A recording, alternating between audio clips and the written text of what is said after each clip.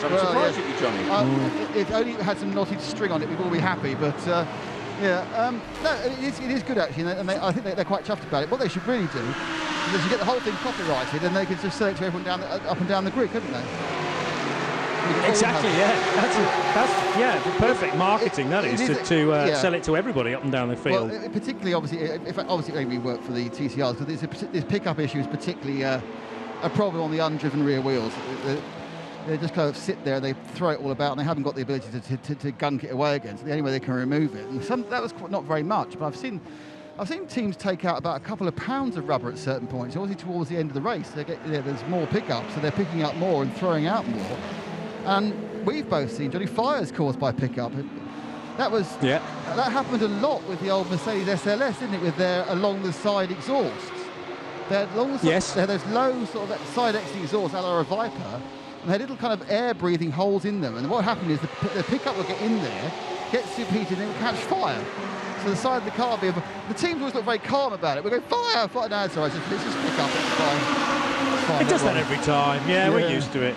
Well, I suppose the TCRs are capable of double stinting their tyres as well, so whereas the GTs are switching Hankooks pretty much every stop, they don't need to worry about the tyre pickup problem because the wheels may probably being washed every time as well before a new tyre is applied. The rears probably do 4 stints. I think most of the rears are used fronts that are being turned to the back. On a TCR car, I can bet. We've mentioned Martin, but Martin Haven obviously very keen on the fact that he usually said, "What do you use the rear wheels on a front-wheel drive car to keep the exhaust off the ground?" And that's really much what they're doing. So they don't have this rear tyre wear issue, so they can use at least 1 stint, possibly even 2 stint front tyres on the back. There is an added pleasure of driving a side exhaust car that it also keeps the driver nice and warm as well during the night. Excellent practical tip. Just as long as it doesn't catch fire. Sorry, Nick. That's an excellent practical tip there. Ralph Bonn is about to get into the 91 Herberth car, so they're going for another change of driver. I'm not sure. Are they actually in the fuel stop yet? Because otherwise it's a very long wait. He's got out and ready in that way you do when you think you're about to get in the car because it's half a lap to go, but you forget you've got 3 minutes of fuel. Which car are you talking about, Nick? The 91, the leader. Yes, it is. It's in the fuel stop now. So he's in the stop. Okay. I haven't got that indication. I'm just leaning. I'm kind of leaning seductively on the pit lane, having a look now. I can see that CP Racing are there, and I can see the 34 car situation normal then. Exactly. Who knows what may happen. You can see the 34 car collection car is also in the pit lane, so in the fuel. So we've got this kind of like, however long it was since the last Code 60, that's where we certainly 2 of those are the AM neutral cars are in. Of course, the AM Advantage for the car collecting Audi. So the other 2 are on the AM, so they have similar amounts of fuel. And Joe Foster and the CP Racing Mercedes, that's in the fuel area as well. Coming in, So my guess is that Joe will change. They'll change drivers because it was kind of seemed like we talked to Shane Lewis a while ago. It seemed to be more of an exception than a rule that they doubled the drivers. Though it is getting cooler, it's getting more pleasant. Still a bit mug, but it's getting cooler. First away in the 20 km/h speed limit of the pit lane, of the fuel lane, is Shane. He then gets to put his foot down to all of 40 km/h as he moves down to the pit. So that's a way away, so I'll look to my left to see what's going here. I'm right outside Herberth for the leading car when that comes in. There's a check of the watch by the team manager holding the lollipop, wondering whether perhaps they're getting a bit too much fuel. It is a driver change for the CP Race 85 Mercedes, so Joe Foster getting out. Obviously the getting in is hard to tell, but probably Charles Espenlaub on rotation, I would think. And now coming in for fuel, having fuel coming in for tyres and a driver change is our erstwhile leader. Daniel Alleman gets out of the 91 and Ralph Bonn gets in, so it's an AM driver to another AM driver. Already racing through their second rotation here. This is the 7th driver, effectively. They've gone round once and they're 3/4 of the way around the second run in 7.5 hours, so they're getting through and keeping everyone even, as they've always done. They've never, despite, even when they had the chance to run extra hours with the nominally faster drivers, this team does tend to actually rotate completely fairly with the 4 drivers. And Ralph and Daniel often do as many hours, if not more, than the the drivers, the Renault brothers, who are rated higher. But that's the way the team works. I'm not sure. Change your position out on track. I'll just mention this, Nick, because this is nothing to do with pit stops. It's merely to do with Jochen Krumbach's speed. He's got ahead of Amedeo Pampanini in the Dynamic Motorsport Porsche. So we now have the 22 back into second place. And the question is now, where does Ralph Bone rejoin? His 91 car is down at turn 1, but it's going to be, I think, less than 30 seconds now that separate Herbert from WTM powered by Phoenix. The car collection Audi is also in, number 34 for a pit stop. Elmar Grimm was literally physically yanked out, and with Max Edelhoff installed. I think Elmar Grimm and Max Edelhoff may be the biggest difference in size between two following drivers in the entire pit lane. Max probably about, what, 5'5", 5'6", relatively compact young man. Elmar definitely 6'6", 6'7", and very, very lanky. So I'd love to see what the seat inserts look like for those two. Must be very, very different. But quick stop by car collection, and they're back out again. Strangely enough, my driver database details extend to the height of Elmar Grimm, and I've got him at 197 centimetres, which is nearly 2 metres. Nearly 6'5". Yes. In my conversion, so that gives you an idea. And therefore, from a driver ID point of view, when we're trying to work out who's coming out of the car and who's getting in, Elmar Grimm is one of the easier ones to spot. There is a new race leader out on track. I wonder whether that might happen.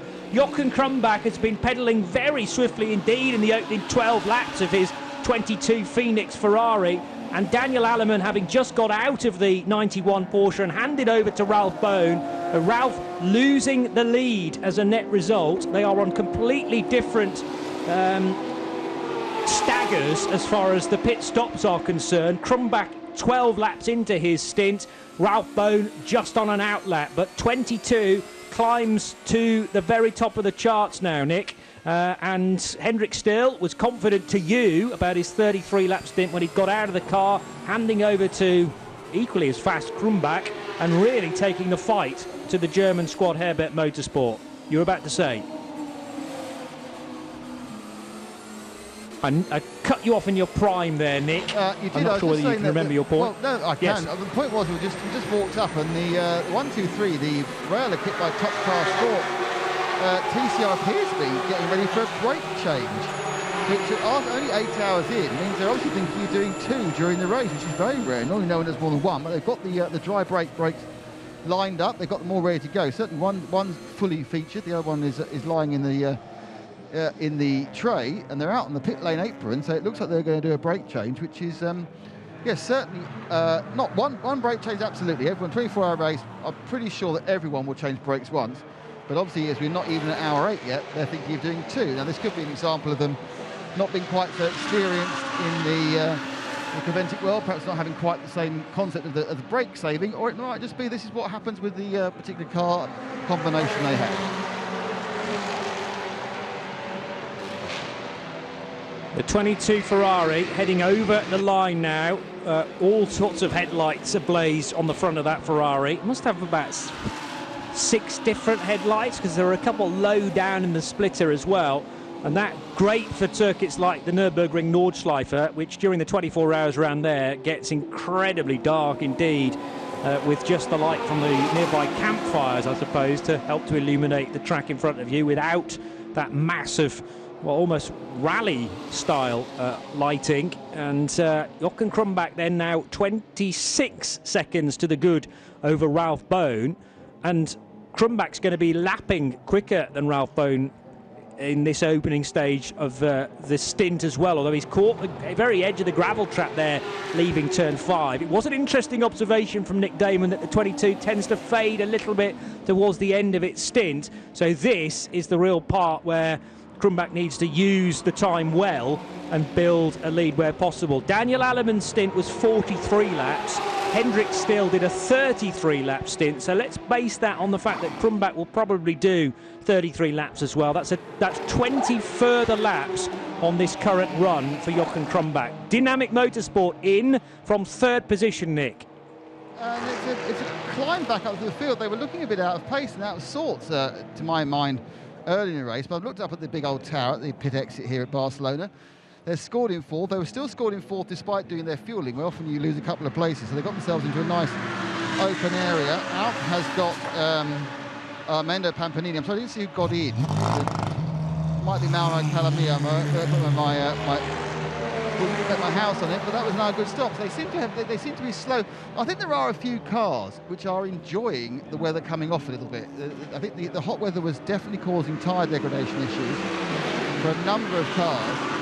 And now we've got a period really of the next 12 hours, or perhaps the next 13 hours, so about 9 o'clock tomorrow morning, where it's going to be much, much more pleasant conditions for the tyres, a bit thicker air for the turbos. We may well see, as was previewed by Phoenix Racing, we may well see a changing of the guard, changing the order as the temperature changes, and leave the guys who are good with the hot stuff only a couple of hours to make it up at the end. I would agree with you that it would be Mauro Calamia getting on board. I just need to check the screen to see. No, it's Sturzinger. Now, Sturzinger was the one they missed out last time in the rotation. We had one stint for the Swiss driver. Race was started by Roberto Pampanini. Sturzinger took over for a stint and a half, but there must have been at least one code 60 in the middle of there. Then Amedeo Pampanini, hands to Mauro Calamia, back to Roberto Pampanini, so the starting driver again, and that was the point where I would have expected Sturzinger to get back in, but he handed to brother Amedeo first, and now this is a little bit of an overdue stint for Nicola Sturzinger. There's nothing wrong with changing the rotation very slightly. It might not just have fitted quite as they wanted it to. At the start of that 44-lap stint for Pampanini, Sturzinger could have been elsewhere, not available to go in the car. But he is now, so they've switched Amedeo with Sturzinger basically, and then it should be Calamia, I think, to complete a second rotation through all four drivers at Dynamic Motorsport. But I don't see anything other than really Jochen Krumbach being able to build a bit of a lead here over Ralph Bone. Last time around they were near enough equal. Just going to remind myself what rating Krumbach is. Silver versus Ralph Bone as a bronze, so semi-pro up against AM. You would expect the lead to extend in the favour of the Ferrari, but you've got this slight dilemma for Ferrari as to the fact that it just eases off the maximum pits at the maximum lap time, maybe in the last sort of 10 laps or so of its stint. So they will have to bear that in mind as well. But if they could get a lead of maybe 45 seconds come the next pit stop, I think all those at Phoenix Racing will be very, very happy with that. Charlie Putman's back in the CP Racing Mercedes. The Edex Sport car of Paul Lafargue running fourth, number 17, ahead of Sven Herberger for Rutronic Racing. And then the brand new Audi being prepared and run by Car Collection Motorsport, the LMS Evo 2, for Krista Jørns, and that car is sixth overall, and actually pressurising the 18 car, not for position. No, that is for position. I beg your pardon, I got the wrong line there. So 500 all over the back of Sven Herberger in the 18 car, and I'm sure there's going to be a change, if not at the end of this lap, then the next couple, because Jørns in the chasing 500 car is just starting to turn the screw as they head out of turn number 10. This is a good opportunity as well to see the current Audi versus the new Audi, nose to tail, and the different positions of the rear wing as they turn right. So rear wing on the 18 protrudes well out the back of the car. The new rear wing on the 500 sits just above what would be the boot lid. And that's all to do with swan necks and inverted swan necks, I hear. Suspended wings from stays and struts and all that business. Yeah, it's a very technical process to go through. Again, there's quite a bit of movement from that new wing though on the 500 car. Left and right it goes as the car reaches maximum speed, and then Krista Jørns hits the left pedal to slow the car down. Oh, a lot of opposite lock there though for Rutronic Racing and Sven Herberger. Surely the 500 car is going to appear over Sven's right shoulder now. No, it wasn't quite close enough So maybe in sympathy, the 500 car got a whole hatful of opposite lock as well and wanted to try and avoid a car at virtually 45 degrees, Snowy. Well, yeah, he certainly had a lot of avoidance there. The 18 was all over the place, and I think he's actually just run a little bit wide there to let him through, let the 500 through on the inside. Has he or not? Is he going to let him through? No, he hasn't. So maybe there's an issue with the grip on the 18 there at the moment. With Sven Hergoberger certainly having massive moment to turn 3 there, and it's we used to seeing a little bit of twitch or whatever, but there were handfuls of opposite lock on to catch that car. As you say, how the 500 didn't quite catch him, I'm not sure, but we nearly had the 2 generations of R8s there, never mind nose to tail, and he had them into one another. Great avoidance, I think, 500 to go around the outside. I see a tiny little bit of smoke from the back of the 18 car there on the left rear. Oh, that's great car placement from Krista Jørns. Took it to the outside of turn 13. I don't think I've seen anybody overtake through that route, that process so far in this race. But he realised the 18 was struggling, and rather than try and find the inside line at 13, thought, well, what I want really is the inside line for the chicane. So he went high and wide at 13, and that delivered him right into the apex. Yeah, but he's been held up by the vortex in front now. It's allowed the 18 to come back at him again. So Sven Hergo back down the outside, has got the power down the straight and taken the place back. You say great moves by Krista Jørns there, but all for nothing from him, because he just got tucked up right behind the vortex, which was actually on track and not in the pits for a change before Nick says anything. But it was one of the vortexes was out there doing its race, and just handed it all back again, and just in the length of a straight there. Great move, all of a sudden just negated. And the problem for Krista now is that he's given one of his big secret weapons away, because he's told Sven Herberger exactly where he's likely to put the car on the next lap. So will Herberger adjust his route into turn 13 to compensate for that? Again, Sven Herberger getting his teeth chattered out of his head as he hits that curbing. There's the rated curbing coming out of turn 5. Certainly will have felt that, as will the tyres. We're certainly going to be wise to it now. Whether he does anything to change his line or not, I don't know, but he's certainly going to be wise to it and ready to defend it. And you might find that 18 Audi, that it might not be the newest generation of cars, but it might suddenly grow in width as it arrives at that corner at this lap for the first time that it hasn't done before. It's an homologated width growth. It's quite loud and quite normal and natural. Talking about one of the vortexes facing the opposite way for a minute. That's the 701. It's been a little bit of a high frequency, hasn't it? We've had a shot of a car facing the wrong way. It's usually one of the vortexes. Jørns to the outside, no. At 13, he's going to choose the inside line, but that's no good, you see, because you cannot then get the car hustled. Oh, nice little switchback, though, through the chicane. Almost missed the first apex and then tucked in to the right-hand element. And again, he's plucked one of those kind of secret cards out of the pack to come up with a great overtaking opportunity, but the 18 car is faster down the straight. But I think this is part of the balance of performance to ensure that the 500 car is not going to generally outpace the current Audi, because Audi do not want that. Yeah, exactly. Great manoeuvre there. So same corner, but a different technique this time. Obviously, he knew that he was going to be wise to it. So Krista Jørns said, right, I'll go on the inside. You could see it was monstering the older Audi in front of him all the way through there. But what did he do? Immediately came out of the final turn onto the pit straight. He dived across to the right-hand side to hug the pit wall, get the draft, get tucked in there, and make sure you go around the long way, sunshine. You're going to have to work for this. And I saw what you did last time. You've got the power, and I think you're absolutely right there, Johnny, that it's all to do with the balance of performance. Yeah, but even so, because the Rutronic Racing Audi is struggling so much on this current set of Hankooks, there was a big old twitch again for Sven Herberger at turn 4. Actually, what the balance of performance designers have intended just can't happen in reality right now, because that Hankook set, I wonder how old it is and whether we can work out by the length of time that Sven Herberger has been at the wheel. Well, only 20 laps. It depends how he's been treating those tyres in the early stages, but Krista Jørns is on a younger set of tyres. He's only been at the wheel, well, for 4 fewer laps, 16 for the German versus Sven Herberger for 20 laps. And the average lap time for Krista marginally faster by 0.2 of a second. That's when you total all of the racing laps done so far and divide by the number of laps, and you get an average lap time for this current stint, and it is marginally better for the 500 car, but only a matter of 0.2. even quicker than those two on average, has been Paul Lafargue in his 13-lap stint, running in 4th position. Jochen Krumbach down in the 1 minute 50s.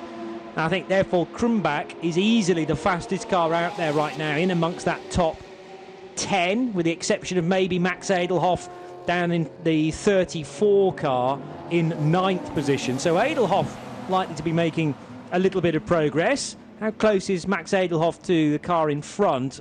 6 minutes away. So they've either had a bit of bad luck here and there, the 34. It was off the road, wasn't it, car 34? Now, was that today or yesterday? I'm trying to remember. It had its rear wheels in the gravel trap. I remember John Hindhoff and I commenting on that. I think that was actually in one of the practice sessions yesterday, which forced a red flag. Yeah, Nick's reminding me it was yesterday. But otherwise, the 34 has had a trouble-free run, running in advantage. Let's hand to Nick for thoughts on this. Yeah, it's not looked quick though, has it really? I mean, this is a car that has actually won a Creventic race. I think it was in Navarra back a couple of years ago. They actually had a fantastic run with that when Elmar Grimm was the absolute star, but they've looked a little bit off the pace the whole time. In AM advantage because they've got a very amateur-heavy team, but that does mean they get to have more fuel and less weight. We're just waiting for the 1, 2, 3. That's the top car, rail equipped by Top Car Sport Car, which is the Cupra TCR. Because we're expecting it to be our first brake change, Johnny. It is indeed. So you get to see a chance to see the change of the brakes. There's a driver change as well, because they have plenty of time, and see how quickly they can do this. So we'll stop your start watches, as Murray Walker would have said. And they, well, not doing very well, it's taking them a long time to get the wheel off, but beyond that, then they are. I think they've got a dry brake system, not quite sure. No, they're going to deal with the massive heat of the brake. It has had a chance to cool down, because not only had 3 minutes in the fuel stop, they also had a minute serving a penalty as well. So they've had a little bit of chance for natural cooling. But they are now getting that first set disc off on the left-hand side. There is another mechanic on the right-hand side. Let's check whether he's what he's doing. Yep, he's managed to get. He's got the old one off already.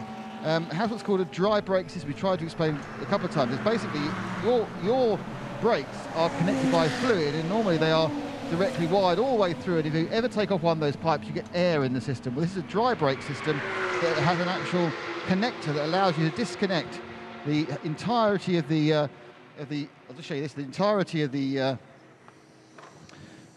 mechanism. So that's the dry brake there, that red mark there. I'm not sure you're on. That's the dry brake. That's where it keeps all the pressure for the hydraulic fluid into the brake. So you can snap the whole thing off. And it means obviously you can change it really, really quickly, which they are doing. Otherwise, of course, you go to the more basic cars. You actually kind of take off the calipers, take off the pads, stretch the calipers the way you used to do it. You change your own brakes with a big screwdriver and go from there. But they've managed to get it. Of course, the biggest problem is they can't really touch these things because they are ridiculous temperatures. Still be a couple of 100 degrees. Taking the chance to put a bit of oil in.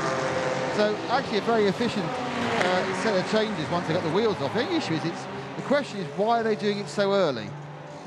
Because this means they'll be doing it twice, and on the whole, you would expect just to have to change the tyres once. It's not the discs that are worn out, it's the pads which are pretty heavily worn. Let's see if just Seb can give you a quick shot of what's left on the pads. It's still a little bit of meat, so they probably give themselves half an hour of meat on the inside of the pads there. But I'm not sure whether they're testing, but like we just can't do it with our combination of pads and brakes.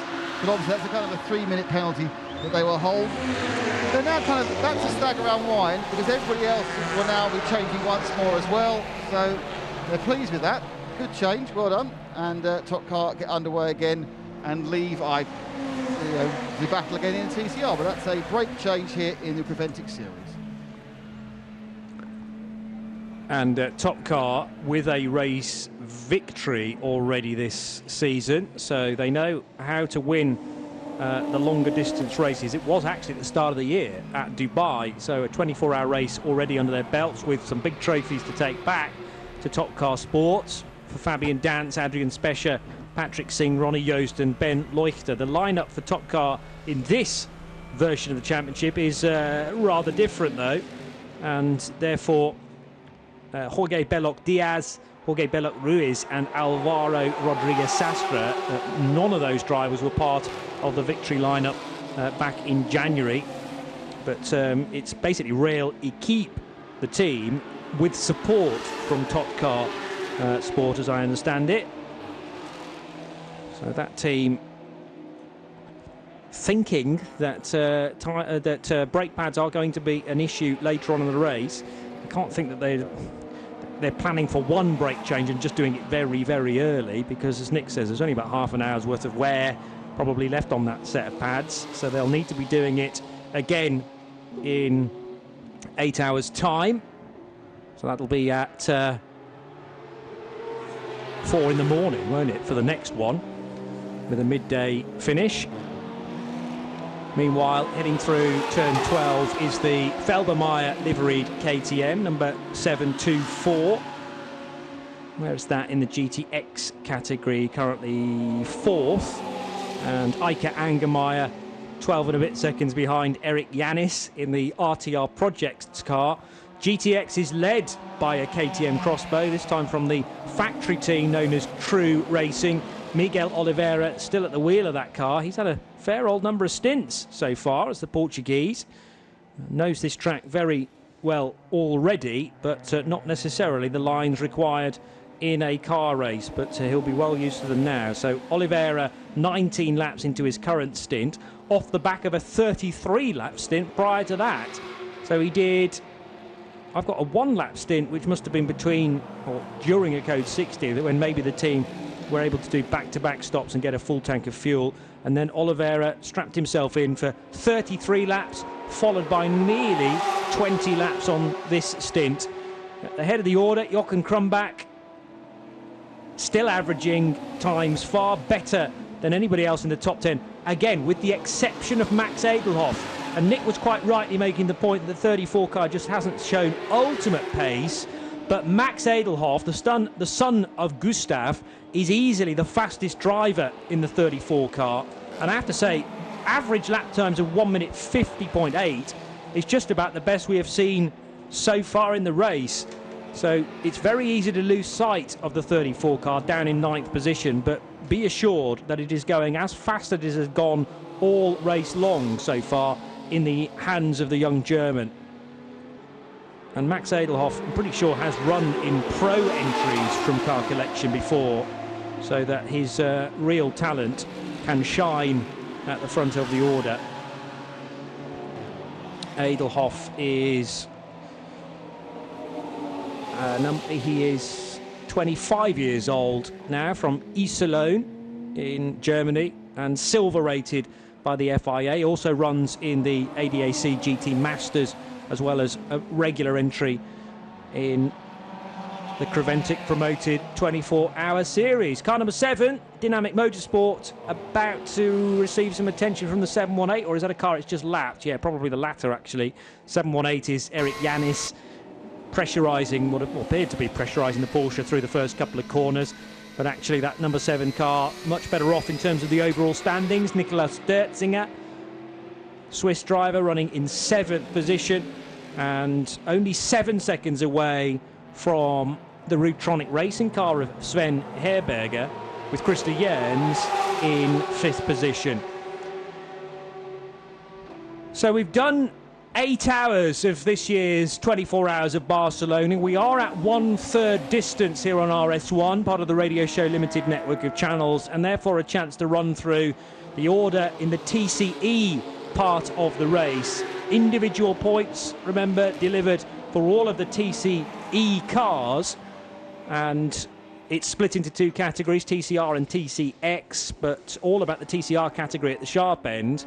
The number 1 and the 112 Autorama Motorsport by Wolf Power Racing Golfs are first and second. The championship leaders, Emil Heyerdahl and Konstantin Kletzer, joined for this weekend by Roberto Ferri and by Jasmin Presic in the number 1 car, leading the way. Then it is the 112 Autorama Motorsport Golf in second, and the gap between the two is just over 2 minutes. Third position for Bapora Motorsport is the 151 Cupra, and that has Lorenzo Flutzer Cross at the wheel.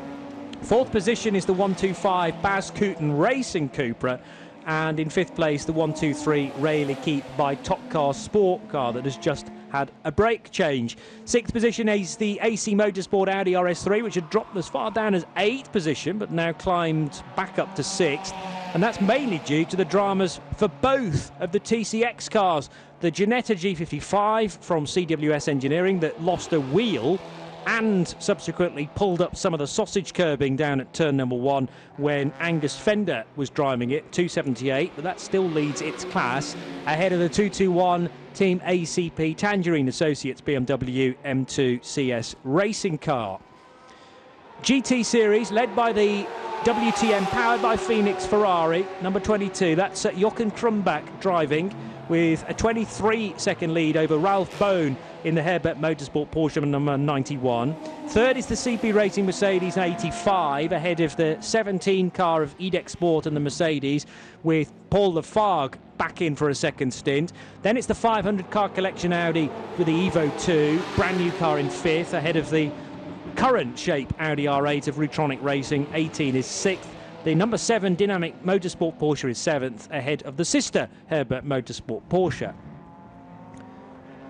9th place for the car collection Audi with Max Edelhoff driving. Tree Racing lead GTX with their KTM Crossbow, number 716, and it's Miguel Oliveira in from 2 lengthy stints now for fuel.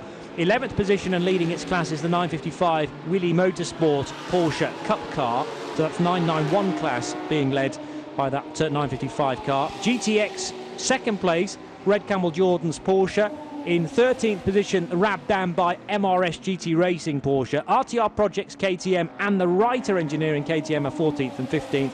And then the GT4 leader is the ST Racing BMW for, I want to say Samantha Tan, but I think she's now out of the 438 car, and it's Chandler Hull who took over from John Miller last time the car was in the pits. Car Collection Motorsports Audi GT4 car, 499 is 17th, ahead of Tree Racing's 717. The R8C Jorgensen Strom BMW number 450 is 3rd in GT4.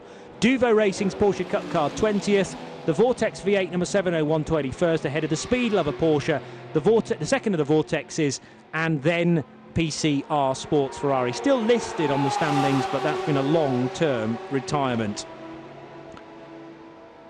So that's the standings for both championships. And now we can turn our attention to the 34 car for Car Collection Motorsport. This is RS1, part of the Radio Show Limited network of channels, with the 2021 edition of the 24 Hours of Barcelona. So say the number 34 Car Collection Motorsport Audi R8 LMS in the pits. That's Max Edelhoff at the wheel of that car, and not just into the pits, but into its pit box as well. And I'm gathering that I suspect that Nick Damon's going to be down there having a quick look at that. So Nick, over to you. Yeah, the car came in obviously only a few laps after it went out. Max was putting in some, Max Edelhoff putting in some good runs. They've come in, it looked pretty much like it's a gear selection problem. They've had the computer attached.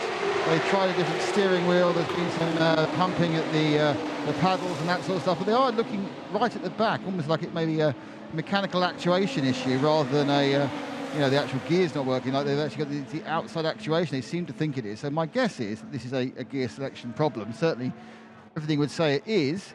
But these things obviously are, unfortunately, they can take a very long time to sort out. But they are pretty much targeting what they think they need to do.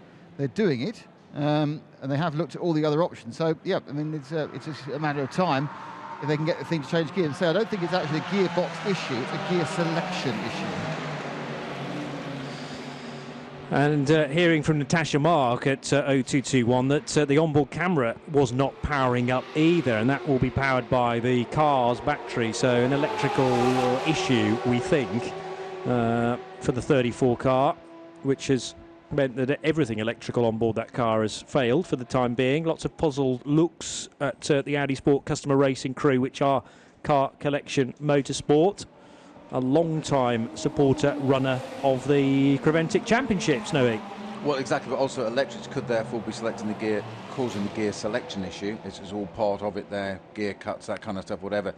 Nick just pointing out it wasn't mechanical, it's not a gearbox issue, it's a gear selection issue, which is very, very different. But if the car's got a general electrics issue and onboard cameras and things not working, then that could well point to that. So just reboot it for the new battery in, hey? Let's hope. Couple of double A's, away you go. I don't think it's that simple. And if it was, I suspect they'd have done it by now. More of that car coming apart as the technicians are working down at the back. Obviously very focused, as Nick said there, on that exact area of the car as to what's going on.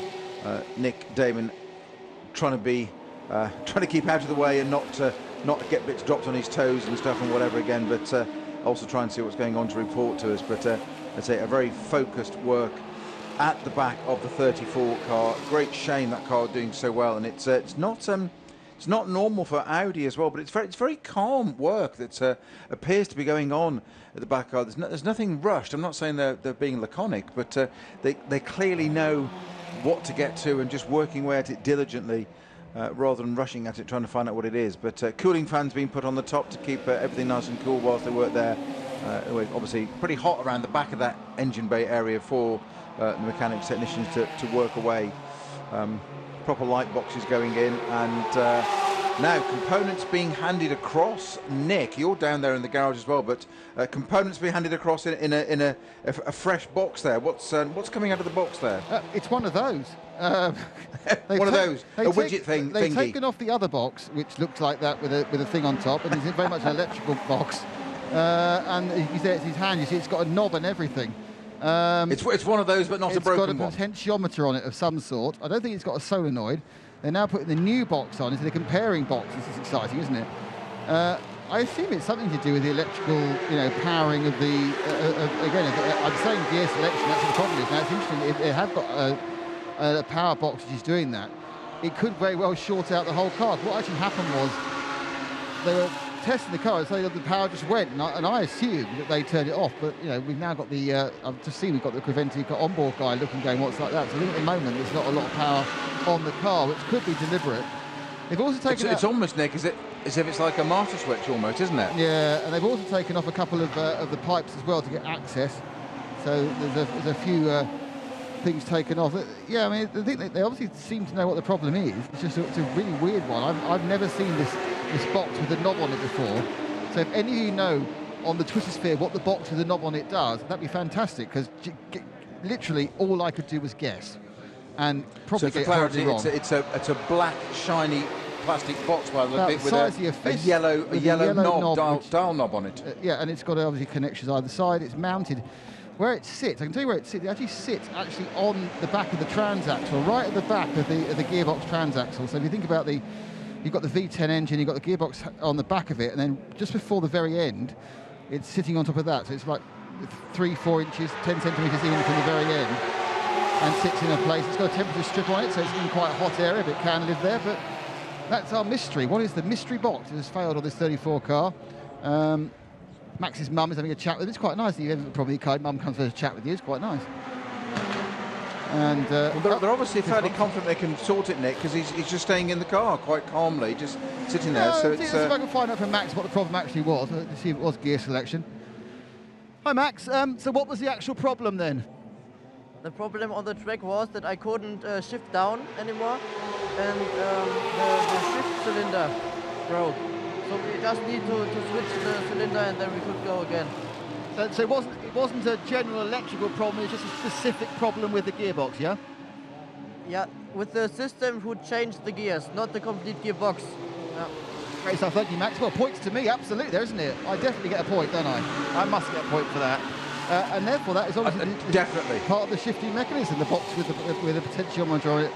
It doesn't explain it, obviously, quite why there was an issue with the onboard camera, but I think, Snowy, as you said, if something is not actuating, the actuation is always done initially by electricity, even if it then fires a pneumatic or a hydraulic firing pin. So perhaps there's a little bit more going on with things that shouldn't be there, and it may well have just shorted the whole thing out, or it may well blow a fuse. That fuse may cover other things. But that's what they're changing on the 34 car collection Audi. Yeah, it sounds like gear shift actuator, doesn't it? That's what it sounds like.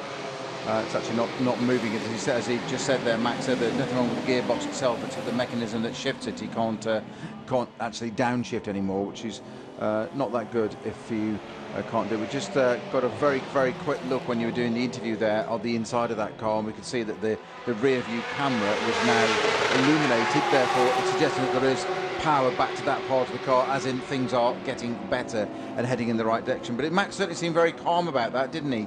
Just sitting there just saying, yeah, have a chat with his mum, and yeah, it's just I can't downshift, and they just change it, don't worry, we just put a new box on, and then we can go. No panic, no rush, just nice and efficient, and get it all sorted. I look forward to seeing that 34 car out. That, of course, now puts it, it's down in 12th now, so it dropped from, I think it was 9th when it came into the pits. Max Edelhoff staying in the car. That's the car collection R8 LMS, but I think that car will be out again within the next couple of minutes. Now set a time to it, and of course it now won't happen. Now I've suggested a time. But, yeah. So I don't lose points for that, so don't you start speaking. So just to let you know, Nick, that John is keeping a tally here. He's got a little sort of handwritten spreadsheet going of who's got the most points, and you are currently leading.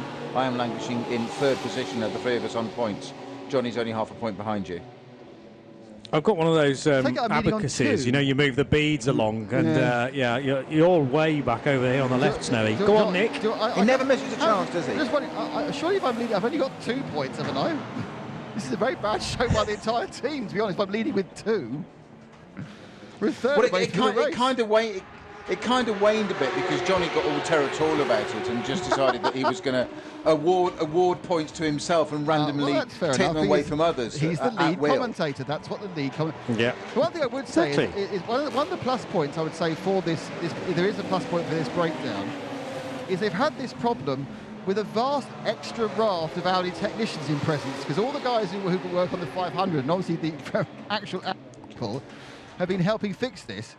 So they've had a lot of extra knowledge they wouldn't normally have on a normal race day, and they had lots of guys on there just doing it. So every now and again it pays to give Audi an invitation to run their experimental car with your team, doesn't it? Well, it's certainly working out for them. I can't believe the calmness of it, of how they just seems to be no hurry at all, but they know exactly what they're doing. Just chatting to Max again, I think it's going to be told fairly shortly, just get ready to get fired up and get ready to get that car back out on track. They're even tidying up neatly in the garage. Well, you know, it's Audi, isn't it? Has to look like an Audi. I wasn't going to go and be that journalistic and that easy about it. That's one for you. There's never any dirt in an Audi centre. Why is there any dirt in an Audi garage? You know. Oh, it's another conflab. They stopped working. Now there's another conflab. Oh, now action. There's going to wave. Oh, the helicopter's going above as well. Like a nice military helicopter. Out comes the car onto the apron. Let's see if Max can go up and down the gears. I'm surprised they're not even bothered testing it. As you know how they often just test it statically. And they'll change lots of gears. Up they go. Now he didn't take any fuel when he came in, so he's got no extra fuel. Okay, he can select a gear. He's gone up to 1. That's worked. It's gone. That's very efficient. Well, if there's no gearbox issue, then there's no reason why it shouldn't just work. If it's just the actuator, then it should just work. But we will see. Like you, I'm surprised they didn't put it up on the jack and just run through the box with it and back down again. But they know what they're doing. They're obviously pretty happy with it. It's not what Audi do. If the computer says clearly, yes, it's fine. Yeah, the computer says yes. Good, all right, good spot. Go. There we are. That good spot. I quite enjoyed that. Mainly because I got it right. Yeah, no points for that one though. Johnny hasn't signalled. He hasn't done his. No, it's fine. He's got his white coat on, like he's at cricket, being the umpire now, and he hasn't done his signal. It's I think that's a bye. That one. It's not a half point. Sorry, Nick. Nice try, but stick my leg up in the air and tap my knee. Anyway, that's after the show. That's a whole different. I was going to say, yeah, that's other weekend activities. Move on. Let's move on, because what I'm looking forward to is Max Edelhoff rejoining the race and replicating the speed that he'd already done in the 12 laps of his stint. Because, you know, when you look at Elmar Grimm's average lap time for 43 laps, it was about 2 minutes a lap for Elmar, whereas Max is shaving 10 seconds a lap off that. He's easily faster than his dad by about 8 seconds.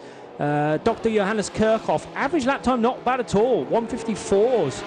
Johannes was managing, and Stefan Aust about a second off that as well. But as I say, Max Edelhoff easily 4 seconds quicker than anybody else that he shares the car with.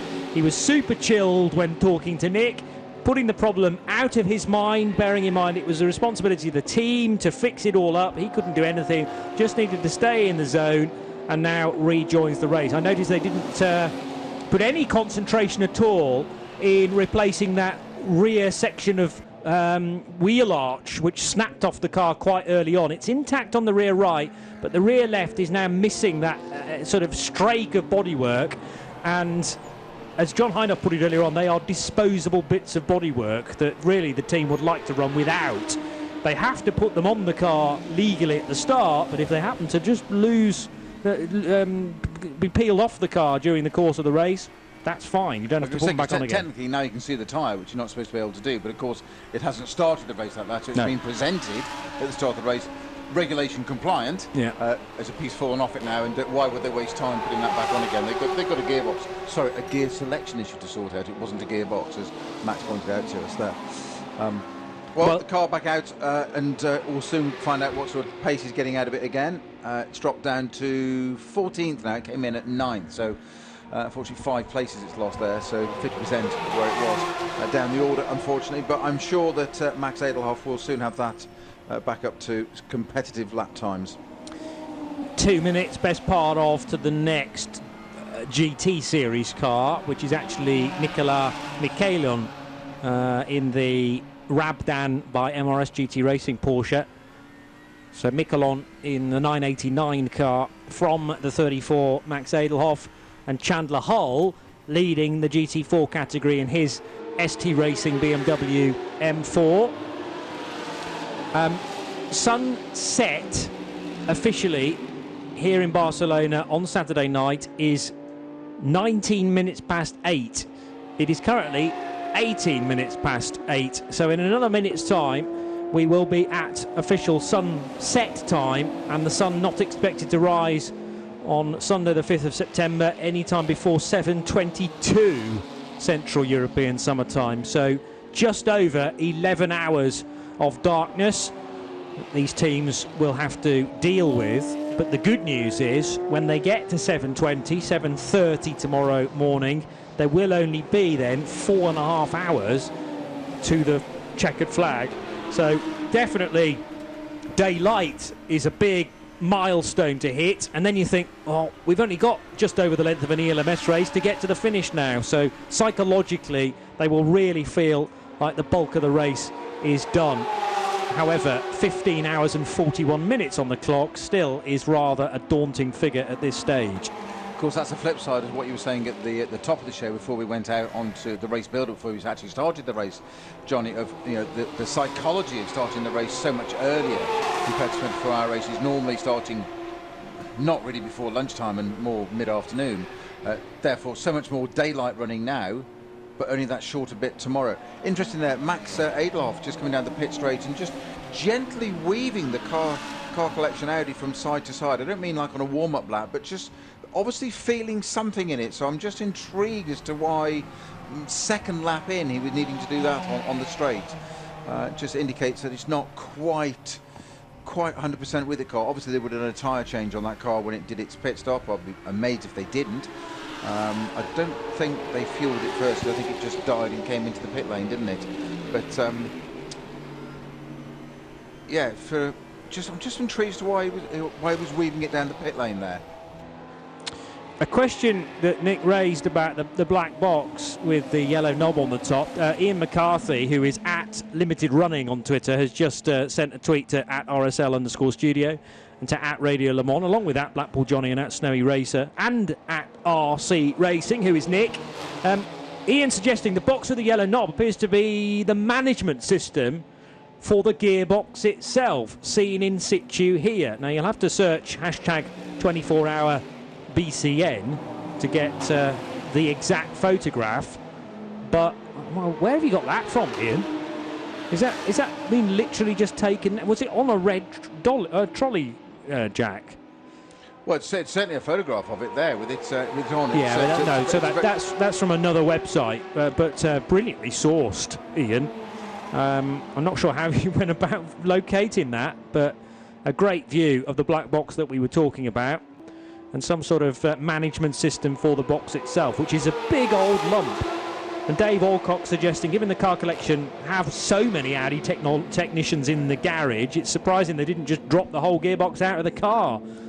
No need when it's just an actuator box on there. It's 2 bolts, but you can see that from the information we've got there, kindly provided by Ian McCarthy, is it? Yeah. That sent us a picture.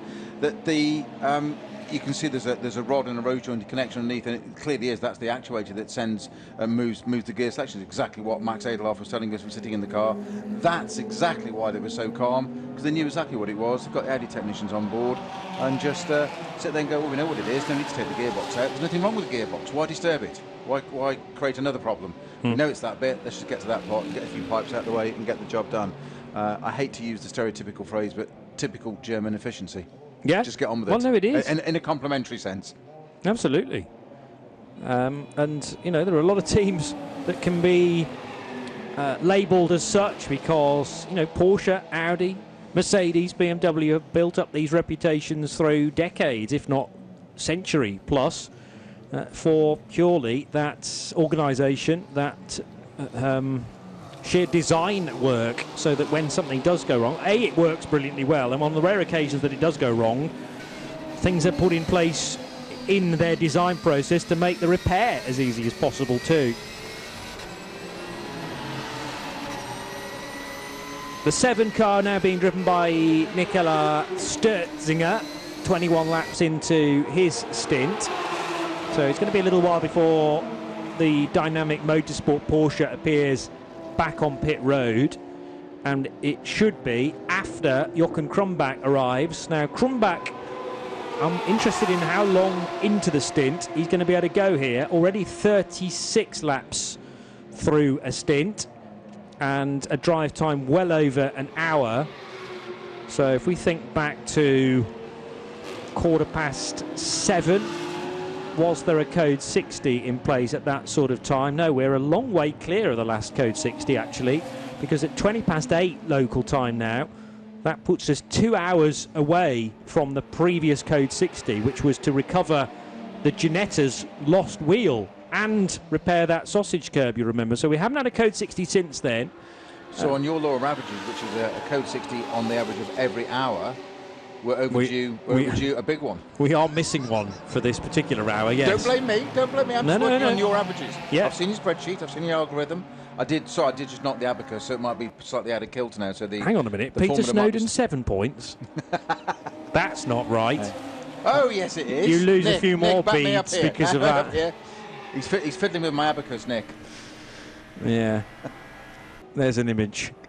So the Jochen Krumbach Ferrari leading by 10 and a bit seconds from Ralph Bone, but it can't be too far away from needing to come into the pits because they are all full fat laps, is what I'm trying to say. Over an hour of driving and hasn't had the opportunity to rein back the pace because of a caution, because it's been over 2 hours since we had one of those, and that would have put Hendrick still at the wheel. So Krumbach onto lap 36. We should, assuming we stay green, get a true reflection of what the Ferrari is capable of then when it's doing racing laps throughout its stint. Into the pit lane comes the 955 Porsche, and this is a class leader in the 991 class. Yep. So Sabino de Castro now joins Nick Damon in the pits. Yeah, Mr. Sergio's getting in the car. So it's the first time we've had a good look at the Willie Motorsport. This car's been dominating this class the entire time. Just so you know, the 718, the bronze and white KTM, is being wheeled into the garage. We'll go down and find out what that's all about in a moment. It's quite close. This 955 car, the class of the 991 series. Another very, very effective pit stop. Just a little check around, and it did quite well there because it dropped on the ground and started the engine quite close. And I shall now take Seb down to have a look at what's wrong in KTM land. the Philly Motorsport car that we talked about earlier with its extraordinarily colour-coordinated wheels that obviously gone into great detail about. Well, they obviously have a different set for night time. As I said, it wasn't just a set of silver or black wheels. They were colour-coded to each corner: pink, blue, lemon, whatever it was. Lemon, not sure it was lemon, highlighted colour. I know what I mean. And I mean yellow, don't I? Not lemon. Anyway, it's close. But I did notice there, for its nighttime wheels, it's now got a silver one on the front right and a black on the rear to match them. So they obviously have a night set of rims on that car.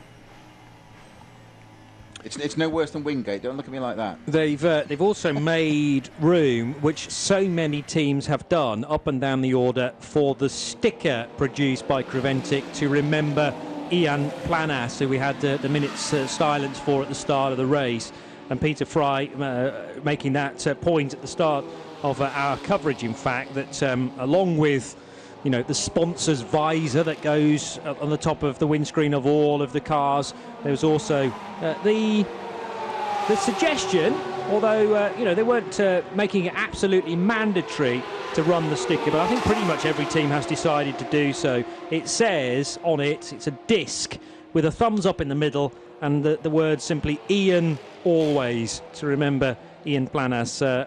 Many of the drivers and team personnel knew him through his work in organising track days, and his wife, children, brother and sister joining everyone at the start of the race to celebrate Ian's life in that minute's silence, and the decision obviously to take to honour him and show as much support as possible to his family and friends at this really, really difficult time. So that was a lovely moment, and unfortunately we were having to remember somebody else as part of the Alpine Europa Cup, Stefan Prue, who had been racing in the Alpine Europa Cup all seasons so far, and a very huge shock really rumbling through the whole of the Alpine paddock to learn of his death at the start of this week, I think it was, and Stefan Prue's car was on display at the start of the grid ahead of this weekend's second Alpine Europa Cup, with all of the drivers taking part in that race surrounding his car and taking a moment to celebrate and remember his life as well. So it's been a sad and poignant weekend for all those involved here at the 24 Hours of Barcelona, as well as being very much celebratory tomorrow when the trophies are handed out just after midday. We are a long way away from that, though, approaching 8:30 at night.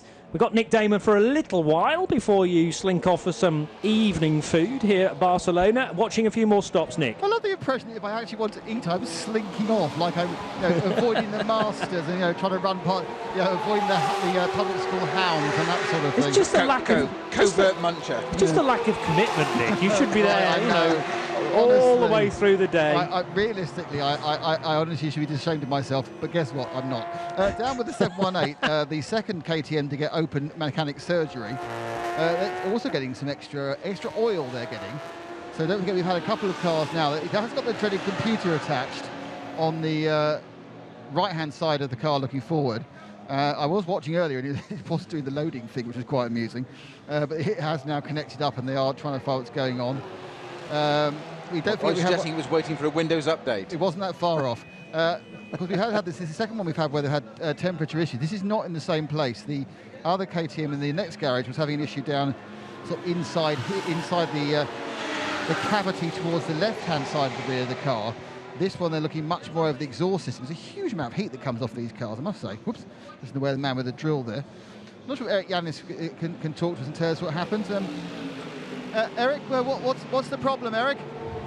Actually, I got the error message on my dash. We don't know yet what's happened because the car is running quite normally, but the icon says should be probably something with the engine or turbo, so boost pressure, probably some leaking or whatever. So the car was running normally, but to prevent any other damage of the engine, we should stop rather. So you didn't get any temperature warnings or anything, just an engine management light? You didn't get any temperature warnings, it was just this kind of error message? I didn't get the message. That's all right. There's a lot going on. Thank you very much for the information you've given us. So basically, error, interestingly, on the dashboard is the exact same symbol you get when you get a check engine light in your car. The amber symbol on the engine, which is based, I think, on a 1974 Ford Anglia. with the manual fan at the front. So he's got an orange check engine light, which, as anybody knows, means ignore me till the next service. So the red check engine lights, which you do anything about. So something's out of parameter, they need to fix it, and then they can remove the orange warning light, and the warranty be back valid again. I think the notion that they were building Ford Anglers in 1974 still is somewhat out of parameter as well, Nick. Well, you know, they were in some country. Yeah, that's a very good point. You can't beat a classic design, and they're probably still being made somewhere in the world right now. Well, anyway, something to made in Iran. That's the key thing you have to remember. Well, there you go. Good example to give, Nick. There's a point to Damon. Hey! Hang on. Victory dance in the pit lane. Woohoo! hang on a minute. This started on the fact that you mentioned they were still making Anglias in 1974. Which they ceased making seven years earlier, and I still don't get a point. Come on. There's a conspiracy going on between you two. I'm going to Stuart's inquiry, protest. I'm sorry. Ferdinand Stuck in the True Racing KTM Crossbow is now lapping about 3 seconds faster than the class leader, which is the Red Camel Jordans.nl Porsche. So are we going to see a bit of a lively battle develop there with 40 seconds separating them? But Ferdinand Stuck very quickly indeed. And actually Bashar Mardini, as I utter the words Red Camel Jordans, comes in for a stop. I'm about to say, I literally just saw the Porsche go past me, the Red Camel Jordans. So it has now left the pit lane, so I'm not sure that's fuel only. You'll be able to know by looking at the drivers at a very different end of the pits to which myself and Seb are at the moment. So we'll take a walk back up again. But yeah, if Bashar stayed on board, then that may explain why the gap's coming down so quickly. But certainly, I mean, he's made a pit stop. Ferdinand Stuck should be ahead. He certainly is. They did actually do a driver change in the Red Camels Porsche as well. So Bashar Mardini out and Thierry Vermeulen in, the Dutch driver. But I think I'm just getting murmurs of reports of a potential mechanical drama developing with that Porsche. We'll wait and see, because Thierry Vermeulen's been handed the reins, and maybe he can get to the bottom of exactly what the problem is there.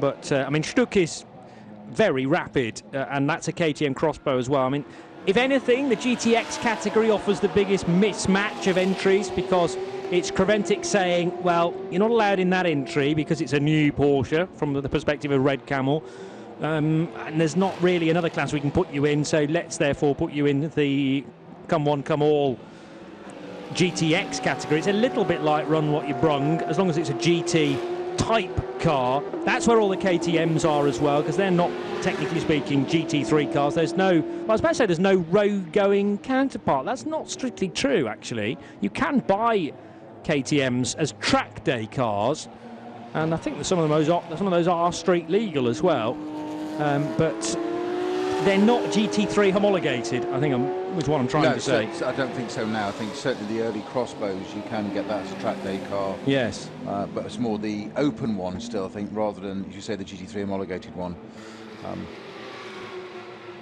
So yeah, there's a slight bit of confusion into, I mean, in the past, I remember certainly rounds of the British GT Championship where in GT4 there were open-top KTMs running in there with special dispensation. But I think to enter a KTM into a GT3 division, they don't really have enough speed to be able to compete, and it's not logged as a proper GT3 chassis. So GTX is the home of the 4 KTMs and also the Porsche from Red Camel. The Vortex 1.0s are both in the GTX category as well, but the Vortex up against it to be able to compete with the other cars in its class, and plus they've had the various mechanical/reliability problems. So Lionel Amrouche running in 6th position in GTX, but down in 28th position overall, and now Nicholas Nobbs in the 712 car running in 7th position in GTX. The second place car, come down which is the 22. Now this was the overall leader, Nick. Jochen Krumbach is into the pit lane. Yeah, full service in time. Well, obviously lost that. The weird thing about this, and it's not, we're not quite used to it, but having the fuel stop at the front of the pit lane and before start finish, the cars lose all their positions they're going to lose as they trundle down the pit lane. So he would have come in first because he's been there for 3 minutes. Of course, he's now second. So the stagger is very different than on usual Creventic environments where the fuel stop is at the end of the pits and they'll leave in first and then wait for 3.5 minutes and then merge in second or third. I need an extra column on my timing screen, really, which remembers where they were before they came into the pits. That will be very useful. The EDEC Sport came in 17, took tyres. I don't think there was a driver change for the EDEC, but they did. There was a driver change. Yep. Patrice, it was Patrice who's in there, not Paul. So Patrice was in the car. He's now out the car, and slight problem getting into the pit lane because Century Motorsport were parked very much to the left of their pit box, and so they had to kind of by the time they angled themselves in, they needed a manual pushback. So it was Patrice Lafargue who was in the EDEC car. That's his second run. So he probably has done what he needs to do, I think, the 2 hours. And they've got him out before the darkness, which is obviously another plus point. And so it'll probably Paul who's in the car now. Paul Lafargue is labelled as the outgoing driver in the EDEC Sport Mercedes. So good spot. And that car then returning to, well, what the timing screen would have as 8th position, but it does take a lap, or a lap and a bit actually, for after a pit stop the screen to fully right itself to show the correct and latest information. Hasn't Paul Lafargue just done 34 laps in that car, or 35 laps in that car already? Patrice Lafargue. It was Patrice Lafargue who was in it, I think, and now it's Paul Lafargue who's got in it. It's the Lafargue twins. I think so anyway, I'm not sure. Patrice is out well, of the they're car. actually father and son, but not Patrice quite out twins. Of the car, he's suited and booted, he was looking at his helmet. That's I got here rather late. It's possible that Paul's done both of them, I don't know.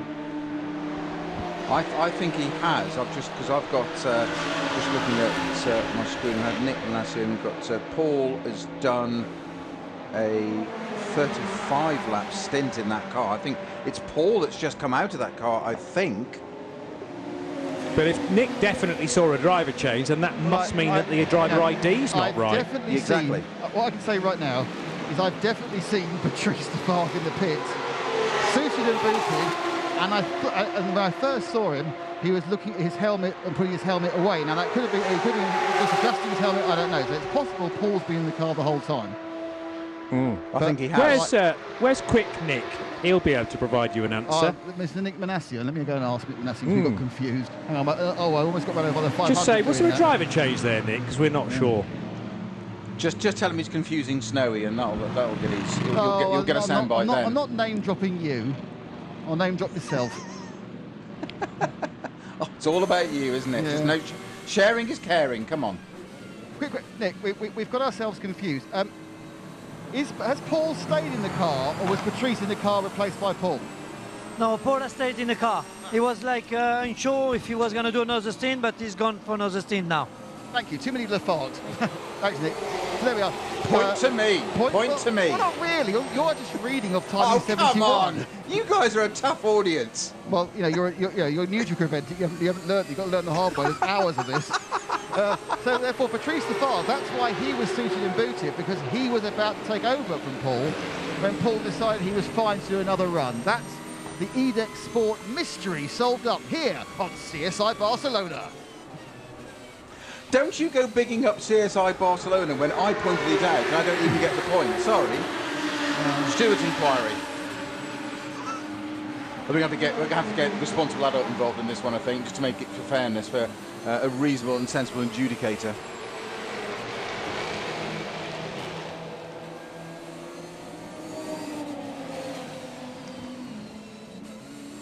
I would have loved to have been a fly on the wall between the two Lafargues, I was going to say, but actually it would have been in reality a conversation between Paul Lafargue Jr.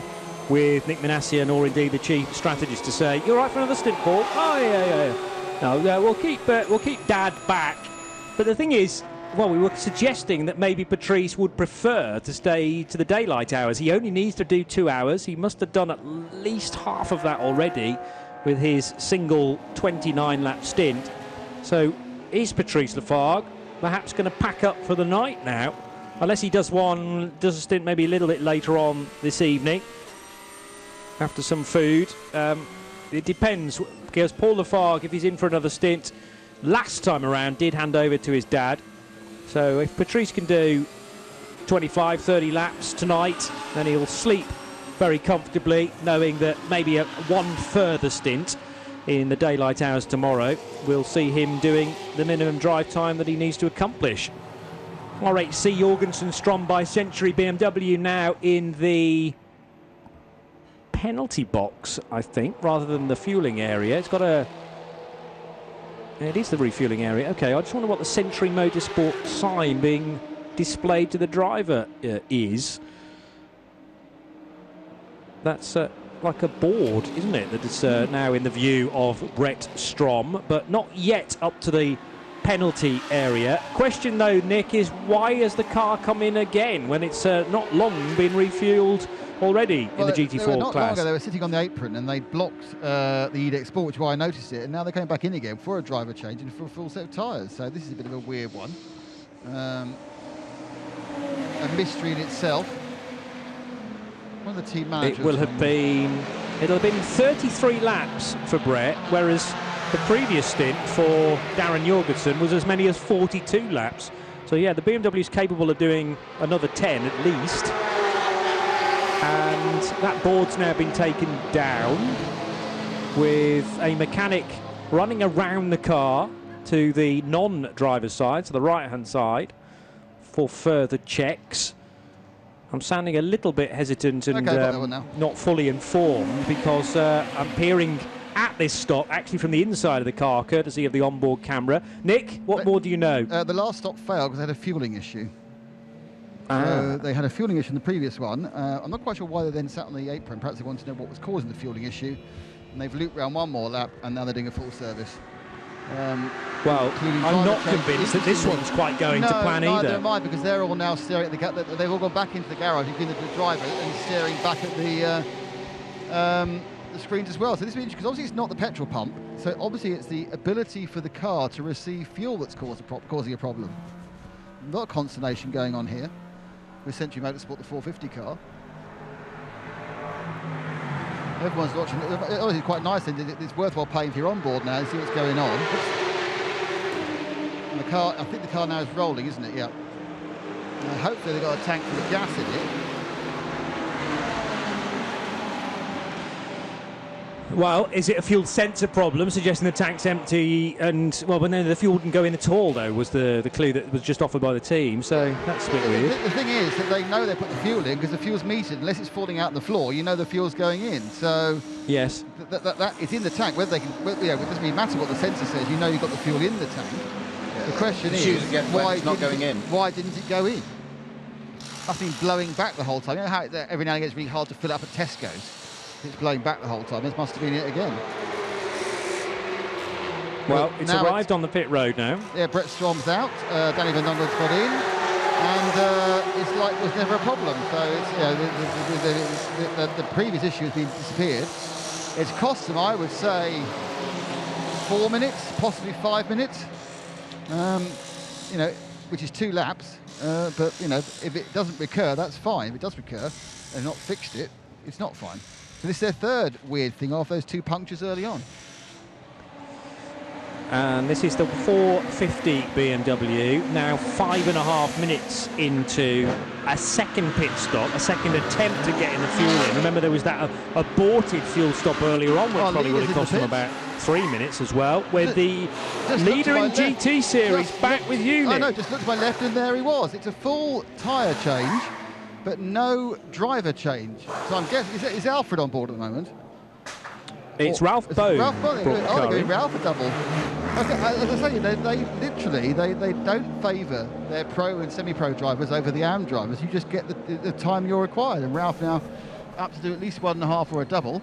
And we're working it through. That was just a fresh set of tyres for Ralph. He's had some fuel already. And they will really take, I assume, because they're out of sync with the 22, they should go back out in the lead again, unless the 85 managed to jump them. Based on the fact the 85's got a slight bit of fuel economy. And the 85 with Charlie Putman at the wheel is about the same distance into his stint as Ralph Bone is into theirs. So they pitted with about 3 minutes apart. So Putman taking over at where are we? 8:45 now. So he will have taken over at about 8:25. And 5 minutes after that, Ralph Bone got at the wheel. So Ralph is good enough for another 55 minutes during this stint, as we hear a little bit more from Nick in the pits.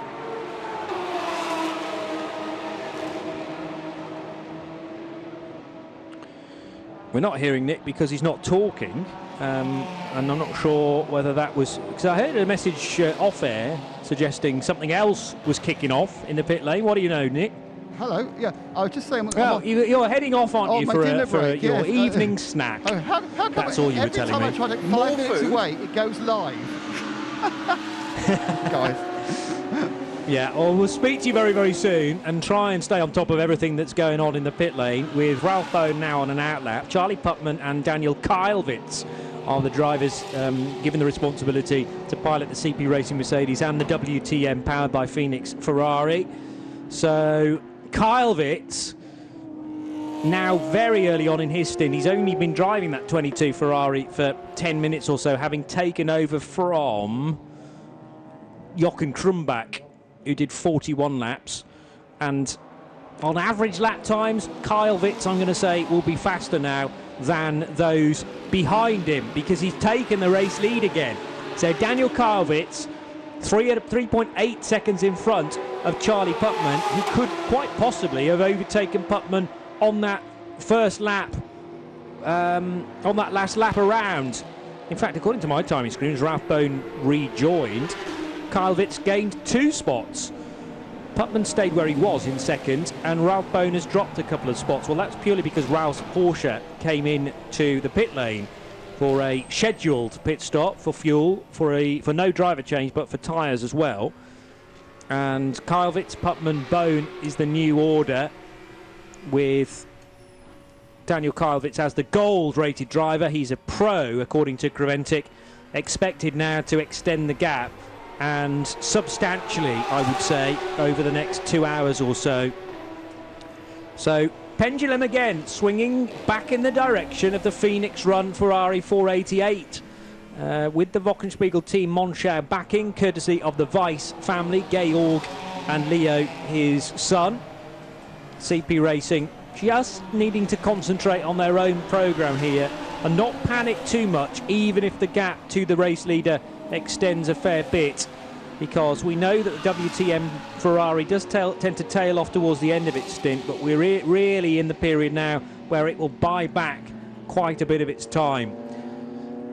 In the GTX category, it is Ferdinand Stuck who took the lead from the Red Camel Jordans.NL Porsche a little while ago during this stint, and GTX now is headed by the 716 Tree Racing KTM.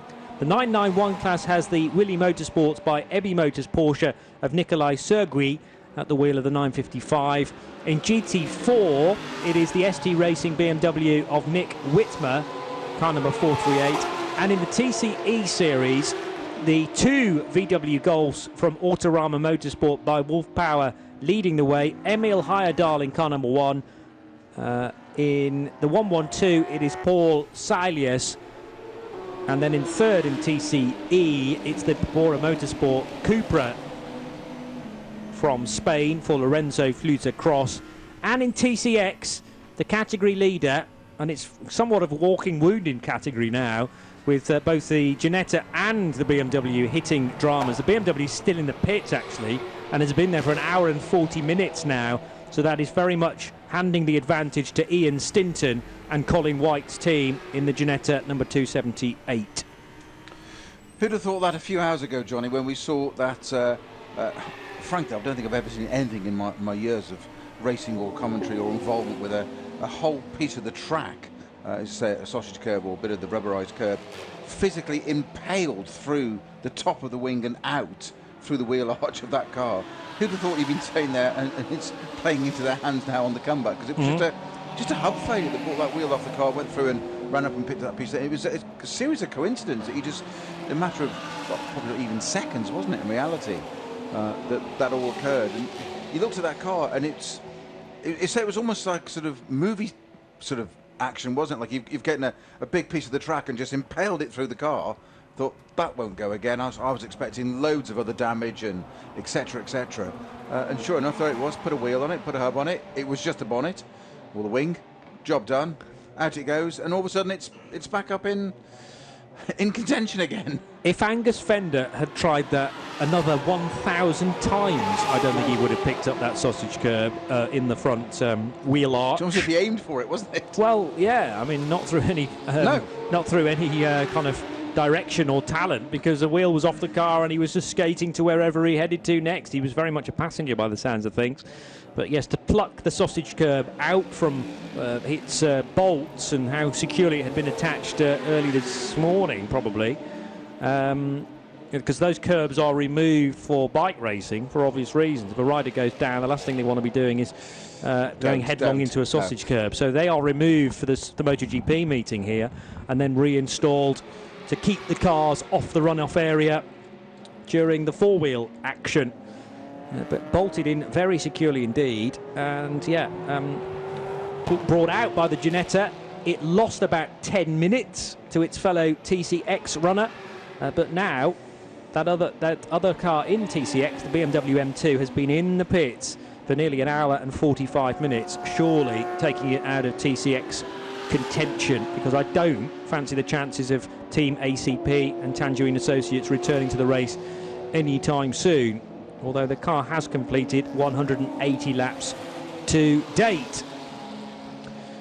Daniel Kylvitz building the lead, as I suggested he might. He's amazingly opened up 10 seconds now in just, a 5-minute chat about what happened with the Ginetta. So this is looking somewhat ominous for Ralph Bone and Nicholas Sturtzinger. Sturtzinger's speed is not too bad. I wonder how he's doing on his average lap times. A 1:53 the average so far, which isn't quite as quick as Ralph Bone managed.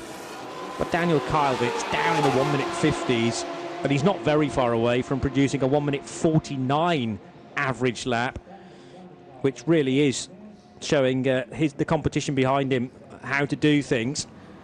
151.2 for Ralph Bone. Nicholas Sturtzinger for Dynamic Motorsport, 153.3 as an average. And Charlie Putman, who is in the 154s for his general lap speed, has lost 4th place. Oh, no, that's mainly because he's in the fueling area, though. So he's in the fueling area, as was a moment ago Bobby Gonzalez in the other Herbert car from 8th place, who's now just moved out of that as we saw that and just passed back down to its pit lane to do its service and rejoin.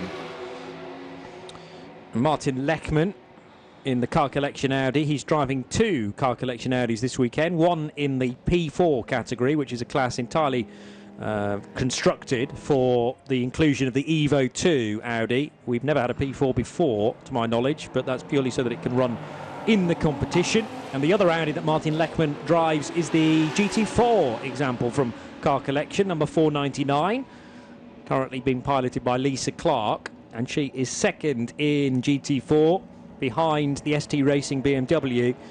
The ST Racing BMW has done 233 laps. Lisa and her Audi R8 LMS GT4 is how many laps away from that? ST 234, so 6 laps behind in the second placed GT4 car.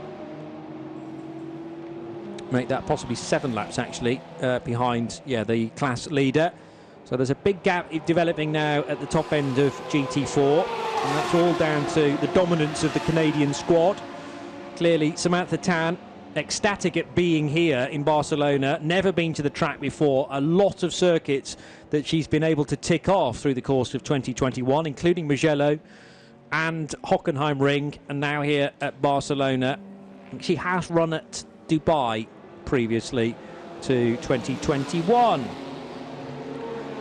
The 909 car a moment or two ago, I'm just getting word, had a moment. This is the Duvo Racing Porsche up the inside of the 978. Oh yeah, there was a big old shove there between the two Porsches. Front left of the 909 into the 978 rear right. And I fear that maybe a bit of bodywork might have been bent back onto the rear right tyre there of 978 Snowy. I'm just more concerned about the left front sort of tracking of the 909 Porsche there that might have received something like that won't have done its tracking any good at all. So that may become a bit of a problem. It was so it was a little. It wasn't an impact, but it was certainly more than a little rub. It was quite a bit of a thump, that was. Not quite sure how this. And again, we're getting into that darkness, isn't it, where things just, the judgments, the factors, the margins all just change very slightly, and what you think you're used to in the daylight, you've got to recalibrate again for this darkness, and that's a prime example of what can happen. We'll see if the 909 continues okay. Just watch his lap times actually for that one. Just in case that comes. That's Stanislav Sudorak at the wheel of that Hero Racing 909. Now 978 is the car that there was contact with, which is Gavin Pickering in the Speed Lover Porsche. 909 being the Stanislav Sidoruk driven Duvo Racing Porsche. So they're both in the same class. Unfortunately for Speed Lover, quite some way apart though.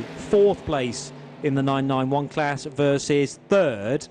That doesn't sound like a great distance, but when you bear in mind that the Duvo Racing car has now done 232 laps, and for Speed Lover, they've not quite made 200 laps yet. So easily 30 laps between the two. And when you add the extras on, it's 36 laps actually that separate the 3rd place Cup car from the final runner in the 991 division.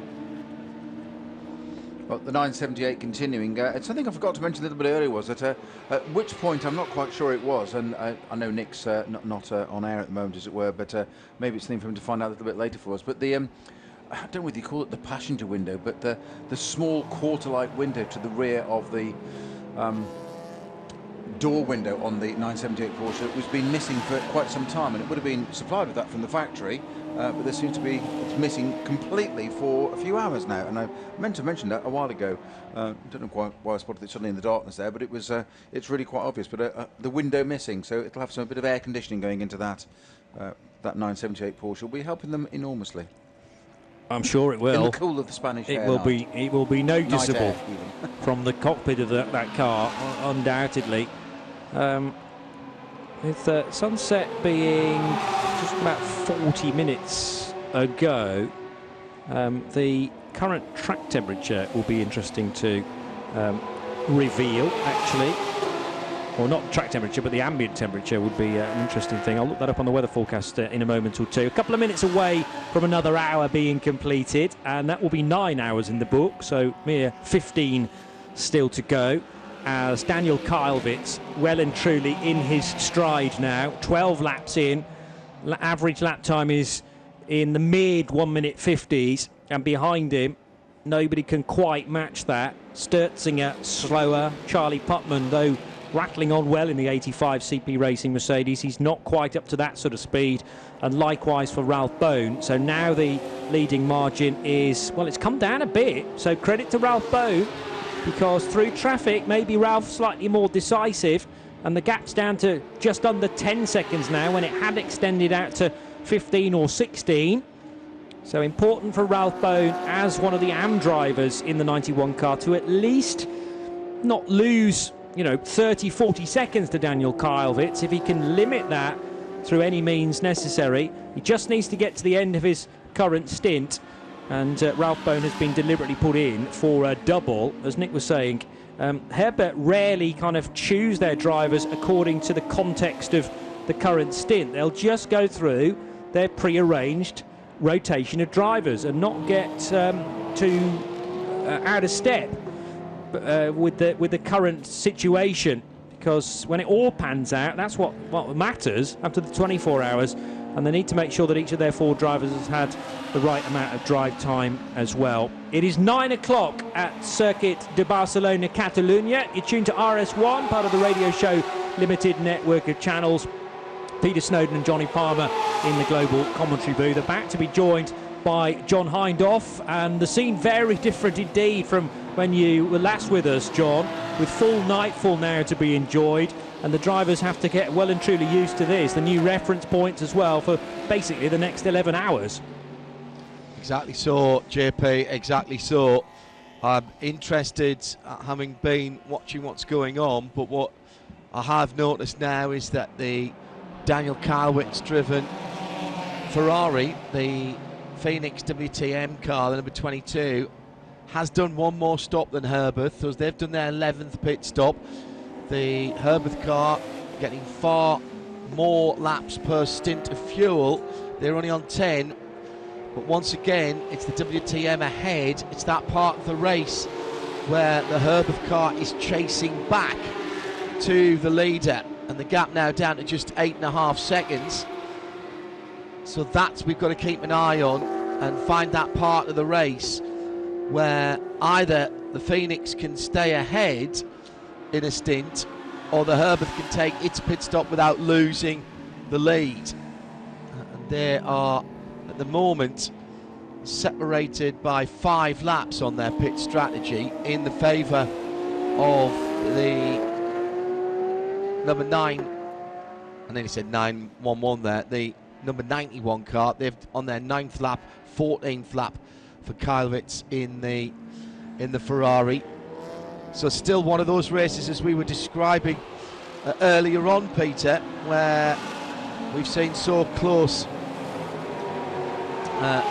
racing between the front of the field, and it's down to every single driver at the moment just to keep that pace going. We'll discuss that after the update, give Johnny a chance to go and do a quick splash and dash before the end of the race, refill the fuel tanks. Tapas this evening, of course, Albondigas on the menu tonight. So it is the top 5 are all GT3 cars now, with the 22 leading by now just 5.6 seconds, so better part of 3 seconds taken out of Kalwitz by Ralph Bourne last time around. I'll get this done quickly, otherwise we can have a change from the lead. CP Racing in 3rd is the Mercedes AMG GT3, Charles Espenlaub behind the wheel of that car. He is 4 minutes behind the second place car, so just waiting for him to come round, but he's just on 2 laps away from the 2 leaders, 17 seconds ahead of Paul Lafargue for EDEC Sport, and another Mercedes who is 40 seconds ahead of Pierre Caffer on Rootronic Racing's TECE Audi, the number 18. That's your top 5 in the classes. Car Collection running that unhomologated LMS Evo 2, the number 500. GTX 716, Ferdinand Stuck leads the category there in 9th overall with the GTX KTM Crossbow, ahead of Terry Vermeulen now behind the wheel of the 992 Porsche, which is running in GTX for Red Camel, and they're about 2 minutes 12, 2 minutes 13 seconds apart. 3rd is the Reiter Engineering KTM Crossbow in that category. 991 still Vili Motorsports by EB Motors. They've had a couple of penalties, but they've held on to the lead. 10th overall for the 955. Nicolas Segiu behind the wheel at the moment, and they are 5 laps ahead of their nearest competition, which is Saif Almeri for Rabdan by MRS, the 989 Porsche. TCR, and therefore the TCE part of the race, Autorama Motorsport back at the top with the number 1 car, the Volkswagen Golf. Emil Heyerdahl just coming in for fuel actually as I speak, and their closest competition is round about 2 minutes 15 behind them, and that's their teammates, the 112 car, Paul Sages in the Volkswagen Golf number 112. And if I scroll down my timing screen, I can tell you that the only other leader that we have is the TCX CWS Ian Stinton back behind the wheel of the Ginetta G55 after hub failure earlier on. Team ACP with their BMW still in the pits. Kedsby Jones brought that car in some time ago, and they have dropped some an hour away, more than that actually now, so that car may not be coming back. In the fuel at the moment is the PCR Sport 16 Ferrari. Now, has that car come back out again? No, that car he has only completed 16 laps, so that was one of the early casualties. Okay, that makes sense. So that's how it stands. 14 hours and 55 minutes to go. Radio Show Limited network of audio and visual channels. We're live from the Barcelona 24 Hours for 2021. John, if I may, if you'll indulge me, two things for you. First a thought, followed by a question, yeah? First thoughts, you've covered more of these races than most of us had hot dinners, or let alone could shake a stick at, yeah? We are 7 hours in, and this is where the question is. 7 hours in. Daniel Kilvitz in the Ferrari, they said that car would come good into the night, and it did, but it's now still only 6.7 seconds ahead, 7 hours in of a hard-charging Ralph Bon in Hobart Motorsport. What is it about this form of motorsport that delivers time and time again? It doesn't matter what circuit, what conditions, wherever we go, it just delivers all the time, doesn't it? This category of racing. I think that it's easy to overlook just how many moving parts there are in a race like this, and particularly when you've got the different driver times to think about. So, for example, Daniel Kalvitz has done 2 hours and 15 minutes at the moment. Leonard Weiss has done 1:20. Henrik Still just under 2 hours. Joachim Krumbach has done 3 hours. Now, all of that's got to be balanced within the 24 hours, and they've all got to get their minimum levels in. If you look at the 91 car, with whom they're in close competition, Robert Renard, he's only done 1 hour and 42, 53 laps. Daniel Alleman, he's cranked off 75 laps for 2 3/4 hours. Ralph Bourne, stint at the moment, he's just clicked over his 90th lap for just under 3 hours. Alfred Renard, 1 hour 21. So the two Renards still got plenty of time to go in that car. And this is all part of the strategy. We talked about it at Le Mans in the Pro-Am classes there, about getting, as it was there, the 6 hours in. And Johnny's mentioned all the different AM categories, and they all have slightly different regulations about who's got to do how much. So that is yet to play in. And what we've got to work out, and we'll probably only find out when we get into the last 4 hours in the morning from 8 till midday Central European time, is who have got the gun drivers, who have got the quick drivers with time left at the end. And then you'll see what performance the car's got left and how it can push on towards the end of the race. And I think that's one of the things that continues to bring us such great racing. I said at Le Mans for the GTE race that the battle between the Corvette and the eventual winning Ferrari was nip and tuck for 24 hours, and it was. They weren't side by side, Peter.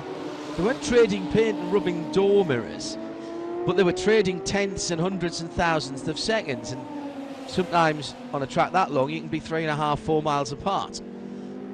And it's just how you are pacing yourself against the opposition and what you've got left in your toolbox when you get to the money laps at the end of the race, or the last 3-4 hours, last 3 pit stops. I think that's why we get such great racing, even if you have two cars, as we have had at the front of the field, who've, relatively speaking, and certainly mechanically and reliability terms, have had a clean race. I know Herbert missed an opportunity to get some fuel because the pumps were all full, but ultimately that hasn't hurt them too much at the moment. And just the idea that they come in for a fuel stop and they can't actually get any because the pumps are full. It's full. It's quite amazing. But I think also huge credit to the organisers and the balance of performance and getting it all sorted, making it so close as well. And I just love the concept, John, that you've mentioned there, almost in a casual way. And I'm not putting you down on that. What I mean is, you've mentioned when we get to at a certain time in the morning when there's 4 hours to go, i.e. there's 20 hours of this race completed. And you're talking about it in the final two. We're going to start a whole new NLS round at 20 hours, effectively. Correct. It's just madness. And sometimes it still blows my mind, even no matter how much we talk about it and watch it. I think we almost become sort of numb to it. And you say the moving parts is an understatement. There's, I think, gazillions of parts from both driver side, team side, strategies, organisers, balance of performance. It's absolutely incredible. Now, I don't know if Karlvitz has been given the hurry up or Bourne has been told to watch his pace a little bit, but they're lapping within a couple of tenths of a second of each other now, and after having closed down quite markedly to just under 6 seconds of the leader, Bourne is now being held at 5.96, 6.1 seconds, depending on the traffic.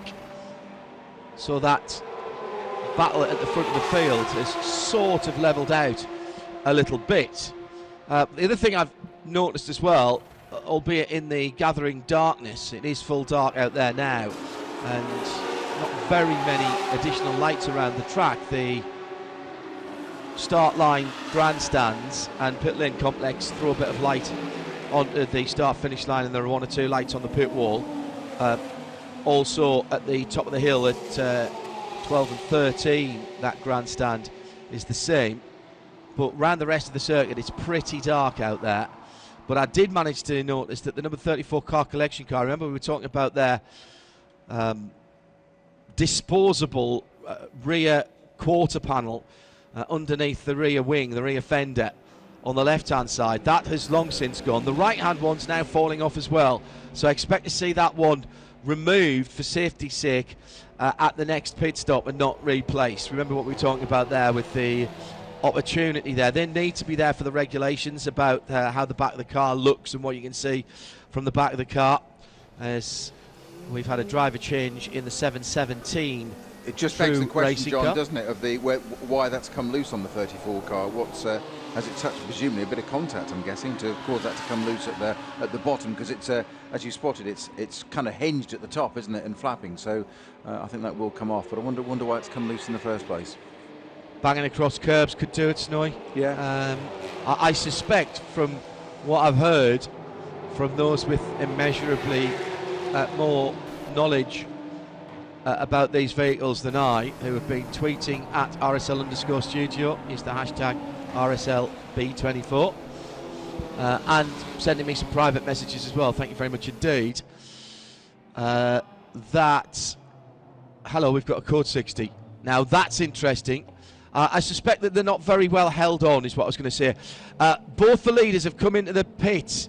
We've got a yellow flag at turn 7, not sure why at the moment, but both of the leaders were in the right part of the circuit. So Karlvitz in after 20 laps, 14, call it 15 laps for Ralph Bourne. So now this is interesting, because what this is going to do is put those two on the same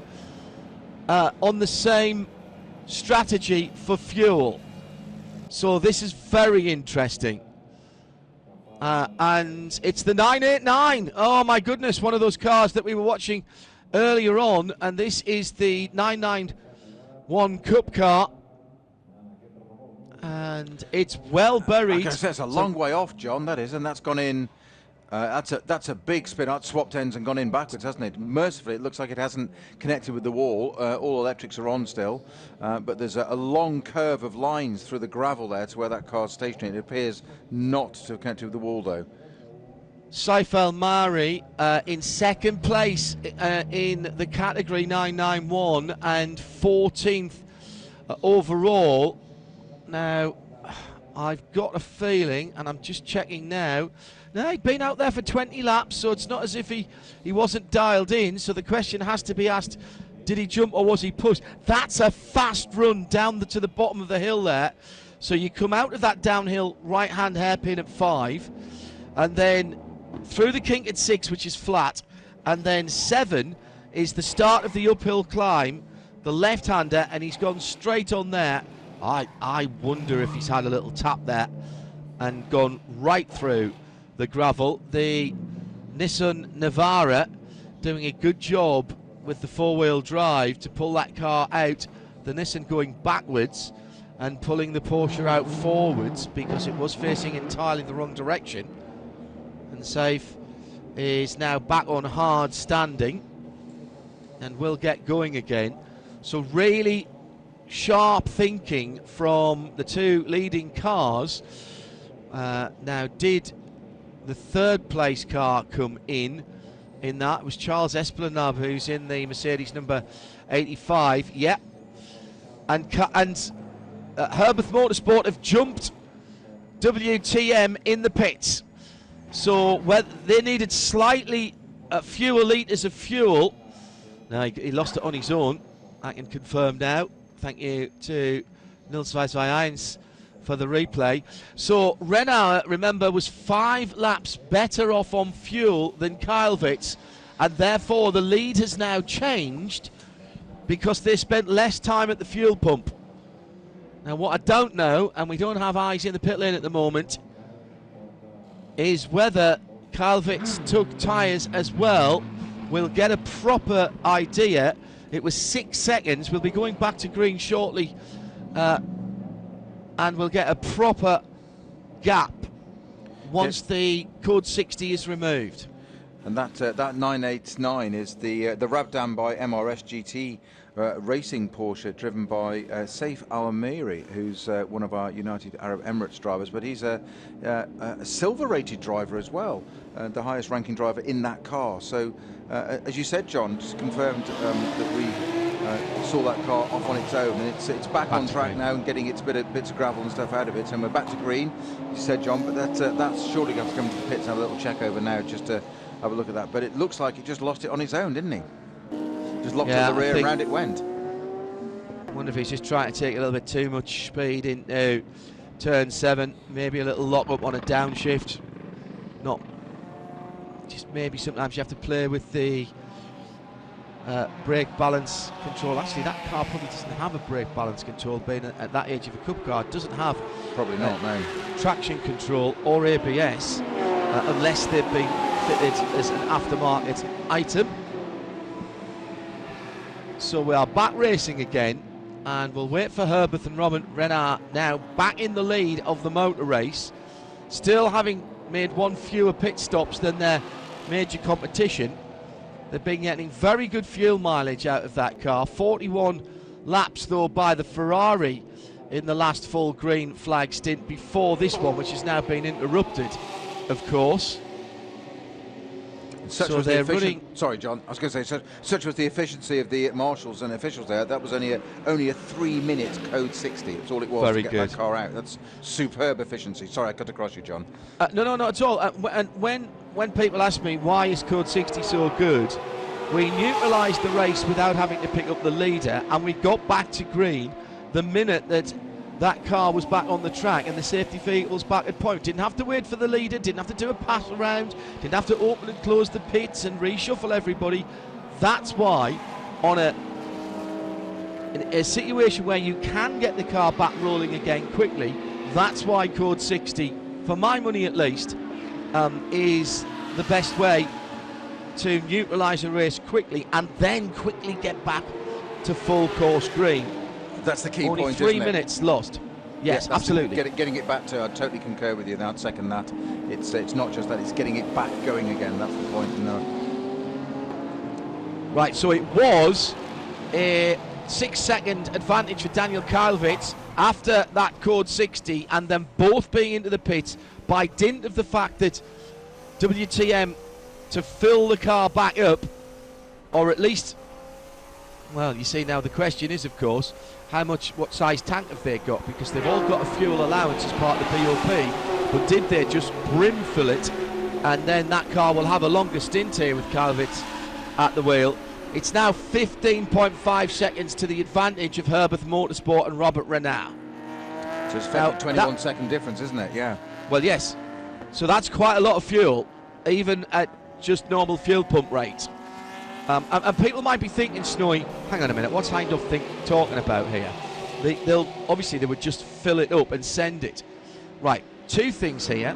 First of all, they have a fuel tank that is mandated that can be no bigger than a size, but their fuel fill is also mandated, and under green flag conditions I think both of those cars have a 90 litre fuel fill. There's a sticker actually right next to the fuel filler that tells you how much you can put in under green flag and how much you can put in under full course purple or code 60, and it's half. So if it's 90, then it would be 45 litres. That's an easy one to do. So neither of them would have needed a full fill, but it's just a question of how much you decide to put in. Because if you've got a 110 or 120 litre tank, and I have to say I haven't got that piece of the regulations next to me here, but JP will know when he comes back in 15 minutes or so, then you could effectively get closer to your 110 or 115 litres by filling it up. That will give you extra run. And again, as Snowy was saying earlier on, why is this intriguing? Why do we keep it? Because people are thinking in different ways. They are doing different things. And taking advantage of that situation. Absolutely. Yeah, as we said, we've just waxed lyrical and complimented the officials for a 3-minute code 60, and you've just quite rightly, John, said how good a code 60 is, not just at getting the situation sorted, but getting the racing back again. But there's a team there gone, hang on a minute, we can turn this into our advantage, and done Correct. it in a matter of 3 minutes, a lap and a half effectively. They turned it around. Yes. 1.5 racing laps, and even taking 20-second advantage. Yeah. And basically less than that in terms of their position on track, because CP Racing came in as well. The number 500 didn't come in. Martin Leckman stayed out, I reckon, in that P4 class car. I'm pretty certain that Martin stayed out. Yes, he did. So he's actually made up an overall position, but that car running outside of points, etc., as a test for the new LMS Audi R8 Evo 2, as it's called. So they've made up a little bit of time, and they've got ahead of the Rutronic Racing by Techie, or TECE, Pierre Caffer driven Audi R8. Great to see Pierre back again. Pierre, I still think of as one of the young guns of endurance racing. Always hard for me to realise he's one of the elder statesmen now. Number 18 car in 5th overall, 4th in class, 21 seconds ahead of Patrice Lafarge. And then the Dynamic Motorsport Porsche right in there as well. And that's a great bat. EDEC versus Dynamic. That's the 17 and the 7. Now, where are they on the track at the moment? They're just going down towards turn 10 on the back straight. They've just cleared a bit of traffic, and it looks to me as though Pampanini's got ahead of EDEC Sport on that last lap around since the restart. Yes, he has. We'll try and check that as he comes across the line. They've just come to turn 13 and down the hill towards the final chicane in the last corner. So we'll see them go across the line in a moment or two.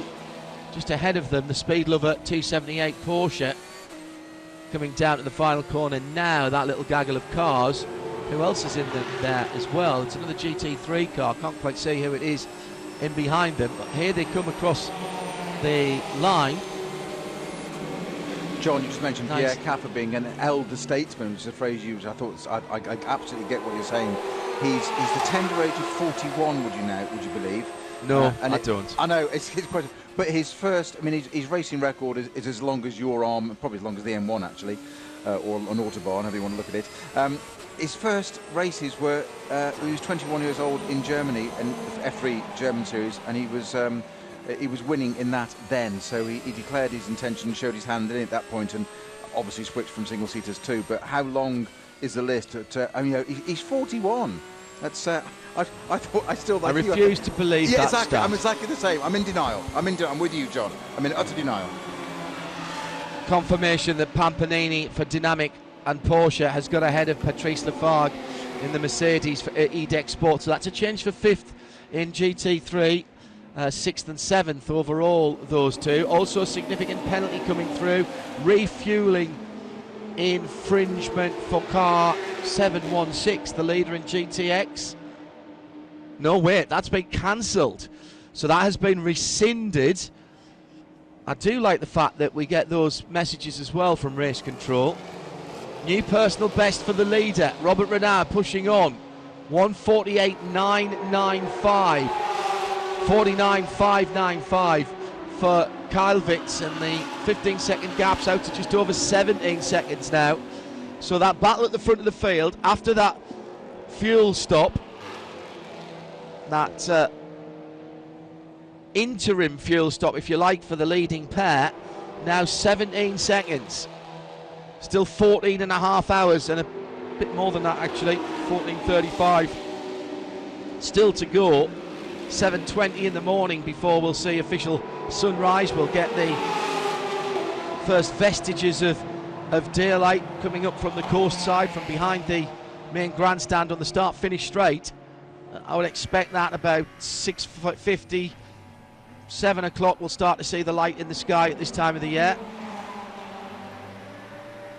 Take a while for the sun to come up over the top of the main grandstand, which will be good news for Nick if it's a warm day, because it does get very hot very quickly when the sunshine is in there. But that is a big stand and it casts a long shadow. Vortex in, 7th in class, 23rd overall. Nicolas Nob, the Swiss driver, Hop Suisse, the bright orange machine, which is a bit recalcitrant to refire. I think it's just started and just stalled actually, John. I think that's what's happened with there. It moved forward, it's re-gone again, its lights are back on, so it's no, it's done it again. So there's now, an issue with that. Yeah. Didn't we see a problem with the transmission on one of the one of the Vortex early on, Peter, when it went off at turn 2? Yeah, the and 701 car. Yeah, you're right. Move it. So yeah, that could be a sign towards that, but it's twice it's just done that, and it's, I thought driver error initially, but not accusing anybody, but it's just one of those things easily done in haste to get away to the fueling bit down to the pit lane, but it just didn't want to go there, did it? Moved twice, so we'll see if it gets down to the pit lane shortly. The 712 car. It's had a lot of airtime, the 712 car, but it is, you say, still going. It's that said done. It's 7th in class, which I know that's only a small class, but it is still 23rd overall, which is, you know, it's not too bad for it at all.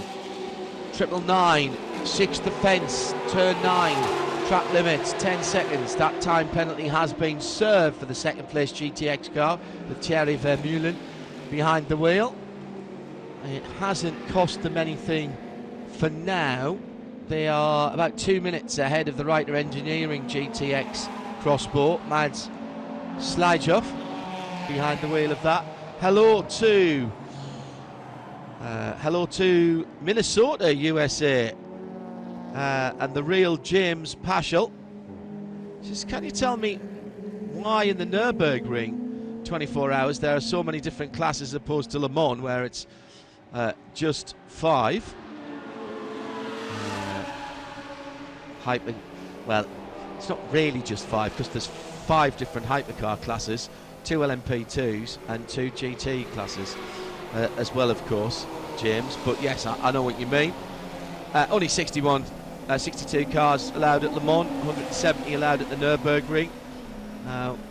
For this race, we've had getting on for 50 before. Dubai, we had 102 entries once and 98 starters at the Dubai 24 hours. The answer basically is it's just different. It's a different way to go motor racing. And what we have here, you hear the ACO talking about class stratification and making sure that there's enough gap between the classes so that they don't get too mixed up. Here it's rather different, and what you're looking at is to make sure there's nothing that's too quick or too slow that's going to be dangerous, because you've got a lot of people with a lot of different driving ability and talent and experience. And horses for courses, I suppose you would say, James. I mean, here this weekend, in this race, we have 3, 6, 7 different classes. That's a little bit down on what we would have at something like the Dubai 24. I know what you mean. We have to split our updates at the Nürburgring 24 into odd and even hours because there's so many classes. I think we've had upwards of 20 there in the past. There there is a 1,000k race coming up at the Nürburgring shortly, which is a new event for GT3 and other classes, and that's got certainly double digits in terms of classes as well.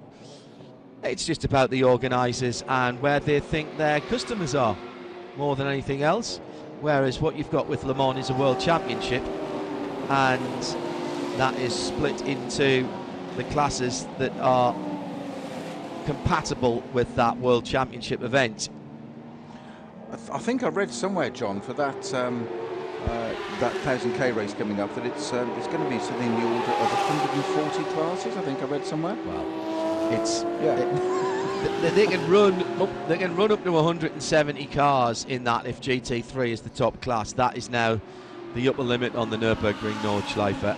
The first year we went there in 2007 to do on-site coverage, there was 229 starters, I remember.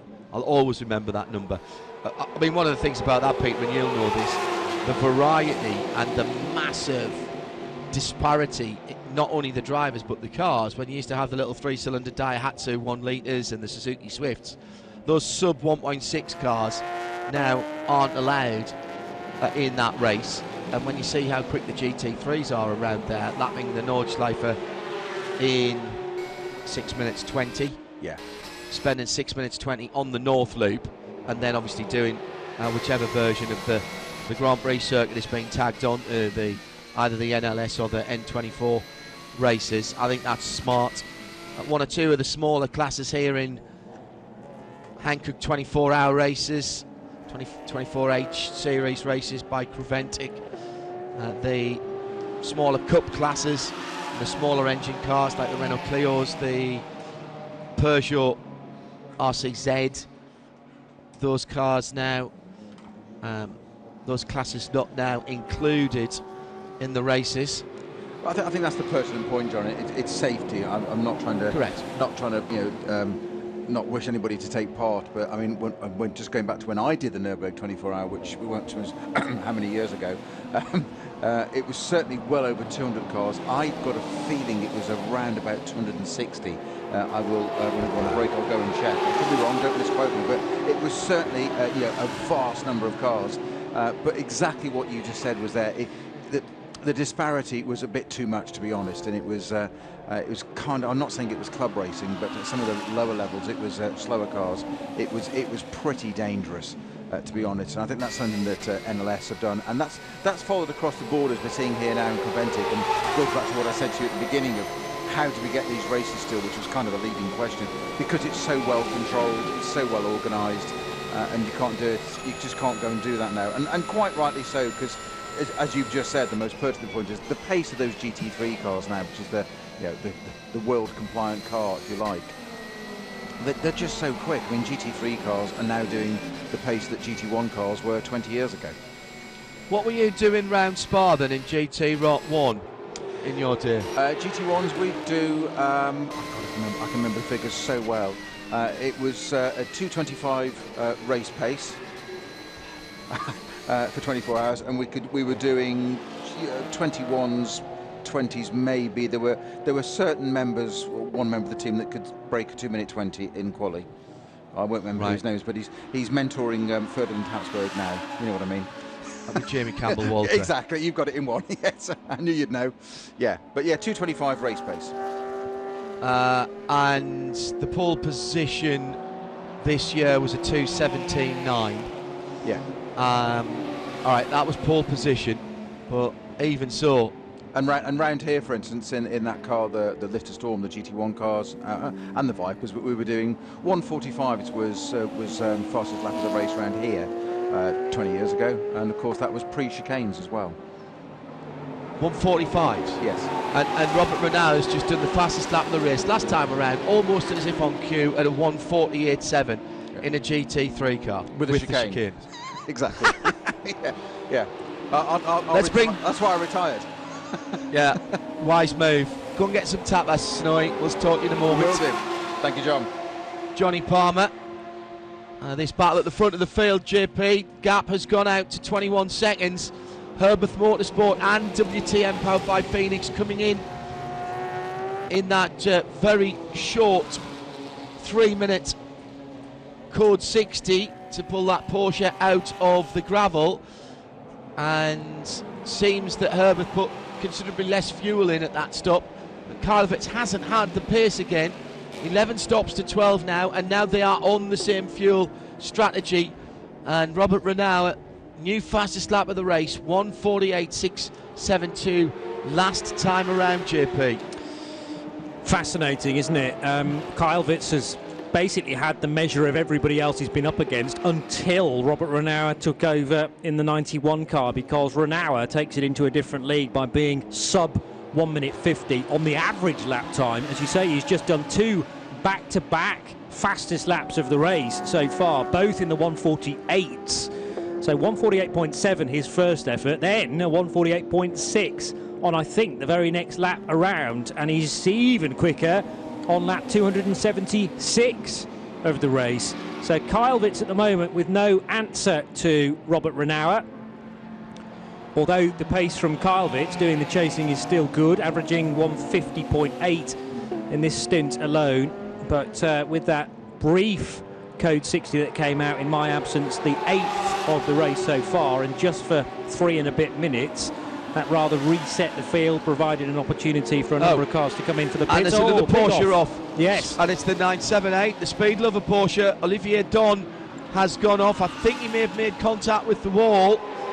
And now, difficult to say where that is on the track. He's moving and he's trying to get it restarted. I can see him moving his hands on the steering wheel. So that is turn 4. Oh, that's quick. That's quick there. Now, just coming out of turn 4, yes. And just got a bit of a tank slapper on and went to driver's right, and I think fortunately hit the last part of the tyre barrier there before it would have been unprotected contact. It's right with as the we concrete. look at it, of course, but driver's left. Sorry, driver's left. Bizarre, yes, sorry, isn't Johnny. it? Yeah, The car flipped to driver's right and he tried to catch it. Yeah. So coming out of turn 4, which is a long right-hander, he's on the power. The car starts to spin to the right, and then it's flicked to the left. Code 60. And WTM back in the fueling station.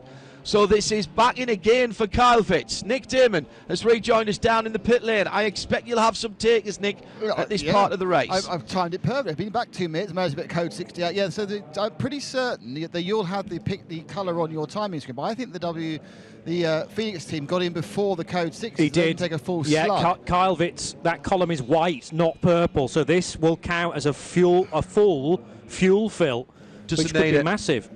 Well, doesn't need it. no, He was good only point. in 9 laps ago. Yeah, but don't forget, John, and he'd only done 20 laps before that. The thing about fuel is, John, is their tanks are bigger than their free fills.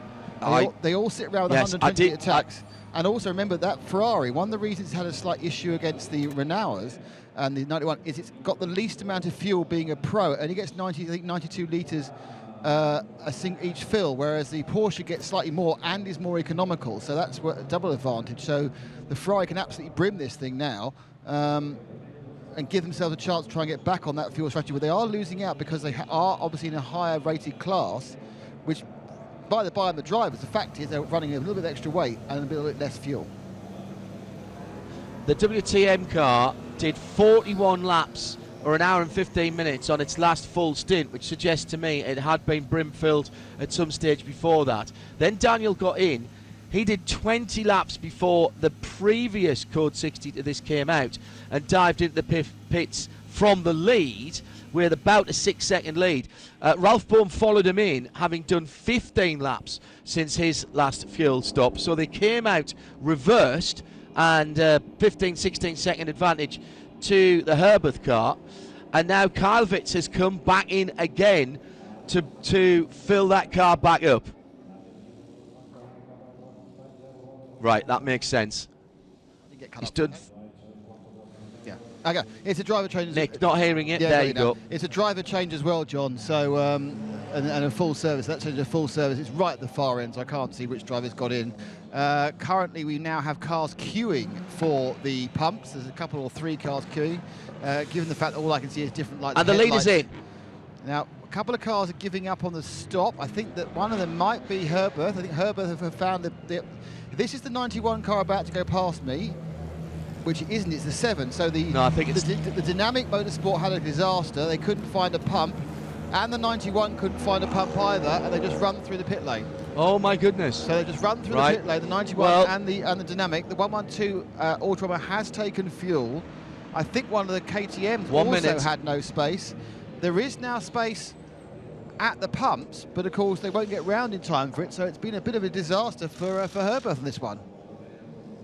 Well, Herberth's 92 is in fuel now with Wolfgang Triller. Dynamic and Roberto Pampanini, who's just taken 4th position in class from Patrice Lafargue, wasn't it, that he went by. Patrice is in the pits at the moment for EDEC. So Pampanini now up to 4th, ahead of Rutronic Pierre Caffer, who is in the pit lane as well. But that isn't a perfect situation. So WTM there have gained a little bit of time back, Johnny Palmer, with Leonard Weiss back behind the wheel of that car. They've done fuel, they've changed their driver, having had Daniel Karlovitz in for 31 laps in that stint, albeit with an extra bit of fuel in the middle. So now when we get back to green, we'll see what the actual gap is at the front of the field. And we are back to green now, and of course Robert Renauer lost time net, because even though everyone was going around at 60 kph, he had to come down the pit lane, which is only 40 kilometres per hour in that aborted run, and they weren't able to take fuel, so they're going to have to take fuel at some later juncture. Robert Renauer should be all right, I think, for fuel, because he's only been at the wheel for 11 laps. Well, in fact, 11 laps when he took the car over from Ralph Bone, and they did fuel at the start of the stint, so they can wait a little bit longer. However, you know, when you compare a run down the pit lane to a run on the racetrack at 60 kph, that is some time lost. Yeah, and don't forget, Ralph Bone had only been out for 15 laps before they filled that, so they will fill the Porsche as well, I would presume, on that short stop that they did in that 3 minute, the previous Code 60. Now what we don't know is exactly how much fuel went into each of those 2 cars, the 91 Porsche and the 22 WTM Ferrari. But what we got here quite clearly, Johnny, are 2 teams, and in Herbert in particular, very experienced in this form of racing, and not usually ones to spurn the opportunity to put some fuel in a car. I remember a race at Paul Ricard, might have been one of the 24-hour races down there, when basically, even if they'd only been out 5 or 6 laps, if there was another Code 60, they were in to top off and fill the tank as much as they could. Yeah, and because they won that race. Well, as Nick said, there is a rare opportunity of actually getting your maximum amount of fuel tank filled. Yes, there's an allocation of fuel that you're allowed to put into the car, one at green flag and 50% of that for a code purple, but that's not necessarily the amount of fuel that the tank will hold in total. So Herbert always use as many code 60s as possible to get to that brimful where they can.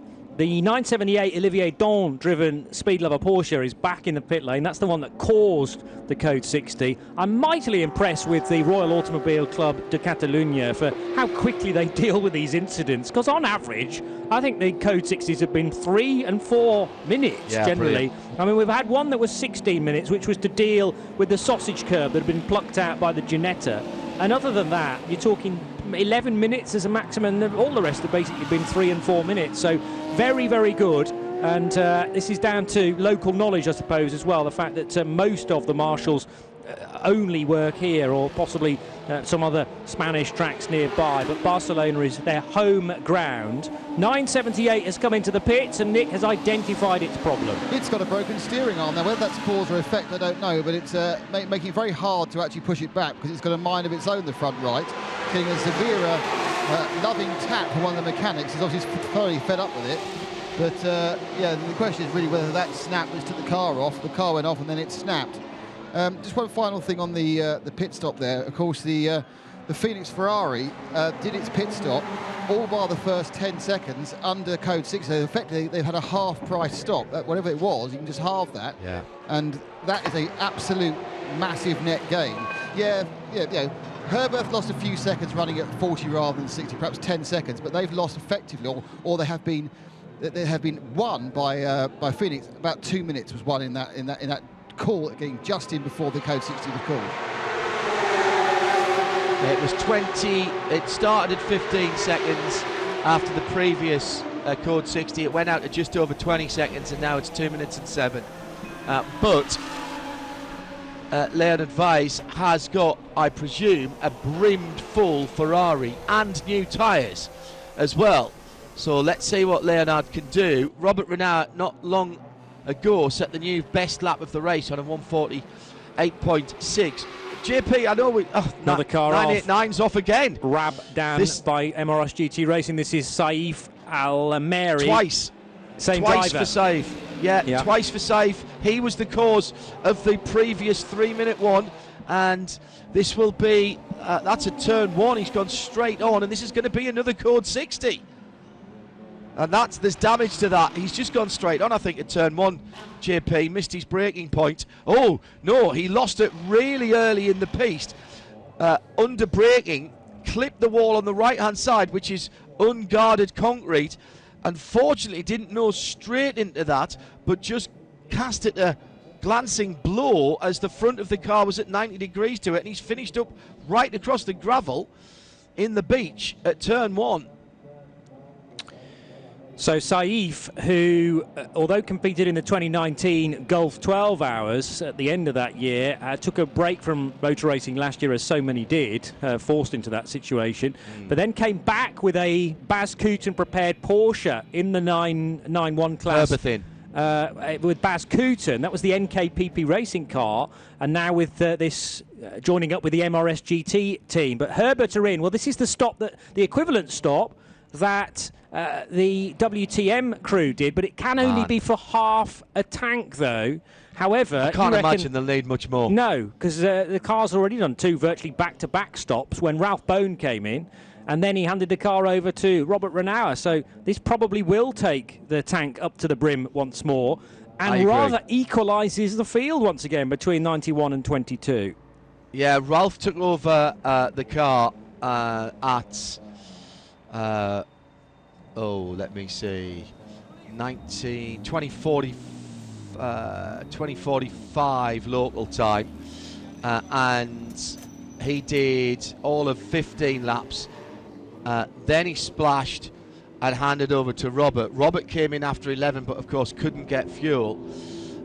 So that would have been pretty well full. So now he is getting the rest of the fuel that he couldn't get before. I don't think he'll even need half a tank, to be honest, JP. Just a quick note about the 22 WTM powered by Phoenix.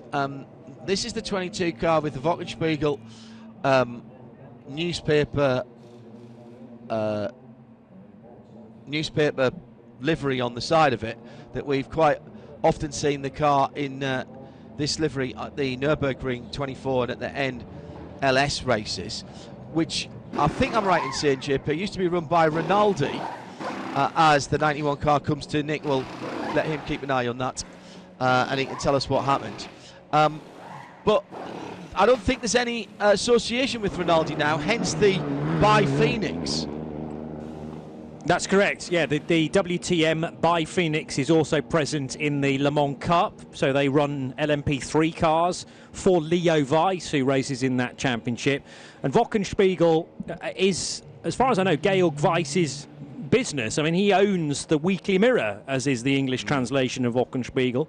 And therefore, wherever Georg and Leo Weiss go, the WTM backing follows them, and they have moved from Rinaldi Racing, who are a very much established German proprietor of the GT3 machinery, but Rinaldi were found at Le Mans this year as well, preparing GTE cars. But Phoenix Racing with, long association with Audi, actually. So Yes. they're running Ferraris in the hands of Georg and Leo Weiss, and I assume that's the Weiss family decision to stick with the Italian manufacturer. So, yeah, interesting that there's been a change of who's running that behind the scenes, but it's still just as a kind of an intense competitor as it always was. There was this disagreement, I remember, in the VLN days for the two Rinaldi Racing Ferraris about speed differential and the balance of performance, the fact that they struggled to overtake cars safely, they suggested. So they came away from VLN, although still ran in the 24 hours of Nürburgring. And those cars are still present, to my mind, the number 11 and the 22 they used to run as. But as I say, change of German team now that looks after the running of those cars and also the strategy. That 989 Porsche is quite heavily damaged on the front, and that's also damaged the front left radiator, which is a concern. Yeah, well, anything at the front. It was a glancing blow. I described it as a glancing blow because it hadn't gone straight in. That could have been a really nasty accident at very high speed when the back end broke away under braking for the first corner. And it scooted across the track to the right, and just where the concrete wall was bending away into turn one, it sliced across the front of that, sliding sideways with the nose pointing straight at the wall. If that had gone straight in, that would have been a huge accident. But it tells you how quick it was going, that it ended up right across the other side of the track, right across the other side of the gravel trap as well, and still had enough momentum and energy in it to get all that way across. Nick Damon was watching the 91, the leading car for Herbert Motorsport, come in. There was a flurry of excitement and action down there. Nick, what happened to the 91 Porsche? Well, John, it was absolutely amazing. It came in, and suddenly these fireworks went off, and then a dragon came down, and Gandalf was there, and Luke Scott. It was a really standard stop, and they put tyres on. It was brilliant, really quick and well done. And the number 7. And Robert Renard staying in the car. Robert Renard stayed in the car. There was never any doubt about that. No one even wandered up looking slightly suited and booted. No one. It was just brilliant efficiency. They brought the tyres out as late as possible because they're all in ovens at the back. And they got it back out again. I'll be really interested to see when we actually get back to green again what the gaps are, because they both had a stop. The only difference, of course, being that the Phoenix team have managed to change drivers as well. But I mean, it's quite obviously now we're in for a quiet period here, apart from when we pick up the remnants of that Porsche, because everyone's had a chance to stop in these last couple of Code 60s. Yeah. Well, don't forget Leonard Weiss got in as well with the WTM car. Mauro Calamia has taken over the Dynamic Motorsport number 7 car in that stop. He took over from who was it who made that pass in that car? Well, that's going to annoy me. It was Roberto Pampinini. I had to look back to find that out. That's what happens when you've been up for more than 24 hours. And so that has cleared everything in terms of the front of the field, JP. The 91 is just coming down to the final corner. The number 22 is just going round turn 3. So there's half a lap there, possibly a little bit more when you consider the twiddly bits in the middle of the track. So I reckon that's still going to be a good minute, maybe, on the WTM Phoenix car, maybe a little bit more.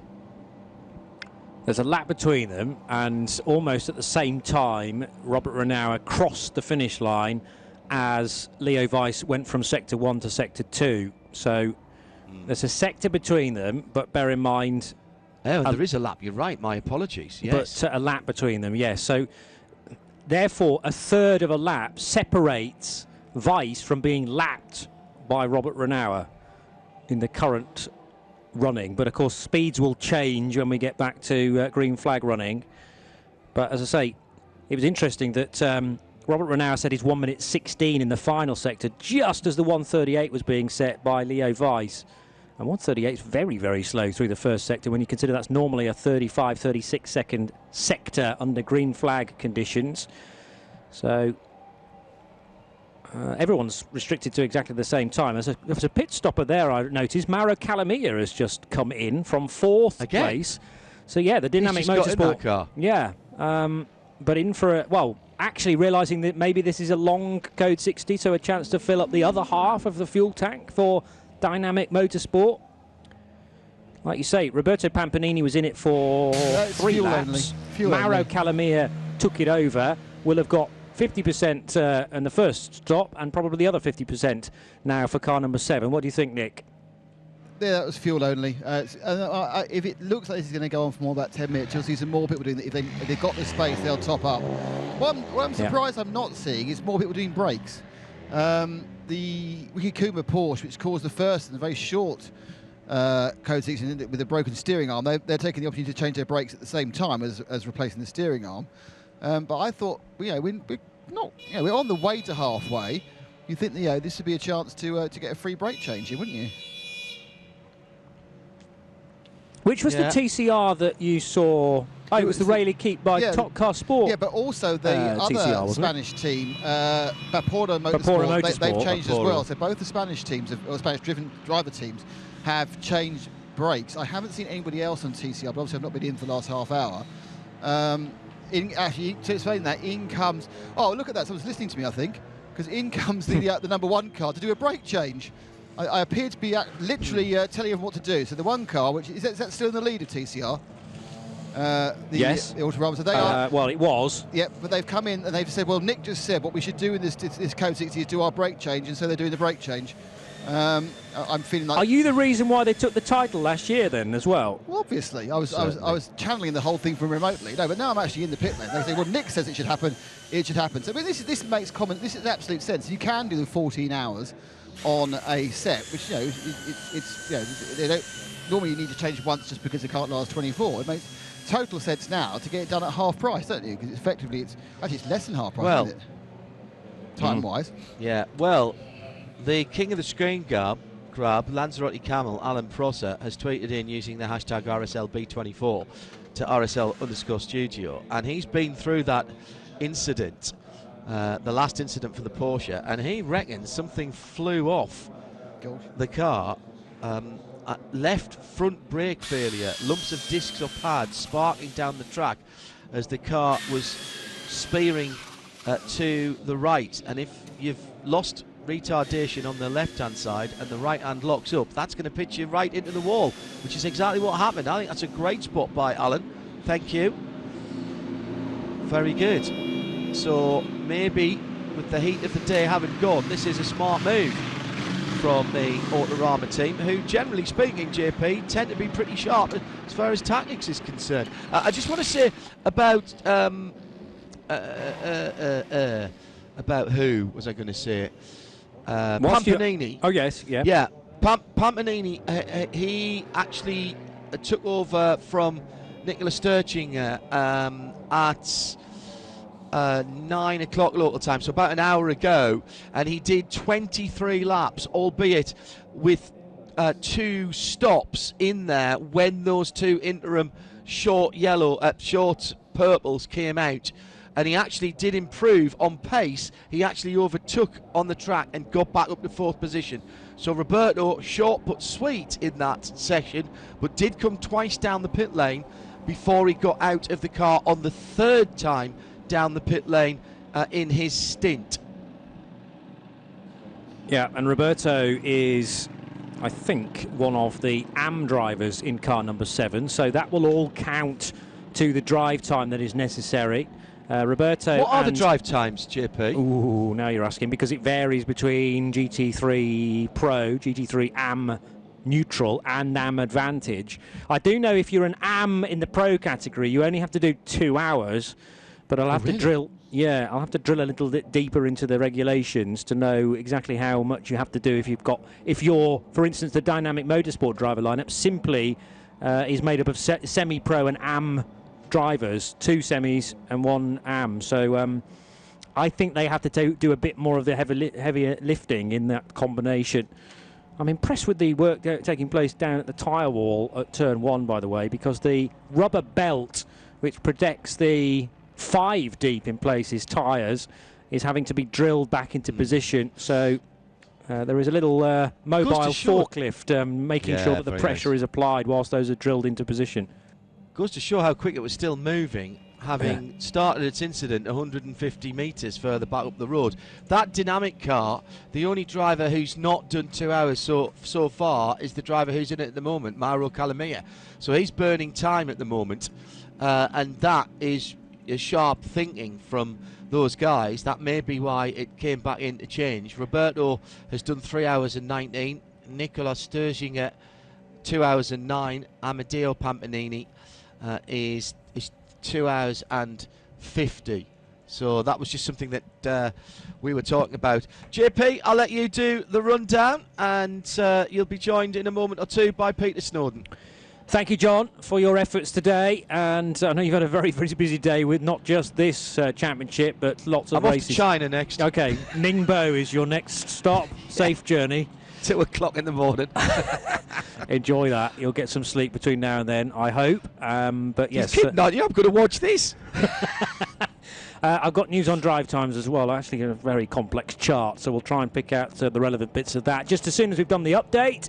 The 91 Herbert Motorsport Porsche leading then after how many laps? We're under another code 60, obviously, and there are 282 laps being completed by the 91 Porsche.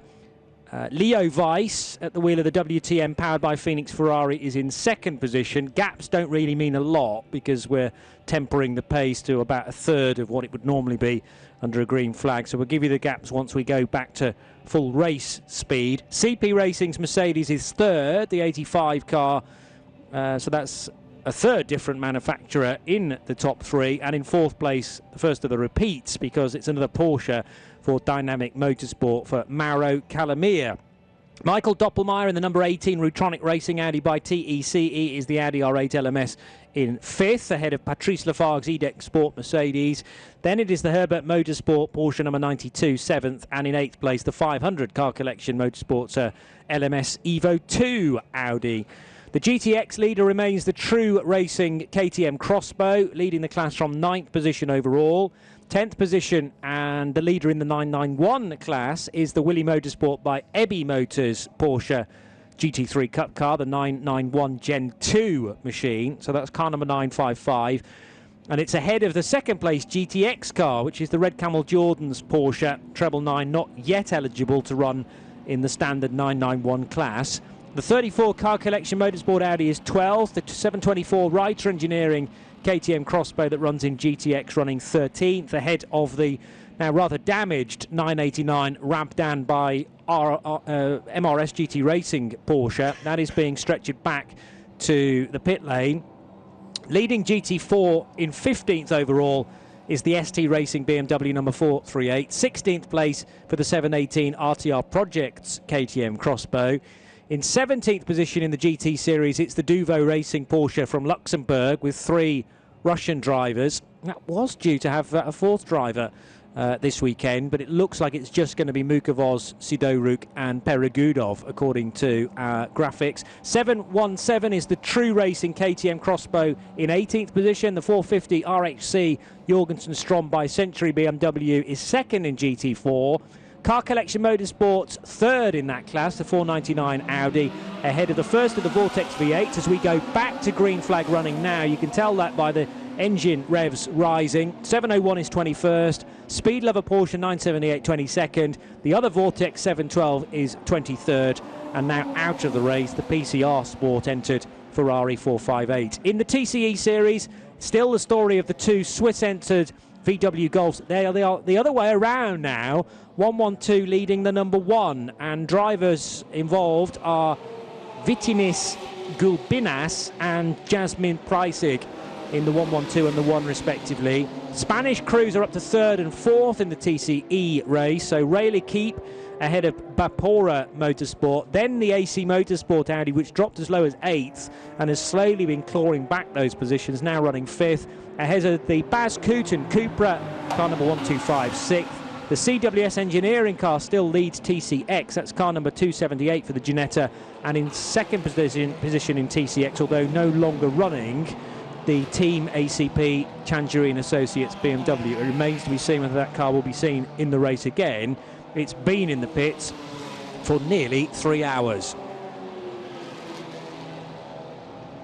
We have had just over 10 hours of this race now, so 14 remaining.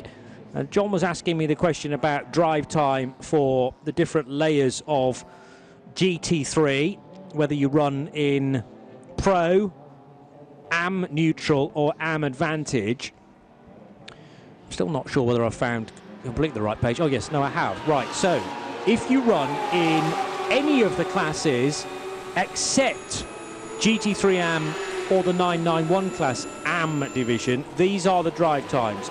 If you're a pro, you can do a maximum of half the race. So you're talking 12 hours in a 24-hour race, 6 hours obviously in 12. So, but as a pro, you can do half the race. Semi-pro, you can do as much as you want. There is no maximum or minimum.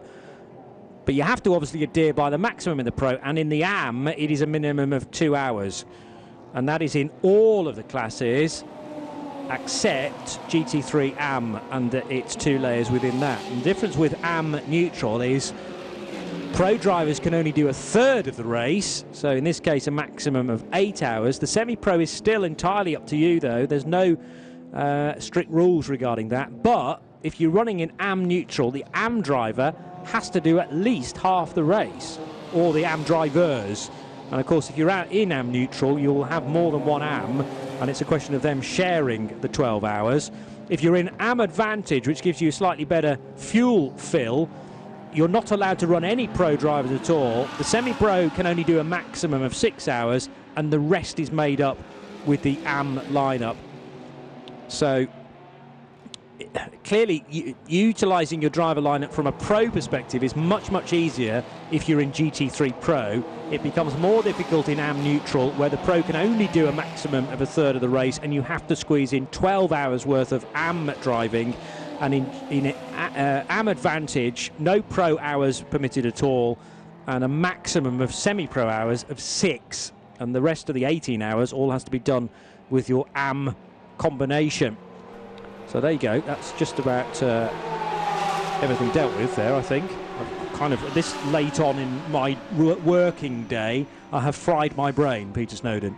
Sorry, can you just run through that again? I didn't quite catch that. Sorry, no, it was a one and only opportunity to hear that. I missed my window yet again. We're just looking at that, the Porsche that went off. Of course, the moment I go off air, the Porsche goes off, and we have another code 60, the 989 car. I was just looking at some of the damage to the front. It was a fairly hefty hit anyway, but I had it in my head that they'd changed the infrastructure on the front of a Porsche in terms of radiator-wise. That they're known for having those radiators just in front of the wheels there. Well, they have and they haven't. And I've spoken to a very good friend of mine who races Porsches in the UK. So thank you, Rob Holliman.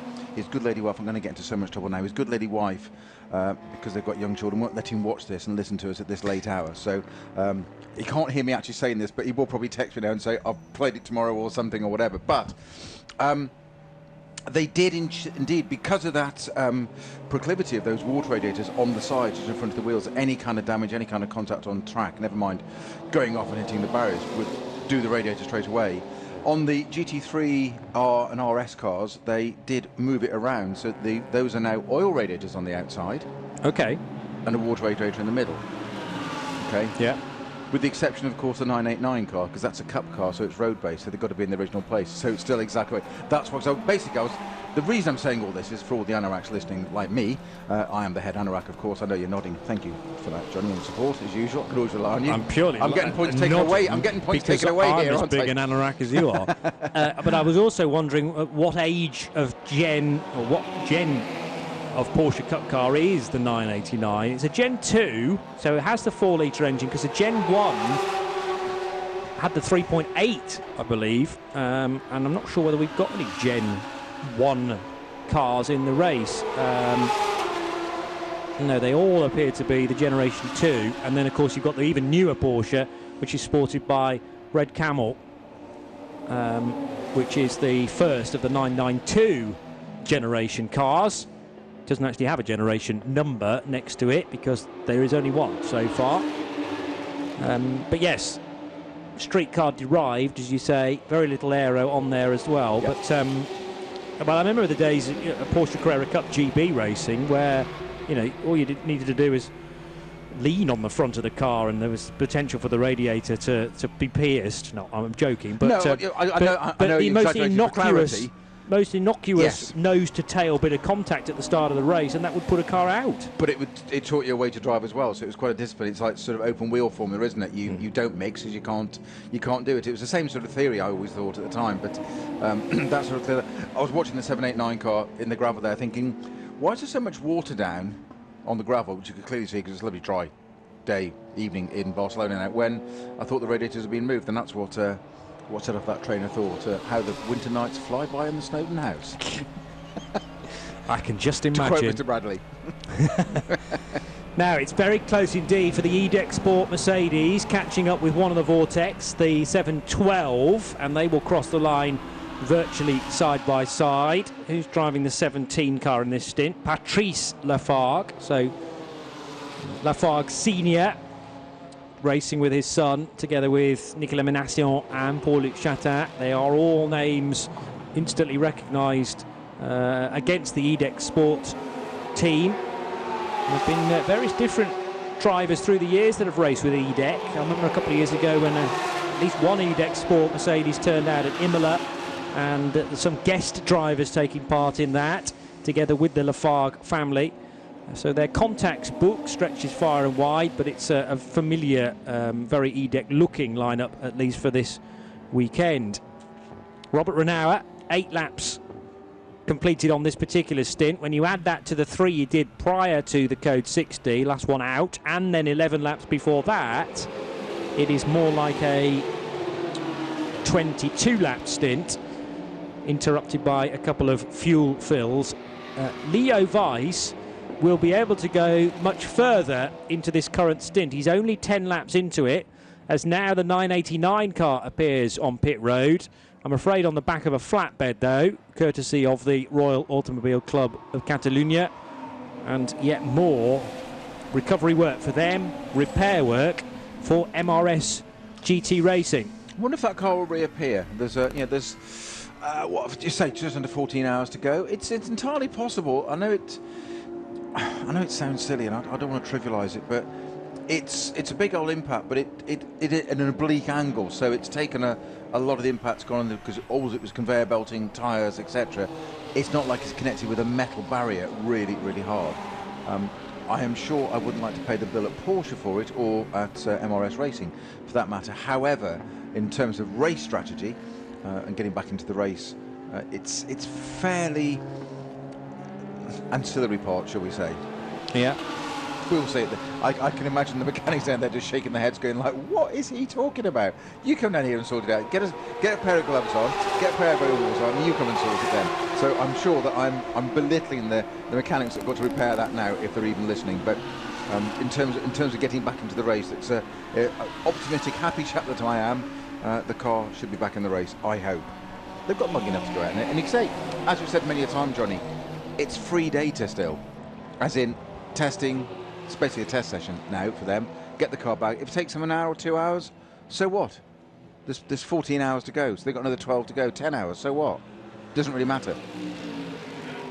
And also something to bear in mind is, MRS GT Racing are so experienced when it comes to Carrera Cup Porsche machines. They'll know where to cut corners, how to get that car back in action if it's possible, but with significant front damage to that car, it will take even a team of MRS GT Racing's calibre a little while to first of all assess, and then to work out the best opportunity to return the car to the race. But Saif Al-Ameri with a tricky last couple of laps, and he's had 2 separate moments in the vicinity of sort of the last 10 laps. But team principal Carlston Molitor at MRS GT Racing will be overseeing the repair work, and Nick Damon is taking a watching brief as well.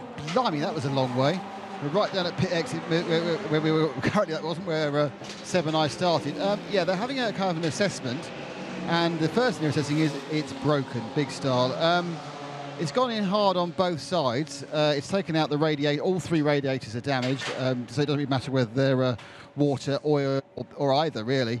It's taken the mountings out the front. The bonnet actually, the bonnet itself is fine. Everything around it is bent. Flat tyre. I'm not trying to see whether there's anything.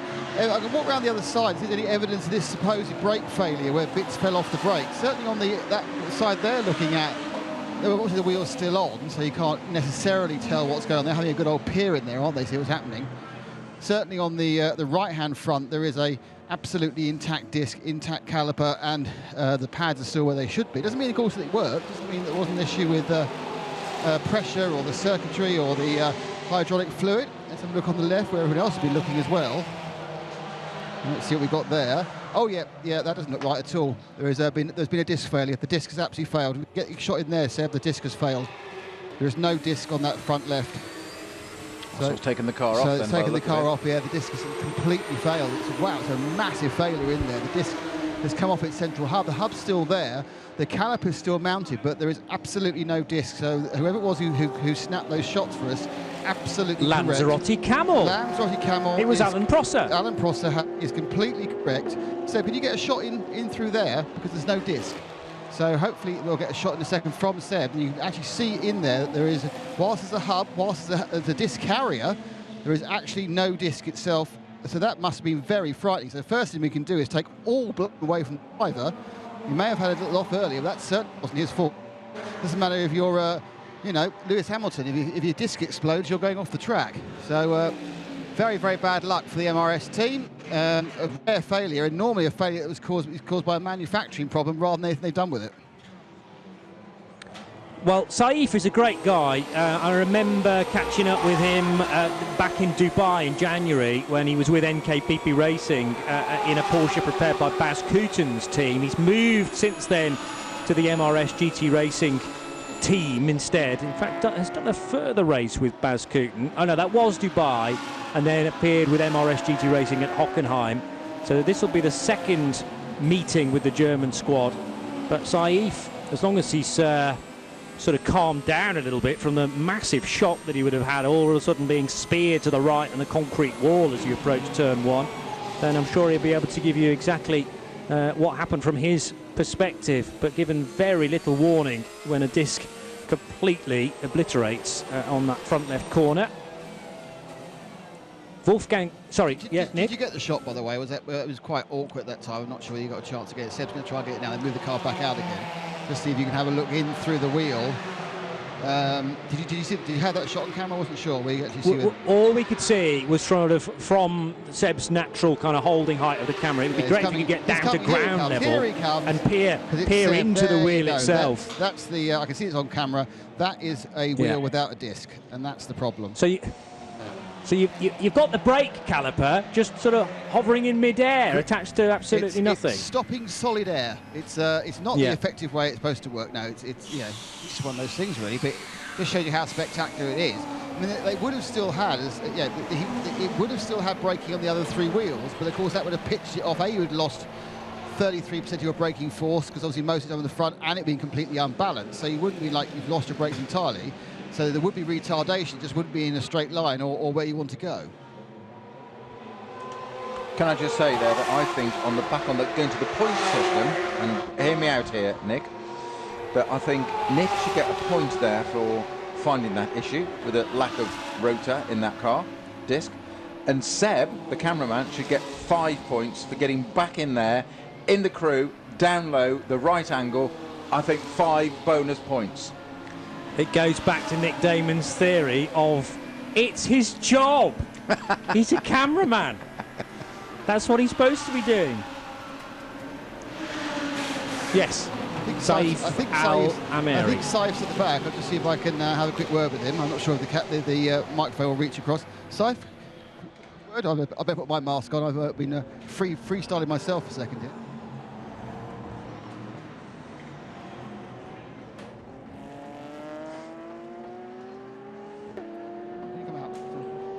We have a. Can you hear me? I am. There I am. Here we go. Saif, that must have been a very, very frightening instant. What happened? It is, to be honest. I think I had a brake failure because I was okay on the straight line. Nothing happened since I braked, and it was in a high speed. I felt something on the right suspension and start spinning, and here it is. And I hope there is no chassis problem or something. And I trust Amaras, the guys. I've been dealing with them from a long time. I hope we can fix it as soon as possible. I'm good, a little bit of blood. But, you know, this is motorsport. Expect the unexpected. And I'm okay. We hope to fix it as soon as possible. Behind you, you'll see actually there's no brake disc on the left-hand side, so the brake disc failed, which is why you were pitched off. I mean, when you actually went and pressed the brake pedal, did it just veer off the side, or what was the feel? What did you feel had happened to it? Once I started braking, I felt like a sound on the right side, and it was going straight. And you know, this is a cup car, rear engine. You cannot. It will dance, you know. And I start trying to control it, but there is no way. No, I said Lewis Hamilton could control that one. No one can control it. And, from Lewis Hamilton to any driver in the world could have a spin, have a crash, and this is motorsport. So thank you very much. Thanks, well, glad you're well. Thank you. Thanks a lot. Saif Al-Amari then is back with his second race with MRS GT Racing, having competed in Hockenheim with them. But as I say, it was the NKPP Porsche prepared by Baz Kooten that he was piloting back in January in Dubai.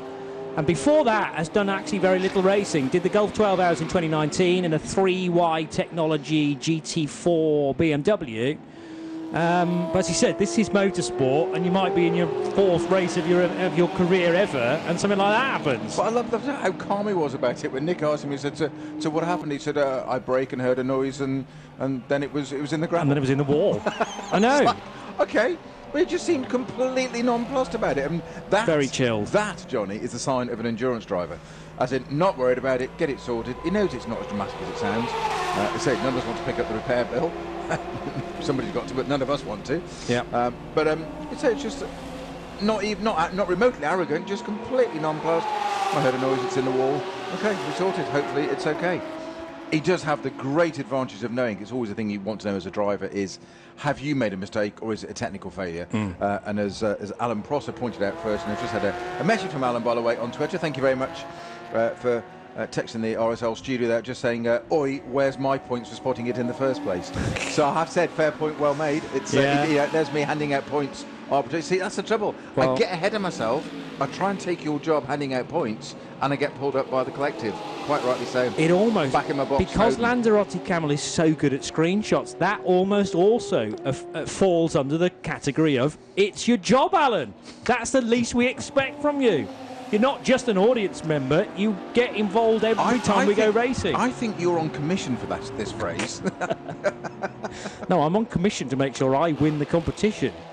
And I'm sure that there's an inner driver in you somewhere. And tell me there is. Maybe, but there's too much pressure on here if people winning more points left, right and centre, and it's been a while since I've identified a Ferrari correctly. It's even more tricky now that we're in nightfall. Yes, Nick, what have you got this time from the pits? This isn't good. This is not good. I'm afraid it's the second car to receive the mechanic's definition of death, the hand across the throat. So, as it stands at the moment, that car's not coming back. As Peter said, there's 14 hours, but I think it's too bad. My guess is the chassis rails have gone. Which means that it's just too big a rebuild. So they are looking at retiring the car, I'm afraid. That's a real shame. Okay, so 989 looking very questionable. The 16 cars already out of the race. Are they still working on the 221 BMW, the M2 from Team ACP? Because Catesby Jones was very non-committal about the issue. I'll go and have a look. It's something to do, isn't it? Exactly. Just got to try and remember where they are in the pit lane. Somewhere in the middle, probably. Well, they've been there for over 3 hours, so hopefully you've seen them a few times. Yeah! That's the one. All right, I've got the report back in a moment. All right, well, there's no rush. We'll keep going for another hour and a half and a bit, so you've got plenty of time. At that point, we, as a broadcast team, commentary team, will take a break overnight, but there'll be some locked-off cameras on the live stream for you to enjoy the sights and sounds of the race cars as they continue all the way through Saturday night and into Sunday morning. We will get to midnight local time and then come back on air just before 7 a.m. just before 8 a.m. rather, for the 4 hours to the checkered flag. And Robert Renauer in the Herbert Motorsport Porsche is only 6 laps away from the 300 lap marker. We were talking about it being likely that we would get north of 600 laps earlier on. Well, as long as Renauer can do a further 6 laps in the next hour and a half, which clearly he can, at sub 2 minute laps, sub 1 minute 50 laps in fact, when Robert's at the wheel, we're on course for a decent race length here. Not necessarily sure it's going to be record breaking, but certainly in the vicinity of 650 laps. Nick, you've got an update on Team ACP. I have. I'm with Wim Spinoy again. Wim, well, the car looked lovely and new yesterday. It's still looking not so bad from the outside, but what's happened? We have, after 7 hours, we had a broken piston inside the engine, so... And that's a brand new car, isn't it? And this is a brand new car. Like I said yesterday, completely new. It's not, first time with BMW it happens like this, so it's really strange, honestly, because we were driving for our car flawless. I mean, the times were good, and we had quite some luck with the code 60s all the time, so I don't know. Well, it's a silly question, but I mean, I know it's a racing car, but having failed so soon, do you think BMW will give you a new engine? Yeah, you know, team owner is somebody who's working for BMW Motorsports also, so they're trying to get a new engine because it's not normal after 700 kilometers in this car that it's broken like that. So it's really strange. First time I have this in my life that we have something like this, so it doesn't make any sense to change it. I mean... Very bad luck, but thanks for talking to us. Very bad luck, thank you for talking to us. Thank you. See you. Oh, you see, it's the old. There's a kind of a death graph which actually works for everything from human beings to electrical items. There's a huge amount of things that fail when they're very, very new, and a long plateau when they continue to work, and they get old and fail again. And oddly, that actually applies to just about everything living or creative. I think the phrase is the law of natural wastage. Well, that mostly applies to people who post too much on Instagram, but never mind. Oh, a massive flat tyre for the 718. The 718 has a flat tyre. That's the gold and white KTM. The rear right is down. He's come in without getting fuel. It's smoky way. He's done quite. I think it's quite a recent one. I turned 10 or perhaps onwards. The tyre is mainly intact. It's not done any bodywork damage. So a bit of drama here for the KTMs. Which are, of course, going quite well in SPX. Oh no, he has done a bit of bodywork damage, having to maybe some fantastic addition of I think we're going to see some tank tape, some massive duct tape movements. Open up the rear hatch, just check a few things out, get a windscreen clean in. No, one new tyre, obviously, to replace the blown one, which is still working on the tape. So he did manage to do a little bit of bodywork damage with the flapping edges of his punctured tyre. And they're getting a nice bit of a tape on that. Yes, needs a few more stripes, I think, to be honest. That to me, that tape is weighted too much towards the lower half. They need more tape at the top. This is not top taping. It really isn't. This is. I'm sorry. This is at best, you know, CSE taping. It's not even, you know, O-level taping going back to the 70s. You know, I mean, MVQ possibly, but. Look, they twisted it as well. This is. Oh no! You're going too fast. Calm down. Oh, you can scrap that bit entirely now. Let's see what this is. He was trying to do it with gloves, which is you just can't do that. And now this is expensive tape as well. I can tell this is quality tape he's using there, not the rubbish I use to bundle up wires. £7 a roll, that is. I know. And they've used most of the roll there, but it's no more up the top. More up the top. No, it's not the left and right you want. It's up and bottom. Oh, another twist. It looks so easy, just to continue the theme of 70s references for those of us that are watching in England or listening in England. This is like listening to Vision On with Tony Hart. watching you DIY. The thing you have to remember is that it's a DIY arty program for kids. You know when you watch something which is perhaps from another country like Canada or America, and you hear something you don't quite utter the reference to, that's what the internet's for. So we're actually letting people research. Not only do you watch motor racing, you learn things about social and entertainment things from the UK many years ago. So use this information, but you never know. One day, you may end up in England and have to take part in a pub quiz. You could be a hero. Very good point. This is crucial knowledge that you might never need, but equally it might be essential. You could be on Who Wants to Be a Millionaire, and I think I know will ask a really sneaky question about a minority children's programme mainly aimed at the deaf from 1970 to 1990, but now you know it's called Vision On, and you could become a millionaire in your native country. Could happen. I know who Morph is. Yes. That was a different Tony Hart programme. No, it was the same. No, same he Tony was Hart. on Vision On, then he moved into Take Heart. Correct. And why was he called Morph? It's Heartbeat that I remember. Because you can morph into a whole different thing. That's a 60s programme. It's not. Police. Heartbeat spelled H-A-R-T was definitely a Tony Hart show. Tony Hart is his third one, you're right. Okay, all right. Calm down. Come on, You haven't I answered think the at that personal point, question Peter, why he was called Morph. I have a worry at that point, Peter. You've stopped watching children's programme and perhaps got the life. Yeah, by the mid-80s, surely not.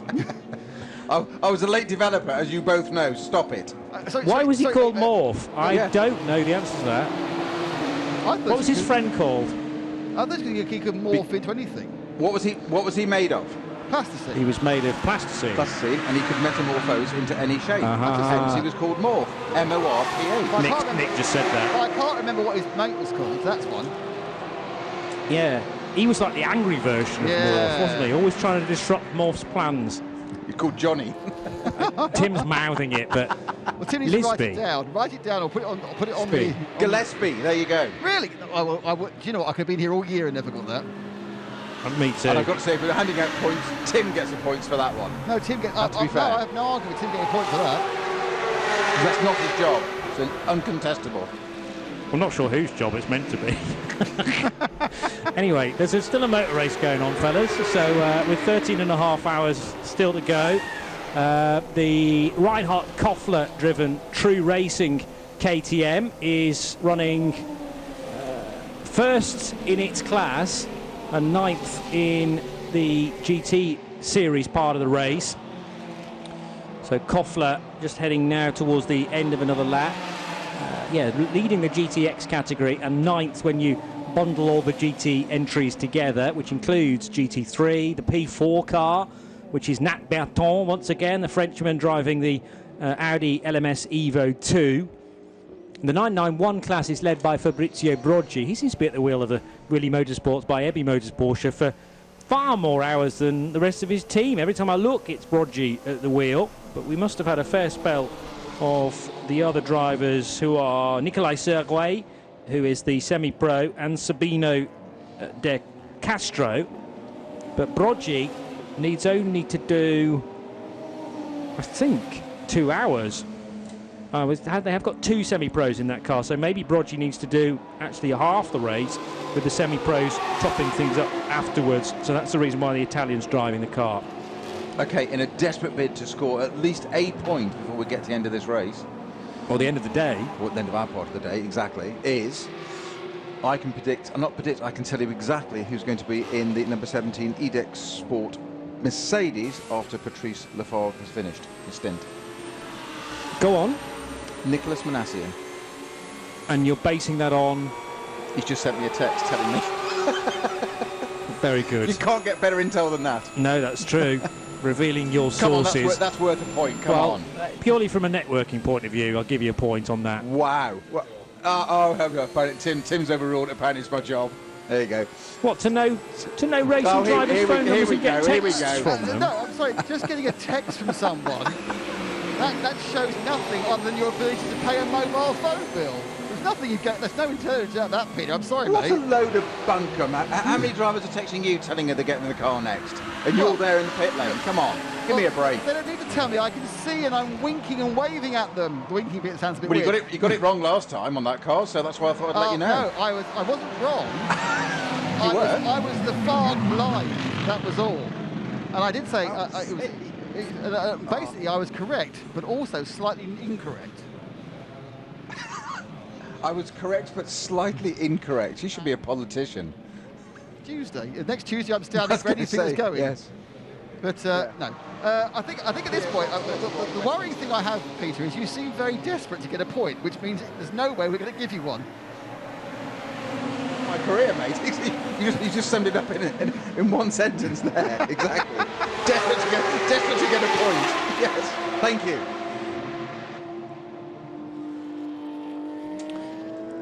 Is it me again?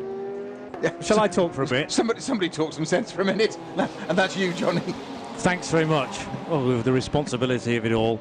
There's another hour and 25 minutes to go before you'll get some peace, actually, and you won't get the three of us bantering over the top of motor racing, just the sound of the cars for 8 hours, so I bet you're looking forward to that. You're tuned to RS1, part of the Radio Show Limited network of channels, as another Porsche Cup car thunders its way underneath the giant grandstand that overlooks the start-finish line of this Barcelona circuit. The scoring tower brilliantly illuminated as well, looks even more striking in this level of darkness, as Nick Damon has an important update from the pits. Gillespie was a different purple character. Morph's angry cousin was called Chaz. Thank you, Pier City Cycles. Tim has his point removed and a minus point for just making stuff up. Shocking. This is turning into the scoring system from QI, whereby anybody in positive numbers is going to be lucky to win. We're all going to be looking at the minus figures by 12 o'clock tomorrow afternoon. So why don't we just rebrand it Pointless? I think it's been done before. There's a whole game show there. It would never catch on, would it? No. No. I still don't understand that show, so I don't understand this, really. Not the race, what we're doing around it. 300 laps! That might be half distance. I think we're going to go beyond the 600 marker, though, now. Of course it's half distance, yes. Yeah, because we've still got an hour and 20-odd minutes to go. But, yeah, another little milestone hit by Robert Renauer, extending the gap out to over 2 minutes now, back to Leo Weiss. And the average lap times compared to the race leader, admittedly there was code 60 at the start of each of their stints, but Leo is only capable of doing 2 minutes 20 on the average lap time, so that includes quite a bit of running at code 60. But Robert Renauer in the faster laps is just quicker than Leo Weiss. It's as simple as that, and a 2:08.7 as an average time from the Herbert pilot has meant that this race has really started to edge towards Herbert Motorsport, who have history of winning here. WTM powered by Phoenix never have done. And when Daniel Kylwitz and Jochen Krumbach are at the wheel of the 22 Ferrari, all is well. But Leo Weiss just can't produce the same sort of speed in the 22 car. He is semi-pro, and remember he's joined by Henrik Still, who's also pretty swift actually, similar pace to Leo. Georg Weiss and Jochen Krumbach are the AMs, but despite Krumbach being an AM, I was really impressed during his couple of stints earlier on as well. They're running in a different layer of the GT3 entry, remember. They are a full pro lineup, whereas the number 91 car is running in AM neutral. So theoretically that should give the advantage to the 22 car, but it's not showing that way just yet. The gap between the second and third placed cars is a further 2.5 minutes, by the way, and then it is virtually 2 minutes back to fourth place Mauro Calamia. So all of a sudden, having had a very close top four cars, in the sense that they were less than a minute apart, each of them, they're now well north of 2 minutes in two cases, and the best part of 2 minutes between the third, the fourth and the fifth place cars. So it's settling down, yes, and we have to look a bit further down the order for the next lively battle, which is set to get a bit more intense. So Wolfgang Triller, is he lapping quicker than Nathaniel Berton? No. So Berton recently must have got by that Herbert Motorsport Porsche and is now starting to get closer to Dynamic Motorsports Porsche in fourth. Patrice Lafargue losing time to the car in front, but that should mean that Elliot Earhart is able to gain in the Retronic Racing Audi. Reinhard Koffler comfortably leading the GTX category by over 4 minutes now. In fact, closer to 5 minutes is the advantage for the GTX class leader. 34 Audi over the line. Who's at the wheel of the car collection car? It's Stefan Aust, 5th driver in car number 34. And I'm sure Aust again isn't able to quite produce the times that Max Edelhoff was earlier on in the stint for that car. 1:57.8 when Edelhoff was capable of the low 1 minute 52s.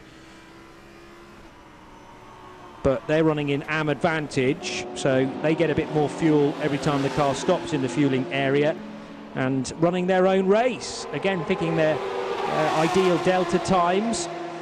Although delta times are a thing of the past in the 24H series, still you identify your level and a pace you're comfortable to go at. And I think as Ian Stinton was talking earlier on from the Ginetta G55, the team are just talking him round every lap saying, right, your target time is a 1:49 or a 1:48.8 in the case of Patrice Lafargue, and you just kind of tick around to that time as close as possible.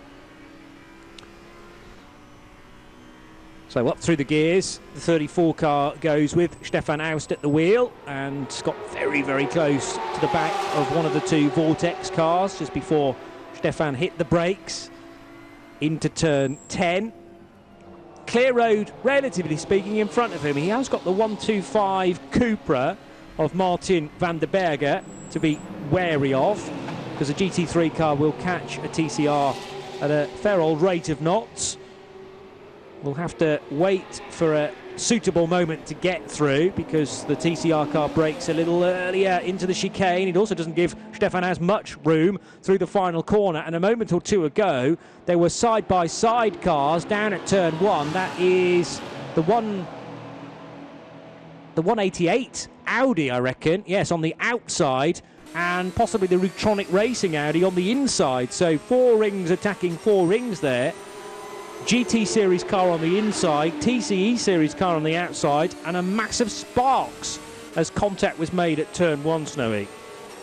Well, it's not going to do either car or either driver any good, is it?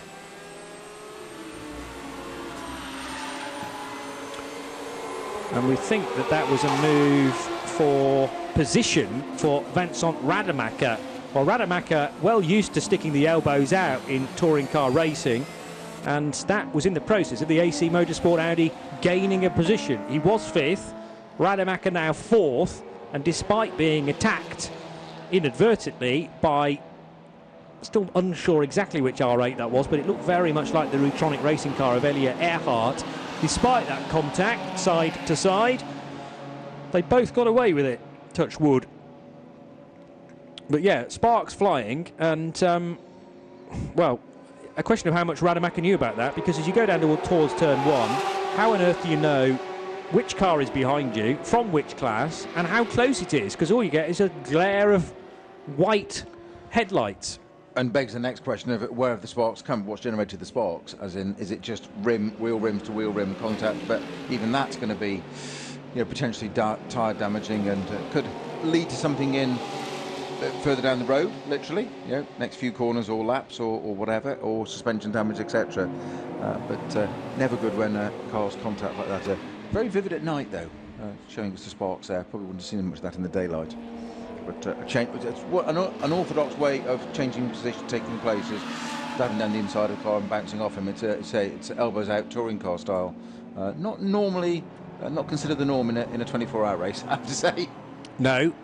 But Rademacher learning in his many years in the various touring car categories. I remember his spell in the BTCC when he used to race for Volvo, and the following year with Vauxhall. That was the late 90s and just into 2000. He's been a pro car champion in Opel Astras in Belgium, and I'm pretty sure Rademacher has run in the Formula Ford Festival fairly recently as well. Because he loves his old 1600 Formula Fords, owns no doubt 2 or 3 of them, and very much enjoyed it. Just 2 or 3 years ago, coming across to Kent from Belgium to take part in the insanely competitive Formula Ford Festival. I mean, it really does take a talented driver to win that whole thing. 2 days of heats and then into various rounds, semi-finals, and then the final race itself. And Rademacher has raced classic Formula Fords through the years. More recent times he has been competing in this AC Motorsport Audi in the TCR category. Did the Spa TCR 500 event as well, which happened 2 years ago around the 7 kilometres of Spa-Francorchamps, and shared the Audi on that occasion with Stéphane Perrin, Stuart Lines and Mathieu Detry. Rademacher silver rated these days. I would assume because of his championships in the past, he was gold at one point and then hit the magic age of 50, and that dropped him down to silver. But wasting no time at all, and this is the period of the race that AC Motorsport will have been looking forward to watch the progress of their Audi in the hands of the Belgian. He's only 6 seconds away from Sedi Sarmini's True Racing KTM Crossbow, and lapping actually not quite as quickly as the car ahead of him. Needs to be trying to take some time out of the Rail Equipe by Top Car Sport car where possible. Alvaro Rodriguez Sastre driving that 1-2-3 car and dealing with the traffic very neatly. Out of turn 9, there was a big squirm from Mauro Calamia's Dynamic Motorsport Porsche. I do like how the look of the cars changes completely on the nightfall, particularly with that very metallic gold on the black background for the number 7 car, which sparkles and shimmers at certain points around the lap as it picks up the flood lighting. Brake lights on and slows for turn number 13. There aren't that many cars carrying kind of extra LED lights this year, or illuminating the A-pillar, for example. You do often get the LED strips that at Dubai make the cars look very special indeed. But here at Barcelona there are fewer of those than I've remembered in the past. Robert Renauer, 306 laps now done, and leading by just over 2 minutes. In another 13 minutes time we will have reached the 11-hour marker, and it's 11 hours of darkness that everyone's got to look forward to. So you remember how far back midday was local. We're about to reach 11 hours into the race in a further 15 minutes time, and that is the chunk of darkness that everybody is going to have to endure. 499 car is Mark Issa in his Audi R8 LMS GT4. That car is 3rd in the category, trying to hunt down Nathan Freak. And whatever the various problems for the RHC Jorgensen Strom bi-century BMW were earlier on, with pretty much 2 sequential front left punctures, I'm going to say that wasn't anything to do with setup, because they will have worked through with the Hankook tyre technician what the problem was. Well, the first issue they think was debris that caused puncture number 1. Puncture 2 was a mystery when Nick caught up with Nathan, but hopefully they've found some answers now and know exactly what to avoid moving forwards. Into turn 16 goes the 499 car, and trying to work out who's likely to be the next stopper, assuming if we stay green. There are teams up and down the order who have managed stint lengths that are over 40 laps, but I really think you can only get to 40 laps or over if there's a bit of code 60 to help you along the way, Snowy. Certainly, and I was thinking a few minutes ago, you mentioned about the 300 lap mark coming up and guessing how many laps it's going to be.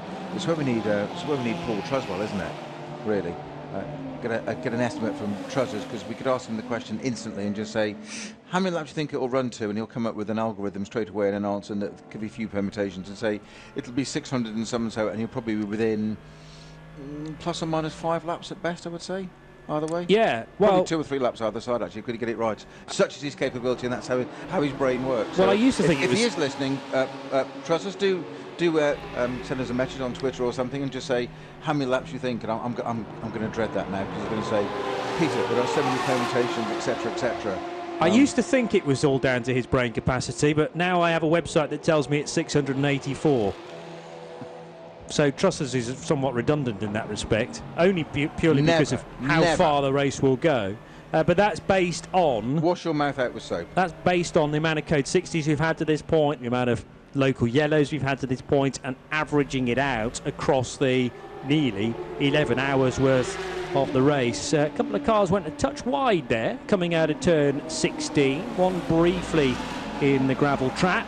Patrice Lafargue, who is at the wheel of the number 17 EDEX Sport Mercedes, powering his way then out of the right-hander at turn 9. And there are a couple of cars in front of the number 17 to focus on. But Patrice Lafargue back behind the wheel of a car that he knows very well indeed, because the EDEC crew and the Lafargue family have had a Mercedes AMG in their ownership for quite some time. It'll be a different car, because this will be a 2020 spec version of the AMG, as that threads its way then through the chicane and out of turn 16. Patrice Lafargue's got it up to 7th position, and on the average lap times, wonder how he compares with someone like Paul-Luc Chatin. Can't really use the opening few stints that Chatin did, because they were Code 60 affected. Nicolas Manassion did a 155.4 as an average lap, but Chatin about 5 seconds quicker than that on a short stint. And then he went back up to 2 minutes because we had Code 60 out on track. Well, that's a good chunk of time for Paul Lafargue, where he was down in the mid 1 minute 52s. Similar for his next stint, whereas when Patrice Lafargue takes over, it's more like 2 seconds slower compared to his son. And this has been a trying stint actually for Patrice Lafargue, because of the last Code 60 that slowed the field, and he was well north of the 2 minute marker on the average lap times. I'll remind you that we have had in total 9 Code 60s now, and the last one lasting for 4 minutes when there was a crash at turn 4, and that was the 989 Porsche with heavy damage to the nose of that car. Now the Villy Motorsports by Ebby Motors Porsche, with the multicoloured wheels, running a touch wide out of turn 12, and that provided the opportunity for the 724 KTM Crossbow to pick off a place. So 724 being driven by Mads Siljehaug, Norwegian driver, at the wheel of the Reiter Engineering prepared KTM Crossbow. That's second in GTX, behind the true racing car of Reinhold Koffler. Reinhard really taking some beating at this stage. The true racing KTMs were always going to be perhaps the strongest on paper, because of course they make these cars in Graz in Austria and then take them racing, and have a certain Miguel Oliveira to call upon, the MotoGP star. But I tell you, his lap times have not been too shabby either, behind the wheel of a four-wheel KTM. It's not a bad debut, is it? Very good. He said, understating it. I forgot they're made in Graz, because they're Dutch origin, aren't they, KTM? Austrian. I thought the bikes were Dutch originally. I don't know how far back we go with KTM, but... So you just reminded me of that. I'd absolutely forgotten the cars were made in Graz, but... yeah, I think they're Austrian through and through. I don't know when the company was first established. Nick, thoughts on this?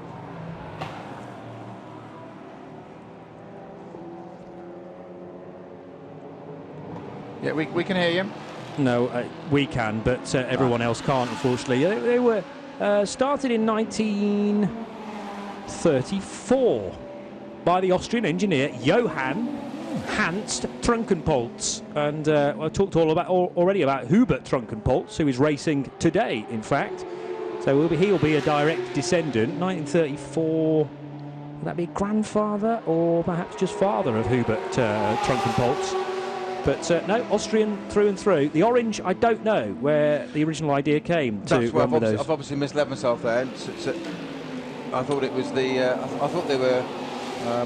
I thought they were Dutch because of the orange. Completely. Completely confused myself there. So I take it back. All those people that I've told they were Dutch after all these years, they're clearly Austrian. I still want to know why they're orange then. In 1996, KTM's motocross machines were first decked out in KTM's signature Wikipedia too. orange colour. But you didn't read it before you came out with the fact they were Dutch. How many points do you lose for that? Here we go. I've been to the factory and was driven in a KTM once by a colleague. And many stories came out from that particular weekend because the KTM was given to said colleague in pristine condition. And let's say when it was handed back, not so much. Decidedly second-hand, was it? Well, it had a couple of punctures and he'd torn up the rear right wheel pretty badly too. But it got collected. And actually, KTM said, no, it's fine. I mean, most of the cars we give out as press machines end up like that. It's just how they get treated. Fair enough. I suppose that's what happens when you are a supplier of track day cars. You have to expect them to have one or two less careful owners. Through turn 13 goes the 92 Porsche for Wolfgang Triller, running in 5th position in GT3, ahead of Patrice Lafargue and Elia Earhart in the number 18 Rutronic Racing Audi. Reinhard Koffler, 9th, ahead of Stefan Aust in 10th. What's happening in the TCE series, I hear you say? Well, we'll have a full rundown at the top of the hour, so that's only 4 minutes away. But it is all about Autorama Motorsport by Wolf Power, who have got their Golfs into such a dominant position. The number 1 car's race did not start so well, but Jasmine Preisisch, together with her teammates, include Emil Heyerdahl, Konstantin Kletzer and Roberto Ferri, not really put a wheel wrong. And likewise the team, the sister car, the 112, and they're only 44 seconds further back down the road. And the 112 car with less experience in that, you've got 3 Lithuanian drivers who are all graded as AMs. So Arūnas Gesiauskas, Sigitas Ambrasivicius and Vytenis Gulbinas are the 3 Lithuanians, along with Paul Celius as the Dutch driver. He's the semi-pro in that quartet. But Autorama know where to find their drivers, because it can't be a fluke that both cars have risen to the surface over the last 6 hours or so. Nick Damon, it is a very busy fueling area, and there are at least 2 cars in the pits, but they're the 2 retirements. So I think all the action is at pit in. Well, we've had the calm caused by those back-to-back code 6 where everyone's full up with fuel and having a lovely time, and the storm's about to start. I think is it the 92 that's in the pits for Herbert?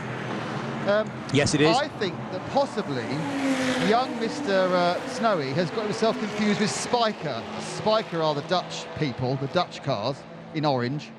So I think he may have got Spiker and KTM mixed up, even though, of course, they don't make bikes. But I think you're right, and I've got to the answer. I've got to the bottom of why KTM's are orange. Go on Austria. Motocross days back in the 90s, all the bikes were white. It was only the seat colours that differentiated them. So, to think Kawasaki were immediately dubbed by yellow or bright green, etc., etc. And it was decided that KTM needed to have a distinct colour. Orange was the only bright colour unused at the time, so they went orange, and that was that. And that's why they've done it. It's all part of Design House at the time. So there you go. And thank you for the Spiker bit. You're probably right. Because Tom Coronel drove those, didn't he? Yes, the Spikers. hello again. Tom Coronel followed them, then unfollowed them, then followed the car again, and unfollowed the car again. That's what Tom Coronel did. In comes the 92, and more importantly, the 85 is also in the pit. So in comes the CP Racing Mercedes from, well, it was third when it went in, it's now fourth, because it spent some time in the fueling. That's going to be a full service with driver change, as is the one we're seeing here from the 92 car, which is currently scored as 7th. Obviously, we are expecting the top 2 in the near future. They both have indeterminate amounts of fuel after stopping regularly. So they may well be actually over their normal limit of 92 litres for the... That was noisy. Or 95 litres for the Porsche. We've had the 450 Essential Motorsport BMW also coming in a full stop. So I expect we'll have quite a busy time over the next few minutes. We are just a minute away from the 11th hour becoming the 12th, and then in another hour's time, a lot of the teams will think, wow, we've got the main bulk of the race done, and then it's time to return on the back nine. But still, we are not yet into Sunday morning, so we've travelled a long, long way to not yet get into day two, as now the Felbermeyer KTM just crosses over the bows of Marco Seefried's Porsche. And Marco Seefried at the wheel of the 92 car. How many stints has Marco actually done? I have a feeling this might be one of the first. So the 92 Porsche was started by Tim Muller. Jürgen Hering took it over. Bobby Gonzalez did a very long stint of 45 laps. Then Wolfgang Triller, Tim Muller, Bobby Gonzalez, Triller again. These are the first laps of the race that Marco Seefried is taking part in car number 92. And I did suggest earlier on in the broadcast that maybe the 92 hadn't quite shown its full hand just yet. Well, finally, their semi-pro can start to offer his sort of speed. And remembering back to which category they are running in, AM advantage means that Seefried has to do, or can do, I think it's a maximum of 6 hours in the 24 because they're running in GT3 AM advantage. So most of the responsibility runs to the trio of AMs that are in the 92 car, they being, in fact, the 4 drivers of AM rating in the 92 car. So Jürgen Hering, Bobby Gonzalez, Wolfgang Triller and Tim Muller will be doing 18 hours combined, and Seefried the rest. There is a drama for the 188 Audi out on the racetrack. I'll give you the order in a moment or two because we have reached another race hour, but Vincent Rademacher looking slow in the 188 AC Motorsport Audi. This was the one that was really making progress in the hands of the Belgian. I think he's possibly just been off the track briefly in the vicinity of turns 5 and 6. Rejoined now onto hard standing, and the pace still isn't quite there. Yeah, he's about to be overtaken by one of the Autorama Motorsport Golfs. I think he has been off circuit there because the diffuser's missing off the back of that car, so you can see all the rear suspension. So that's not meant to be like that. You're not meant to have such a good view of the suspension underneath of that car. So definitely run a little bit wide there somewhere.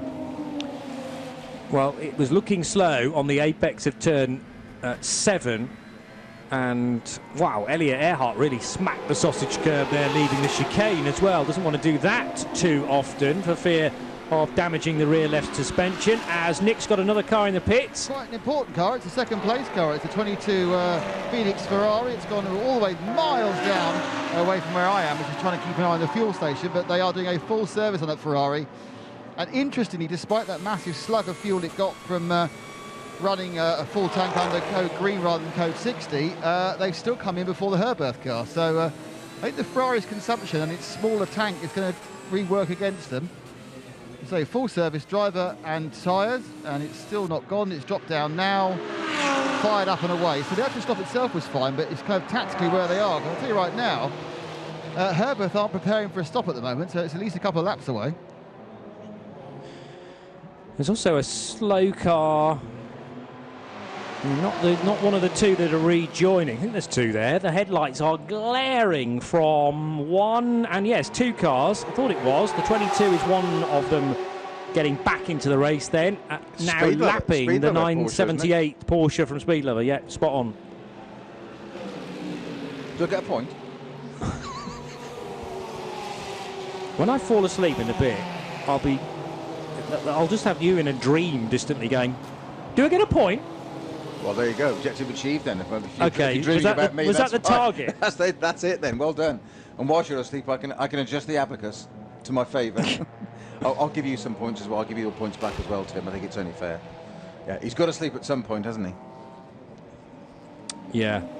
I might have a safe, where I can keep the Abacus away from meddling hands overnight. That can be arranged. Robert Renauer is so far in front now, 5 minutes in front of Henrik Steele, because remember the 91 car owes us a stop, and that's 3.5 laps pretty much for the Herbert Motorsport Porsche. So it wasn't that long ago when we were saying the Ferrari was well in command because the Code 60s had fallen very much in the lap of the WTM powered by Phoenix Ferrari. They had come in preempting a Code 60, managed to get a full fuel fill, and when the Herbert Motorsport Porsche came in, it couldn't find a fuel location. All the pumps were already taken up, and they had to abort that stop, if you remember. So we were saying this was massively swing the pendulum in the direction of the 22 Ferrari, and then with the next Code 60, that kind of reset everything. Then they put Robert Renauer at the wheel of the Herbert Porsche, and he is so much faster than the other drivers in and around him, including the 22's pro driver Daniel Kylvitz. So that just shows you how good Robert Renauer is, and is it he then that could be responsible for winning this race for Herbert Motorsport? You've got the foundation that Daniel Alleman and Ralph Bone and brother Alfred Renauer supply, but the class of the field for me so far has been Robert Renauer in that 91 Porsche. It's certainly an extraordinary stint, isn't it? You say the foundations are most certainly laid there, but he's capitalised on it and made it his own, hasn't he? I mean, the difficulty for that combination of drivers is that Robert can only do, let's just double check, the 91 car is in AM neutral, so Robert can only do a maximum of 8 hours, and they must have used Robert quite a lot already. He started the race, for example, and therefore they won't be planning to do too much overnight running for Robert. Interesting, we mentioned about times coming down a bit later into the evening when it gets a bit cooler. That hasn't seemed to come into play yet. It's everybody's around the 150, 151s. Apart from Robert Renauer has just done a 49.9 and a 49.8 in succession. So he's certainly taking advantage of it. That's down to him. It's not down to temperatures. Nobody else is doing it yet. Here's the promised order then. We're inside the 12th hour of 24, and the 91 Robert Renauer driven Herbert Motorsport Porsche leads after 317 laps. The deficit back to the second place car is 6.5 minutes to Henrik Steele, who is due across the line any moment now, and that will confirm to me that it is 3 and a bit laps is the difference between the leading Porsche and the second place Ferrari. Third position, Mauro Calamir's number 7 Porsche from Dynamic Motorsport. That car's only 22 seconds down from Henrik Steele. Fourth place for Nat Berton is the Car Collection Audi R8 LMS Evo 2 in the P4 class, not eligible to be entered into GT3, remember. Then you've got 2 Mercedes AMGs, the first from CP Racing and the second from EDEX Sport. Shane Lewis ahead of Patrice Lafargue. Elliot Earhart is running in 7th position for Rutronic Racing, ahead of Herbert Motorsport's second car, the Porsche 911 number 92 of Marco Siegfried. Reinhard Koffler in the leading GTX category car, and Stefan Aust is 10th, running 8th in GT3. The other top threes, well, second in GTX is the Red Camel Jordans.nl Porsche for Luc Breukers now. Horst Felbermeyer Jr. for Reiter Engineering is 3rd in the GTX category. That's a KTM from the German squad. GT4 is led by the ST Racing BMW M4 of Samantha Tan, number 438. Second in GT4 being the BMW M4 of R8C Jorgensen Strom by Century, and Brett Strom is at the wheel of that. And third position, just 55 seconds back, the Audi R8 LMS GT4 for Car Collection, and Mark Isser is at the wheel of the 499. Might be Mark Isser, actually, Isser or Isser. If anybody knows, by all means get in touch at RSL _studio. TCE series, it is the 2 Golfs, Autorama Motorsport by Wolf Power. Jasmine Pricing ahead of Vitinis Gulbinas. Third in the TCRs/TCE series, it's the Cupra from Rayleigh Keep by Top Car Sport, and that's Alvaro Rodriguez Sastre. And then the TCX cars, unfortunately, pulling up the rear of the field. One of them's out of the race entirely. That's the 221 Team ACP BMW. So therefore, by default, in a sense, purely because it's the only one still running, the Ginetta G55. Jean-Francois Bruneau, CWS Engineering, 26th when you combine both races. He's 7th in the TCE Series race, but he is number 1 when it comes to the TCX category. And that is how things stand, with 50 more minutes of live commentary to look forward to for tonight. That'll take us up to midnight local. Then our commentary will take a pause, quite a lengthy one actually, at nearly 8 hours, and we will rejoin you at 8 a.m. Spanish time for the run to the checkered flag.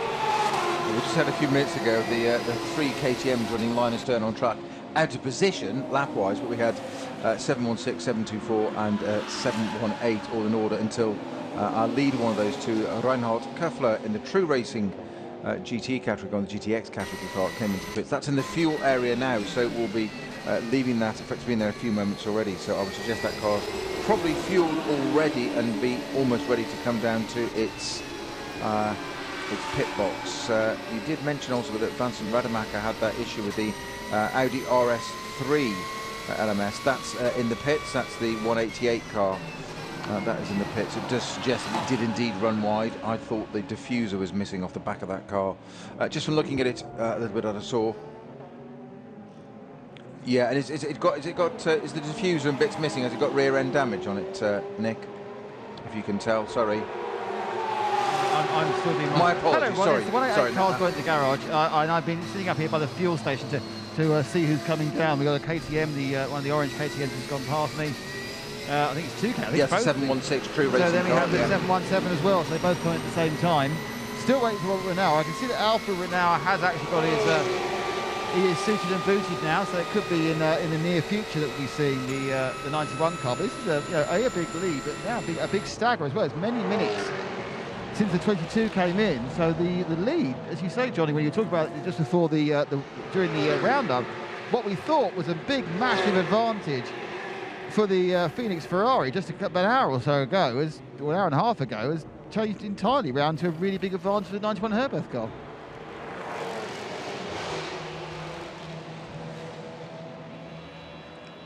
Yeah, I mean, it's three laps difference now, isn't it? It's 6 minutes 26 between them. So 319 laps completed by the Herberth Motorsport Porsche, and 316 by the WTM powered by Phoenix Ferrari. That, as we say, we just thought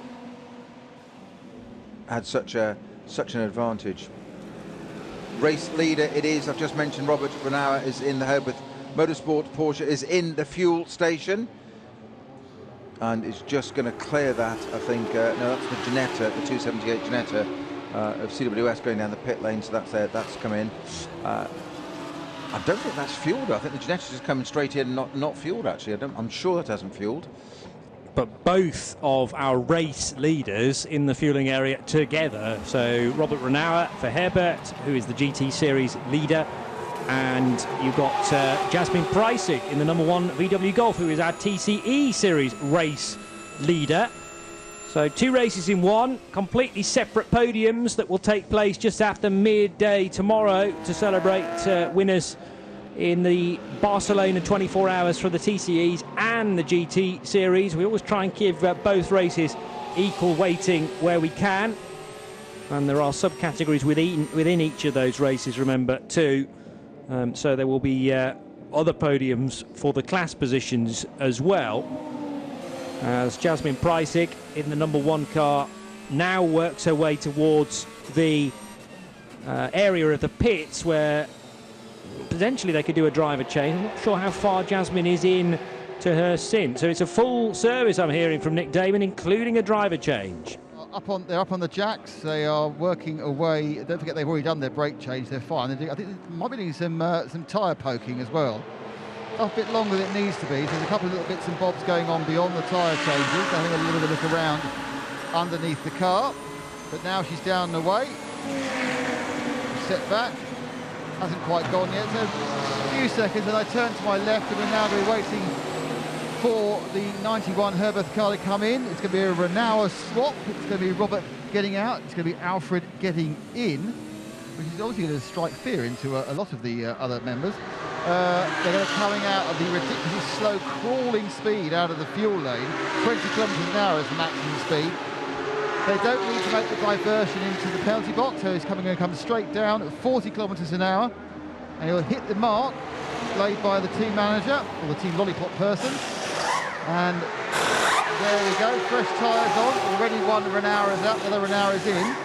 Certainly some speedy driver changeover. The only criticism we've had so far of this car is the amount of time it takes from the car being dropped and everything being finished. And once again, they've finished doing everything, and they're still faffing about with various bits and bobs on the driver. So either they're far too quick doing tyres, or they're far too slow doing driver changes. But you can't really criticise because they're miles ahead. Down it goes. 1, 2, 3, press go, and he's gone. So yeah, a bit of fiddlation with the various parts of the straps and everything else. They need to get a bit of practice on that, but apart from that, a great pit stop. And assuming Jasmine's not dived away to get some rest, it'd be great to hear from her, because I'd love to know how the car's been handling since the gravelly moment for the number 1 car, and their recovery through the last number of hours to now be in that position of first and second for Autorama Motorsport. It couldn't be going a lot better in the TCE series race. So Alfred Renault, new driver in the 91 Porsche, and Roberto Ferri, who is Italian and takes over the number 1 Autorama Motorsport by Wolf Power VW Golf. Vitines Gulbinash takes over the lead in the TCE series as the 2 Autorama Motorsport Golfs switch places. And in third position, still, the Rayleigh Keep by Top Car Sport Cupra for Alvaro Rodriguez Sastre. We know the 2 Spanish TCR cars have done brakes at the 8-hour marker, and if I was any of the non-Spanish teams, you'd be paying attention to that, because they will know this place very well and how hard it is on brakes. You think, okay, the locals are changing brakes at 1/3 distance. Should we be doing the same thing? What do they know that we don't? Exactly. The car collection, Audi R8, by the way, Stefan Aust at the wheel of that, the number 34 car, back up to 10th after that gear selection issue work in the pit box for a while. And if I remember correctly, it pitted from 9th position for that. I think it dropped to 14th as and it cost itself 4 places. So a good steady climb back there. Again, something we hadn't quite noticed. It's just got itself back inside the top 10. So a good, strong run there from the car collection entry. Hardly surprising given their experiences. Alfred Renault it is that's now aboard the number 91 leading Herbeth Motorsport 911 GT3 R, to give it its proper title. 320 laps completed, its best lap of the race so far being a 1:48.6 in comparison to Hendrik Still in the WTM powered by Phoenix Ferrari 488. The fastest lap of that car of the race has been a 1:48.9. Not many people getting into that one, into the 48s. The other one being the EDEC Sport Mercedes from 7th, which is indeed just come into the pits for fuel. So Nick, you've got Jasmine for us. I have indeed, Jasmine, hot but still. Thank you so much for talking to us. I know you were having a bit of a rest out the back there. How was that stint out there? It was very good, but very hard. It was about 2 hours out. A short pit stop with in the code 60 for changing brakes, changing tires, and fuel station. But it was quite good, I think. But now I need to sleep 1 hour, I think. It's been a remarkable comeback for this number 1 car, because a few laps you were off the track in the first few laps. How have you managed to come back? I hope we come back. I hope we could win, but our sister car is also very strong, the 112. And yeah, we will see at the end. It's a long race, and I hope all come safe to the team. Yeah. And is the car still feeling very good? Still good, no problems? It was very good. The car had no problems, quite good. So could not be better. Thanks, Jasmine. Go and have a sleep. Thanks for talking to us. Jasmine Preissig, thanks for that, Nick. Yeah, because I think we rarely hear from Jasmine. She's not always part of the team with Autorama Motorsport, because the regulars are Emil Heyerdahl, Konstantin Kletzer, and it's almost as if Jasmine and Roberto Ferri brought in for the longer distance races. So, but she's silver rated and I think a bit of a secret talent, actually, having come from the VW Sirocco R Cup a few years ago and several years in the TCR Germany Championship with Lubner Motorsport, with Steibel Motorsport as well. And a busy year this year with Max Cruiser racing in the NLS Championship. She did Dubai, she did the Nürburgring 24 hours too. So racing at every possible weekend. Yes, Nick, another update. Yeah, we've got EDEX Sport in, and you know, we've had the inside information from Snowy that Nick Manassian was going to get in. Well, I know it's Paul-Luc Chatin who's got in. Not really, it was Nick Manassian. I was just pulling your leg and taking that point away from you, Snowy. Oh dear. Yes. I refer to my earlier comments. It's the game called Pointless. Oh yes. Anyway, Patrice Defarge got out. Which, looking over to your tally, Snowy, is exactly what you've got. He's got the full out. Said the adjudicator. Yes. Anyway, yes, that's a good stop for IDEC, who came in quite useful. Actually. The big timing tower is really, really useful. I could actually, rather than try to find a timing tower, just look back. There was 17. They were in 8th place. The 7 car is the moving car, isn't it? That was a lot further down to begin with, but the Creventic Racing Porsche is slowly crawling up. I know he's off the pace of the front two, but he is generally moving forward. No, agreed, and I think there's quite a differentiation between Mara Calamir's lap times versus Nicolas Sterzinger, and I mean the quickest driver in that combination will be, generally speaking, of course, probably Sterzinger, actually. Well, maybe Calamir has done 151.2, so that's a reasonable effort. We've got something off in the gravel. Yes, we have. We've got a green flag there. I can't quite make out what that is. It might be It's a Cupra, I think. It is a Cupra, and it's always got heavy damage at the front of it as well. 125. 125, yes, indeed. So that's we might end up with a code 60 there. Yes, we're going to, because there's going to be there's tyre wall damage. To that. The Bas That's the Bas Curtin Racing Cupra with Martin van der Berger at the wheel of that. The Belgian guy, not Belgian guy, the French guy at the wheel of that car. He's Dutch. My apologies. I'm getting my flag. I forgot. You're the flag man. Yes. Martin always dresses in orange, so you know for a fact that he's from Austria. I mean, the Netherlands. I was gonna. Don't start that again. Okay. Just don't start that. We shouldn't joke just at this moment, because clearly that's been a big off for Martin van der Berger, who should be turning left at turn. It's turn 10. Turn 10. That's it is. Very high speed indeed. It is. That's just gone straight on as yes, well. It has. Looks like catastrophic brake failure to me. That just on the initial. So it's gone straight on and connected with the barrier very hard. He's out of the car and fine. But that's a big old impact, and it's certainly gone some tyre damage there, which we don't need. So code 60 it is indeed for is it our 8th, 9th code 60 now? It is. We might be our up 11th. to 10. My apologies. Our 11. Okay. Well, this is the 11th one. Yeah, and again another opportunity if you're in a position to a flurry of fueling to head into the fueling area, but because the last one was, when did that finish? Just after 10 o'clock local. So we're now an hour and 20 on from that. This might not be too badly placed for a code 60. Of course, a lot of teams will have had to come in for a green flag stop, and it depends how much fuel they took on, and therefore how much space is left in each of their fuel tanks. But the beauty of having a race of this length, and the fact that everyone got out of stride with one another fairly early on, we've got lots of different staggers now. And it's always great to witness an endurance race like this, because it's very difficult to work out who's in the best position. The 18 all-black Audi is in. I'm still a little concerned about Martin van der Berger. Did you see him out of the car, Snowy, Martin van der Berger? Yes, I'm sure I did. Okay. That's one of the cars with five drivers in it, that one, isn't it?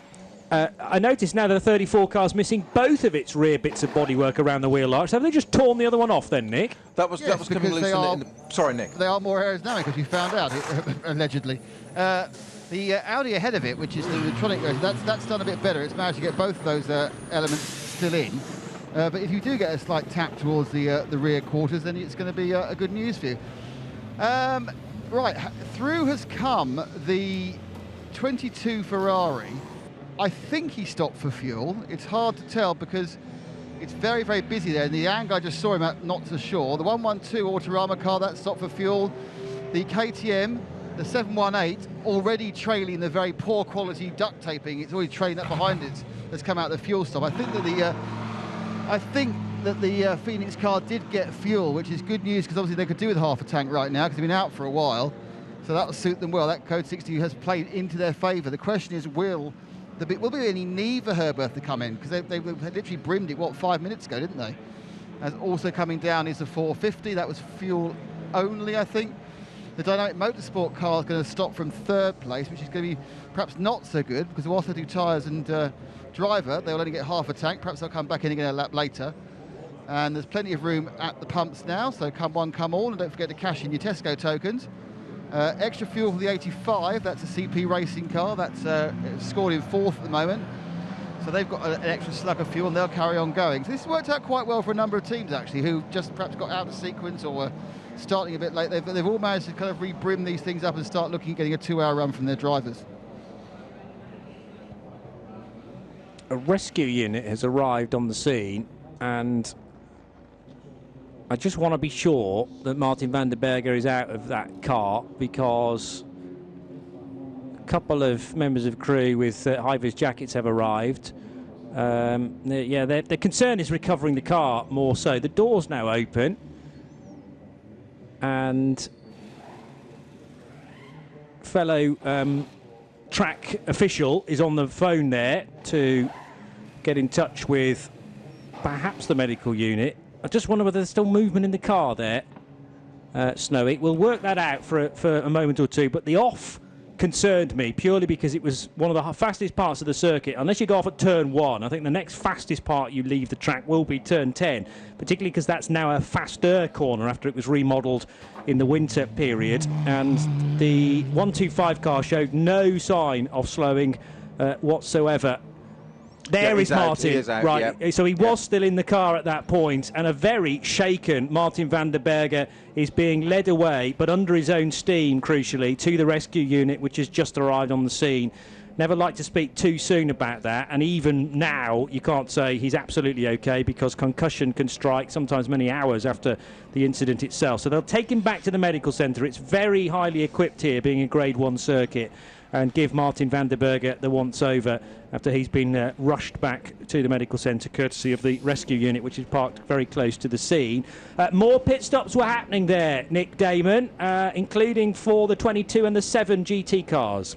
See the 22, it must be. I think he's been done his fuel stop, but the 7 stop, Maracamo got out. The most exciting thing about that was they lost control of the front when they took off the front left. It began to roll across the pit lane, just stayed out of the running lane, because that obviously A, would have been a disaster, and B, they'd been an IndyCar. They got a penalty. Of course, they're not an IndyCar, and it wasn't a disaster, but it was quite amusing to see a man run after it. See that the Jeunesse has gone down the lane again. I think they took fuel first time they come in for a stop.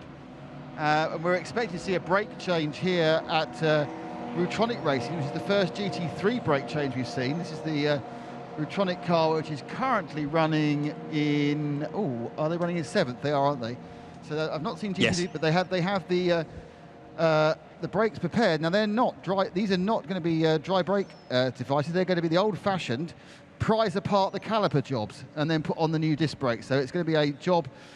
Basically, this thing is going to be a battle against severe level 1 degree burns, because you don't want to touch anything because it's all at 400 degrees. So that's the risk, but they are the old-fashioned way. You get a fresh disc, you get fresh pads, but you have to take off the old stuff at the same time as not getting any air in the system. So we'll be seeing that in a few minutes for Rutronic, which probably means that everybody else in GT3 will be changing at some point as well, because it's it's not like I can do 14 hours, I can do 24. And I think we are finding this is a heavier braking circuit than many of the other tracks we visit. Well, if they're only 400 degrees, they cool down quite a bit then. Well, that's what I'm thinking. They're in code 60, aren't they?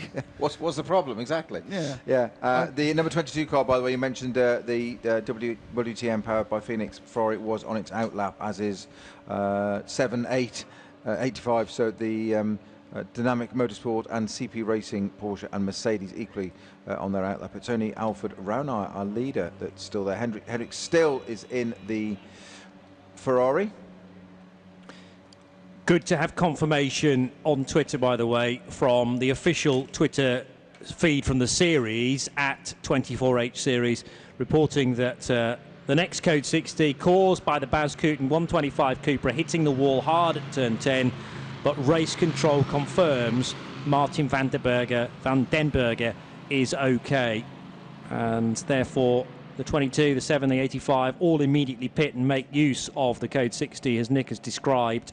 But that's very good news, and obviously those officials down on the scene were reporting back to race control that Martin could at least walk to the rescue unit by himself, unaided. It's always tricky to do that over a gravel trap anyway when you're in race boots, and important that you don't trip up and cause yourself even further injury, which in the darkness is very easily done. But the driver is out and will be heading now to the medical centre, as confirmed by a number of you on Twitter. So thank you for including the hashtag 24H BCN. Send it to @RSL_studio, and you might even get a mention from Snowy and I. As next car in is the 18 Rutronic Racing Audi, Nick.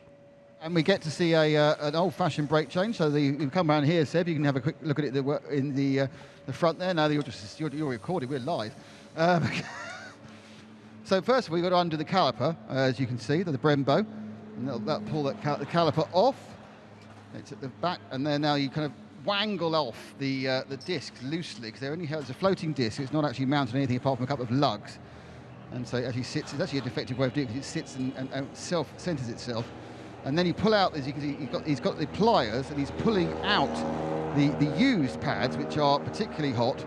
The next thing is the very kind of just slides off the disc. The disc now comes off, and then he has to do the spreading, because the pistons, of course, have adjusted themselves into where the pads were. The new pads are going to be much, much wider because they've got much more meat on them. So you've got to spread across the caliper. You've done that. He's found a bit of gunk. He's pulled that out, which is quite useful. On goes the new disc.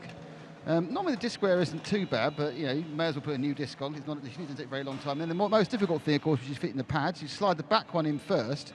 So much fatter, probably about another 3 centimetres of meat on each side. He's got one on, and then he goes to the outside what disc he slides in. They're both in. These are also floating pads, which makes it much easier. He puts a couple of retaining pins in there. You'll then tighten up the back of the disc itself to stop them from slipping out the back. So they are actually not mounted in the front, interestingly. And they will then just have slices of hooks hold them into the front, actually. And they just go, and now tight as possible. And that's a new set of pads. Second one in as well. And of course, when the first time that now often these pads would have been bedded, these pads and discs will get bedded in, so it's not all fresh. One of the things they will have done, either during the promoted test day or during practice, is to bed in a set of discs and pads so they are already mated to each other. So you haven't got to grind off any high spots or anything like that. They have already melded them together. And so the first time that the 18 car hits the brakes, there's probably a little pumping just to get the discs to attach, re-pump up the system. But the first time he hits the brakes hard, which lucky for him because it's a Code 60, won't be immediately, then he should have proper retardation and, more importantly, balanced retardation. And all in all, that was a pretty effective side on this side. They're taking a little time to have a look around the car as well. Just ahead of him, we have the number 7 car, which is a dynamic motorsport. Now that car has a dry brake system again, so they haven't got to do all that spreading business we saw with the calipers. They've got a dry brake system on the front brakes, which means they can just disconnect the cable, take out a complete brake and caliper unit. This is, of course, the 18. Oh, very showy. It's using the same calipers as it had before. The 7 car just in front of it is getting new calipers, so everyone is taking the chance where they can. They need to do the change under Code 60, which will save them a lot of time, of course, because basically anything you do under Code 60 is about, well, a third of the time than it would take if the cars are running. But a nice change there in the old-fashioned way, just the more manual way by the 18 Rutronic, and we're going to see the more modern way with the dry brake system, where you can just disconnect the pipes and everything else in one go without getting any air problems or bleeding or airlocks, and that will be ready to go as well. And these, of course, are, again, brakes, discs that have been already bedded in and run for each other. And this is going to be a bit quicker. And then we'll wait to see who else comes in, because obviously neither of our leaders are coming to change brakes yet, but it's pretty obvious you need to at some point. So what are the gaps now, Johnny? Well, under Code 60, slightly misrepresentative, but it's still Say that again? Is it laps, though? Yes, but Alfred Renauer is a lap ahead of Henrik still. So 3:25 completed for the 91 Porsche, 3:24 completed for the 22 Ferrari, the WTM example. A further lap back to the pit-stopping Nicola Sturzinger in the Dynamic Motorsport Porsche, and another lap back to the CP Racing Mercedes. But you know, you've got gaps of 8 minutes in some cases between those two cars, purely because of how they're going through the timing loops. This is a code 60 because of a high speed off at turn 10 for the number 125 Cupra of Martin van der Berge, and well, it's labelled as turn 7, interestingly. Which is where I thought it was originally. But, okay. I'm not saying it's wrong. That's where I thought it was, coming down the hill there from turn 4. You got that fast kink, then it's just straight on. Yeah. The two look very similar in the dark. In the dark, certainly. Yeah. And where's the 18 car passing now? Just coming out of 4, I think. So this will give us an opportunity, if you can hear the V10 in the background, down the hill into turn 5 now for the Rutronic Racing Audi, having to stick to code 60 speeds. And up ahead, therefore, are we going to see quite a number of vehicles dealing with the recovery of car number 125? I don't think that's the issue, Johnny. I think the car's been recovered and pulled to a slot out of the way already. It's the barrier repairs. Right. Well, there should still be some crews, therefore, tending to the scene down there. Okay, well, there they are. But I think the car's working their way through.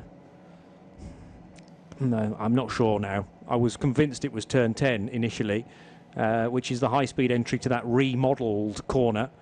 And now, I wonder if we can zoom out a little bit and also move to the left. This doesn't work great on radio, but I'll describe it to you. So we head further out, and in the distance, if that's the paddock in the background, then that would make sense as it being turn 7. And the grandstand in the foreground, and a bit more of the track as well. Okay, still not entirely convinced either way whether it's turn 7 or turn 10, but we'll go with the official message, which is the incident scene is turn 7, and the code 60 sets to stay out for a little while longer for car number 125. It'd be interesting if Baz Kooten's still up and awake, and of course I'm sure he is. He's one of those guys who tends to stay up all night looking after his cars. Whether he's heard yet from Martin van den Berge about exactly what happened, because we were talking about brakes, brake changes, and the fact that the Spanish crews have already done a brake change on their TCR cars at 8 hours in. Was that the fact that they haven't yet changed brakes on the 125?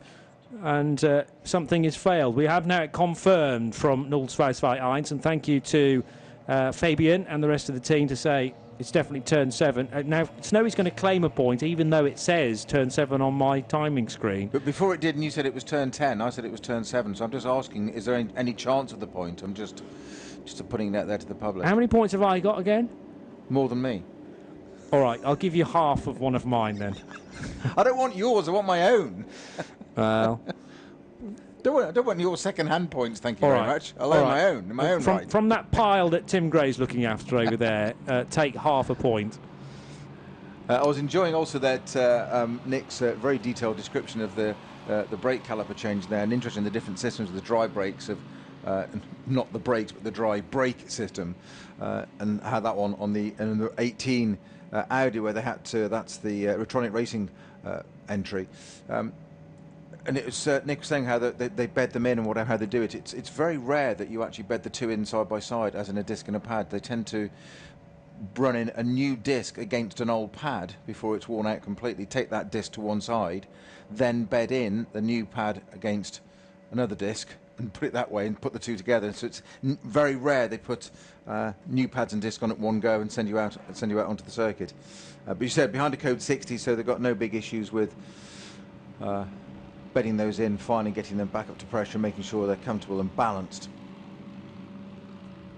So the number 125 Cupra will be removed onto a flatbed very shortly. I think we can suspect that is a retirement now by the speed at which it hit that barrier head on. I think we saw the driver, what little bit I managed to catch a glimpse of, and again, not exactly for a radio broadcast thing, but it's I can convey the image, the message. I think he was actually on the phone in the car. There seemed to be sort of like a screen lit up whilst the marshal was talking to him, and I think he was probably just checking in with his team and just saying, yeah, I'm okay, but probably took him longer to say most things, because even when he got out, he's quite a tall chap getting out of a Cupra anyway, but as you said, he did seem quite winded, so it might have taken him a bit longer to get the message out that I'm okay, but the car possibly needed a little bit of polish. Yeah, well, it had forced one of the doors open, and I think actually the frame of the right side, the driver's door, the passenger door, was almost kinked, to give you an idea of how much of an impact that car has suffered. It's actually gone back and potentially damaged the A-pillar as well. It will have gone into the tyre wall very deeply indeed. That's why that's needing to be repaired. I don't know how deep the tyres are there, 3, 4, maybe even 5 deep, because it's a high-speed approach. And as long as you're turning left, you'll be absolutely fine, but you're really not shaving a great deal of speed off down the hill. In a TCR car, more so. But that said, if you just go a few metres further round the corner, it's unprotected concrete barriers. Yeah. So in some ways, whilst it was a very high-speed impact going off, and it did just look remarkably like it just had no retardation whatsoever. It just didn't slow down. It just went straight on. So you're guessing either throttle stuck open and brake failure, but there was no tyre marks at all. So I'm guessing brakes. We don't know. Hopefully we'll find out a little bit later. Maybe Nick can find out if it's appropriate to go and chat to them a bit later. Well, I think Baz will be up for a conversation. I mean, it's a horrible time to be having a microphone stuck underneath your nose when your car in the field is going to take no further part. And it probably won't be until he gets the car back and they can fully assess what's gone on as what has caused that moment. But I'm just interested by the fact that we think some TCR cars have chosen to do a brake change as early as 8 hours, and then will they do another one at 16 before getting the car to the finish, and then others have been brave to carry on to maybe the 12-hour marker. I mean, it's even twisted the rear wing round by the fact that it's gone in and rotated round into that conveyor belting and tyres. As you say, really quite deep at that point, but mercifully it just wasn't a few yards or a few metres further around. It had been turning left and it had been a little bit more unprotected. So Baz, okay, and out of the car, might be winded, and you say a little bit of concussion, but he's not going to take any further part in that race. I haven't even got the car back yet, and if the shell's damaged, then that's not going to be a runner again. So he's okay. That's the most important thing, but it looks like a catastrophic brake failure there, which is not what you want at that point. You don't want it anywhere on the circuit, but turn one, as you say, the fastest part. Having experienced brake failure at turn one, I can understand what it's like. What was that in? GT1 Lister Storm. Just, if you're going to do it properly. And how did that end then? Not particularly well. Backwards in the gravel with it at turn one, mercifully just stopped. Just stopped by the barrier. Yeah. No points for that, because at the time it was my job. Yes. Well, not to get the car off the circuit. Your job was to bring it home as the winning machine. Was this in a race or it was one of the practice sessions? It was in qualifying for FIA GT here, and it was a catastrophic front brake failure. So pedal went to the floor and nothing happened, and applied again, and the rear brakes came on. I think it was recorded, if I remember at the time, 174 mile an hour when it left the track. Backwards. Correct.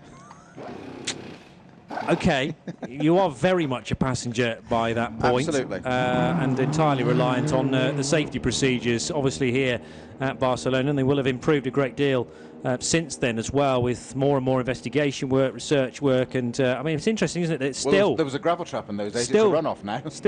But still, in some places around here, gravel trap and a tyre wall are still the best ways of arresting the speed and cushioning the blow if you reach I'm the glad tyres. it was there, put it that way. I'm sure you were. Frightening stuff. And Martin van den Berger in a similar position a moment or two ago. It's a very tricky process, this, to get the 125 car recovered. I don't know whether it's movable at all We definitely are still going to speak to Nick Damon, but we were talking about crashing, and that was quite a moot point. Baz Kooten is someone that you need to catch up with, but you've got an update about somebody else, I think, first of all. Yes, I have. I don't know if crashing is that important, really, but it's about not crashing, isn't it? Isn't that right, Peter? Yes, so just the 92 came in from, where was it, overall place? It was in 6th as it came in. Took on tyres, took on a half tank of fuel and tyres, and then went straight out again. So I'm expecting as soon as we get a Code 60 ending in X minutes, we should get a flurry of people doing the old tank top-up, shouldn't we? Because that would make sense. This is a long enough Code 60 for that to be happening, yeah. So back-to-back stops, you mean? I assume they're going to wait until the last possible moment. But if it is a big one, because they're long one, because they're looking to assess what's going on with the barriers, it could take a while. Well, I think one of the biggest issues is that they just can't get the car on the rollback at the moment, and I don't know whether that's down to how damaged it is. It's inching its way, because it's one of these clever recovery wagons whereby the flatbed itself departs from the main body of the truck and drops down into the gravel trap. But maybe there was a concern about that digging into the stones too much. It kind of is on, but it looks at an obscure angle. That might just be the angle I'm peering at the RACC Iveco van/truck, though. And still, the marshals are trying to push that now. Yeah, with their back. There's about 2 or 3 lads. They are pushing it sideways onto the flatbed. Yeah, onto the flatbed. You're absolutely right. So it's not wanting to behave, is it? It's a no rush to go back and be repaired, is it? It's not in a good state, I have to say. And when Nick gets to see this, when Nick gets to see it up close, he'll realise, as we all will, what a heavy impact that was for Martin.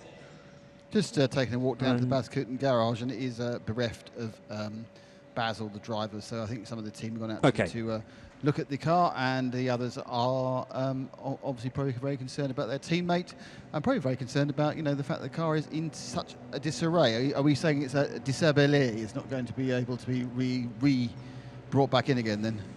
I think this is a 4th retirement, yeah, unfortunately, to add to the number 16 Ferrari, the 221 BMW and the 989 Porsche.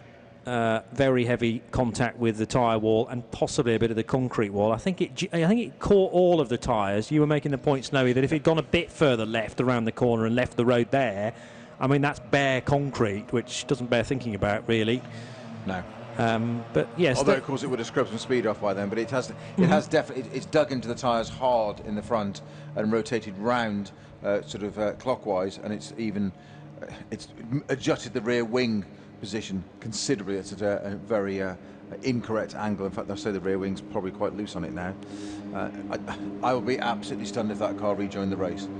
Well, the next I can't see it happening. Problem. You never know, but next problem is actually getting the flatbed out of the gravel trap, because whoever was driving the recovery vehicle from the Royal Automobile Club to Catalunya, it sort of jolted forward briefly and then stopped. So they're trying now to get the flatbed back onto the rear of the recovery vehicle. Tyre wall will still need to be repaired as well, and we know the difficulties with that because of what happened down at turn 1 with... Now, which car was it that left the road at turn 1 and caused some damage to the tyre wall there? Can't remember, but I remember they were drilling that rubber belt onto the front of the tyres for quite some time in order for that to be repaired.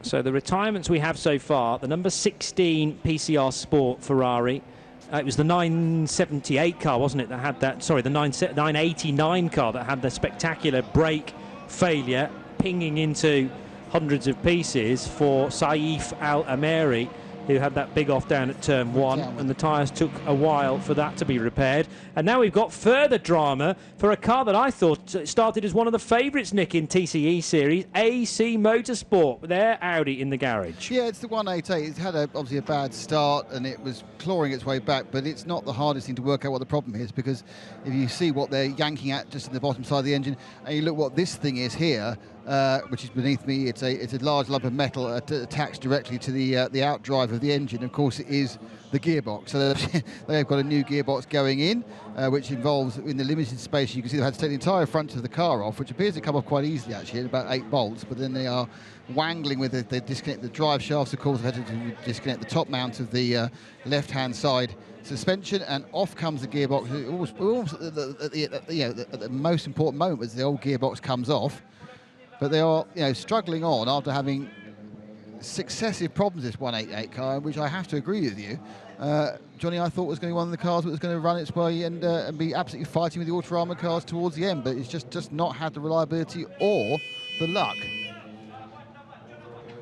They seem to be struggling getting that gearbox off. They've got a trolley jack underneath it, and it's just not coming free of the engine, is it? Just wondering whether there's an awful lot of clips and an awful lot of bolts, and also not very much space. And my guess is, and this is what I thought was happening, they're now actually having a look at whether they need to give it more flexibility in the engine mounts themselves. I think they were trying to do it without loosening too much stuff of the actual mounting of the engine, to see if they could get enough space, enough wangling to get the gearbox out, but it just isn't enough space. These modern cars are packaged very well, which is great, until you want to try and disassemble them in a pit lane at close to midnight in Spain.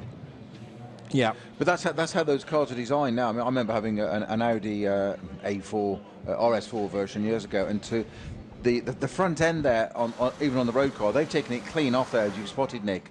But even on the road cars, the front end would slide forward a certain amount to do certain work. And would you believe, if you had a headlamp bulb go on the old A4 Audi, you had to slide the front end forward to get to it, to do the bulb, to put it back in again. And it was a job at Audi to do a bulb. Well, that sounds like great planning. Interesting, what I am seeing is a piece of equipment I noticed earlier on the KTM. This being obviously the KTM using a VAG engine, and this is your VAG engine, which is the oil cooler distributor, the oil cooling pump. Sorry, but the oil pump. So that was the thing that failed on the KTM. It's sitting there proudly on top of the gearbox here as well. And of course, the other problem is, of course, this car is hot, so people are trying to avoid burning themselves. Yeah, it's not the greatest job in the world to do, but they're manfully going for it, and just about got it off. There's a kind of it's that frustrating one yank from coming free, but it's wobbling in its little bit of space. It's like, basically this is like, when you've decided to where a child's decided to remove a tooth a bit too early. When they want the 50p really, really badly, so they're waggling the thing, and it's just not quite ready to go, and it's like extra waggle, extra waggle, extra waggle. It's much as the water is seeping out, there's kind of oozing around the side of this tooth. They keep, and you can leave it alone, it'll come out. No, I want it to come out. And it just needs an extra waggle, and finally it pings out, often taking a large amount of gum with it. So let's hope it doesn't happen to this gearbox here. 50p, it's £2 in our house. Well, yeah, because this is. Well, I'm sorry, but I haven't had to pay any tooth fairy-based debts for about 12 years. So it's I think it's probably a pound coin. You pay it. I gotta say, oh, sorry, yeah. I haven't had to inform the tooth fairy of the requirement for a payment to the tooth. Yeah, I think probably it was £1. I wonder if the mechanics go away and sleep with a gearbox under their pillow, what they get given. Certainly a headache for the next 2 weeks. Is there a VAG gearbox a bad fairy? night's sleep. Yeah, the VAG gearbox fairy comes round and goes, "Oh, you've been a good little boy. Look at that. I'll give you an extra synchromesh or something. I don't know." Realistically, yeah, they off the need back about of £2,000 to get a new gearbox. This is off the back of Joe Bradley and my stint during Le Mans, where we launched into superheroes based in brakes, the Brembo brake man, and now all of a sudden we have a gearbox tooth fairy launching from one superhero to the next. But I think we should stop now. The 188 car has been certainly a car that has appeared several times on the podium this year. Just missed out on the podium at the start of the season in the 24 Hours of Dubai, but then the 12 Hours of Mugello, third place for Stéphane Perrin and Mathieu Detry. A podium at Paul Ricard as well, with a 3-driver lineup. David Dumont joined them on that occasion, and they finished second last time out in Germany at the Hockenheimring, and only 4.3 seconds away from the number 1 VW Golf. I remember that run across the line in the TCE series, just 4 seconds between Mathieu Detry, who'd been put in for the final stint, and Emil Heyerdahl, possibly, who was closing in upon. So it's going to be under a minute to go for the Code 60 to be rescinded, to be withdrawn. I've got to say, the 125 Cupra looking only good enough to be thrown in the bin at this stage, because the nose of that car has actually buckled beneath the rest of the chassis line. So that gives you an idea of how hard the number 125 car hit the tyres at turn 7. Gearbox breaks free, Nick Damon.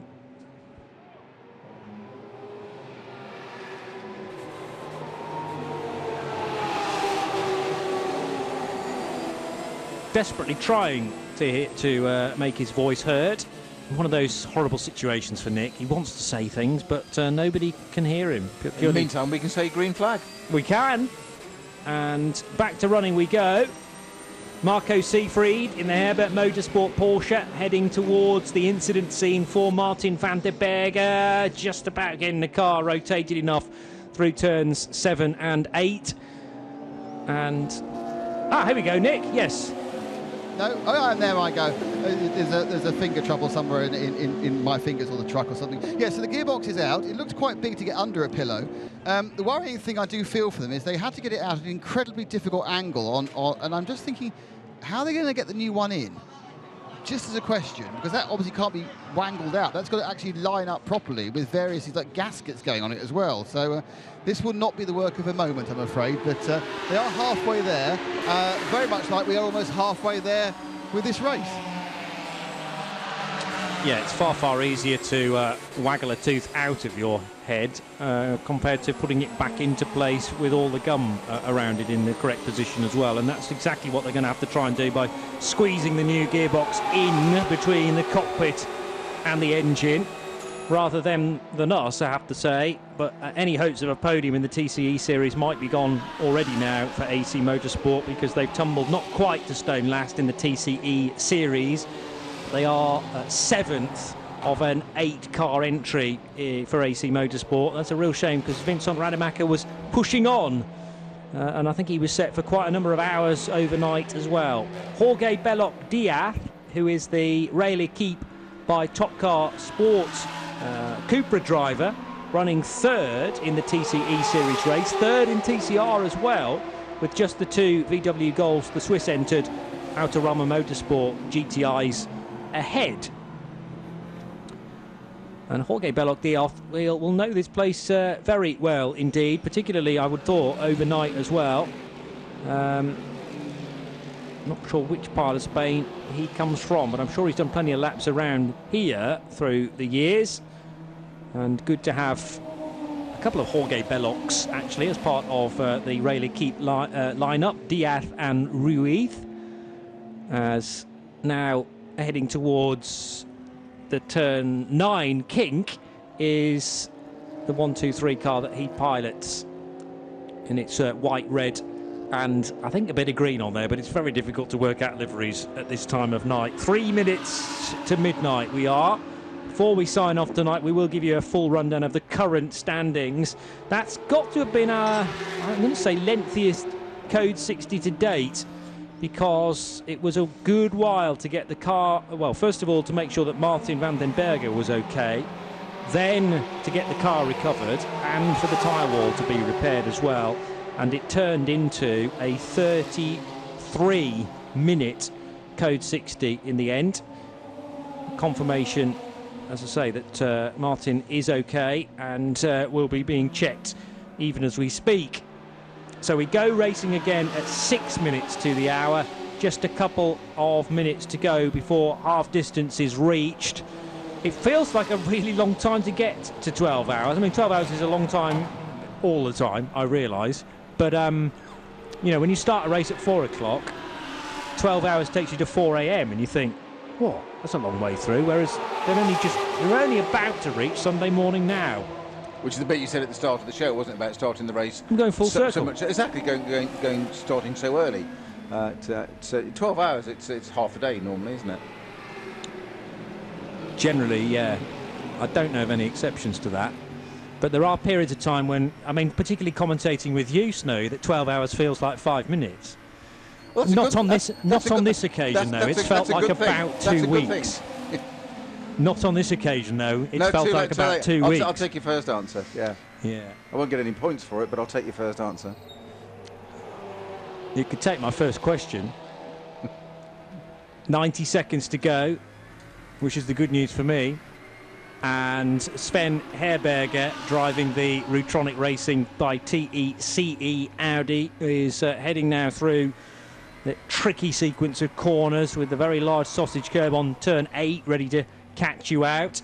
And Herberger hunting down the 909 Duvo Racing Porsche. Now his GT3 car will be a lot better through the curves, but the Cup car just hammers away down the straight, and then all of a sudden Herberger can hit the brakes as if he's about to run off into the scenery.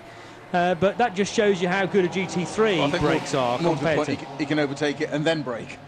It's not even a question about braking. It's that huge difference between the category of the two cars there. But the Porsche, as you say, the Cup car, wasn't any slouch on this bit of straight there, was it? Game time, if anything, I thought. But clearly kept out of the way as well, knowing that the GT3 cars are, as in, I think he's going to probably nip up the... Oh, he's done it. Yeah. Well, if he hadn't made space, I think Sven Herberger would have probably joined the Duvo Racing car in the passenger seat. So swiftly it was going. Andre Mukabos would have had a companion into turn 10. Another 19 seconds to go, but let's go with the standings a touch early. Why not? The Herbert Motorsport number 91 Porsche of Alfred Renauer leading the motor race after 333 laps, with 3 minutes the advantage over Hendrik Still. That is a lap and a half, I think, when Hendrik comes through again. Yeah, it will be a lap and a half because the lap time is a minute and 52-ish. So you bolt 1.5 of those together, and that gives you the 3-minute gap. Back to Henrik Still in the WTM, powered by Phoenix Ferrari. Third is the Nicolas Sturzinger Dynamic Motorsport Porsche number 7. Fourth position for Shane Lewis and the 85 CP Racing Mercedes. Fifth place for the 500 Patrick Niederhauser Car Collection Audi Evo 2. And then it's the Herbert Motorsport 92 Porsche 6th, EDEX Sports Mercedes 7th, and the Rutronic Racing by TECE number 18 in 8th spot. Ninth position for the GTX race leader, which is the True Racing KTM Crossbow. In 10th position, it's Car Collection Motorsports Audi R8 LMS number 34. 11th position is the 991 class leader for Willy Motorsports, and that's Sabino Di Castro, currently at the wheel. Reiter Engineering number 12. Number 724 is 12th, rather, and that is running second in the GTX category from the third place car, the Red Camel Jordans.NL Porsche Cup car, running 13th. Then the GT4 class leader, which remains the ST Racing Canadian-run BMW M4 GT4, number 438. It's John Miller, American driver, but with the Canadian team leading that class. Next is in 15th position the GTX RTR Projects KTM, and in 16th place it's the Duvo Racing Porsche number 909. True Racing's KTM 717 is in 17th place. 450 RHC Jorgensen Strom by Century BMW running second in GT4, ahead of the third place car in that category, the 499 Car Collection Audi. Vortex's first car is the 701 running 20th and 6th in the GT class, ahead of the Rabdan by MRS GT Racing Porsche, which is now a retirement. And you can add to the retirements car 221, which is the well, we'll get to that in a moment in the TCE series, but the 16 PCR Sport Ferrari is out of the race, but there are two runners still going, the 712 Vortex V8, the second of the French cars, and the Speed Lover Porsche of Belgium, 978, yes, is still doing laps with Gavin Pickering at the wheel. TCE series of the 8 runners, we have 2 official retirements, they being the 125 Baz Kooten Racing car and the 221 Team ACP Tangerine Associates car, which had a major engine failure. So those still in the running. The 2 Autorama Motorsport by Wolf Power Golfs, 112 ahead of the number 1. Third position, the first of the 2 Spanish teams, Rayleigh Keep by Top Car Sport, number 123, ahead of Bapora Motorsport, 151. Then the CWS Engineering Ginetta G55 that leads its TCX class, 278, ahead of the only other running car, but remember they're doing a substantial gearbox change on the AC Motorsport Audi. 188 are at least hoping to return to the action. So there you go, that is our coverage drawing to a close, but a chance as we sign off to remind you of our crucial moments over the night-time hours, and this was from about 8:20 through till midnight as we stand now.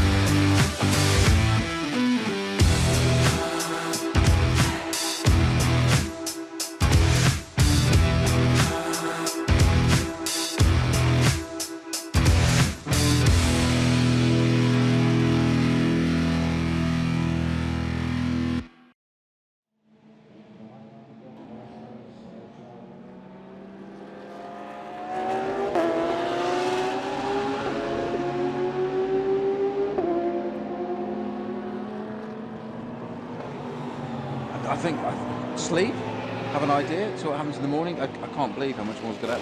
We're only halfway through as well. Well, we are, but of course when we return at 8 o'clock Central European summertime, we'll be quite a bit further through the event, and I'm sure when we come back, I think there'll still be a familiar look to the timing screen somehow. Herbert Motorsport just have the habit of staying there or thereabouts, and likewise the Ferrari from WTM powered by Phoenix might be relatively new to 24H series racing, but they're certainly not new to endurance racing of 4 hours, 12 hours, 24 hours. So we come back, I'd be shocked to see neither of those cars towards the sharp end. Absolutely, but they were the Ferrari was 3 laps down at one point on that Herbert Porsche. It's now only 1 lap down. Yeah. There's the thought for the next 8 hours. True enough, and of course we'll be paying close attention to the TCE series as well with Autorama Motorsport 1 and 2 as we sign off at 7 minutes past midnight, and from the RS1 Radio Show Limited network of channels. Join us again then at 5 to 8 Central European summertime as we bring the final 4 hours to a close. That's still a good chunk of motor racing to go when we're back on tomorrow morning. Sleep well if you're off for a rest. Enjoy the race if you're set to stay up all night. And either way, we will see you on the other side. Bye for now.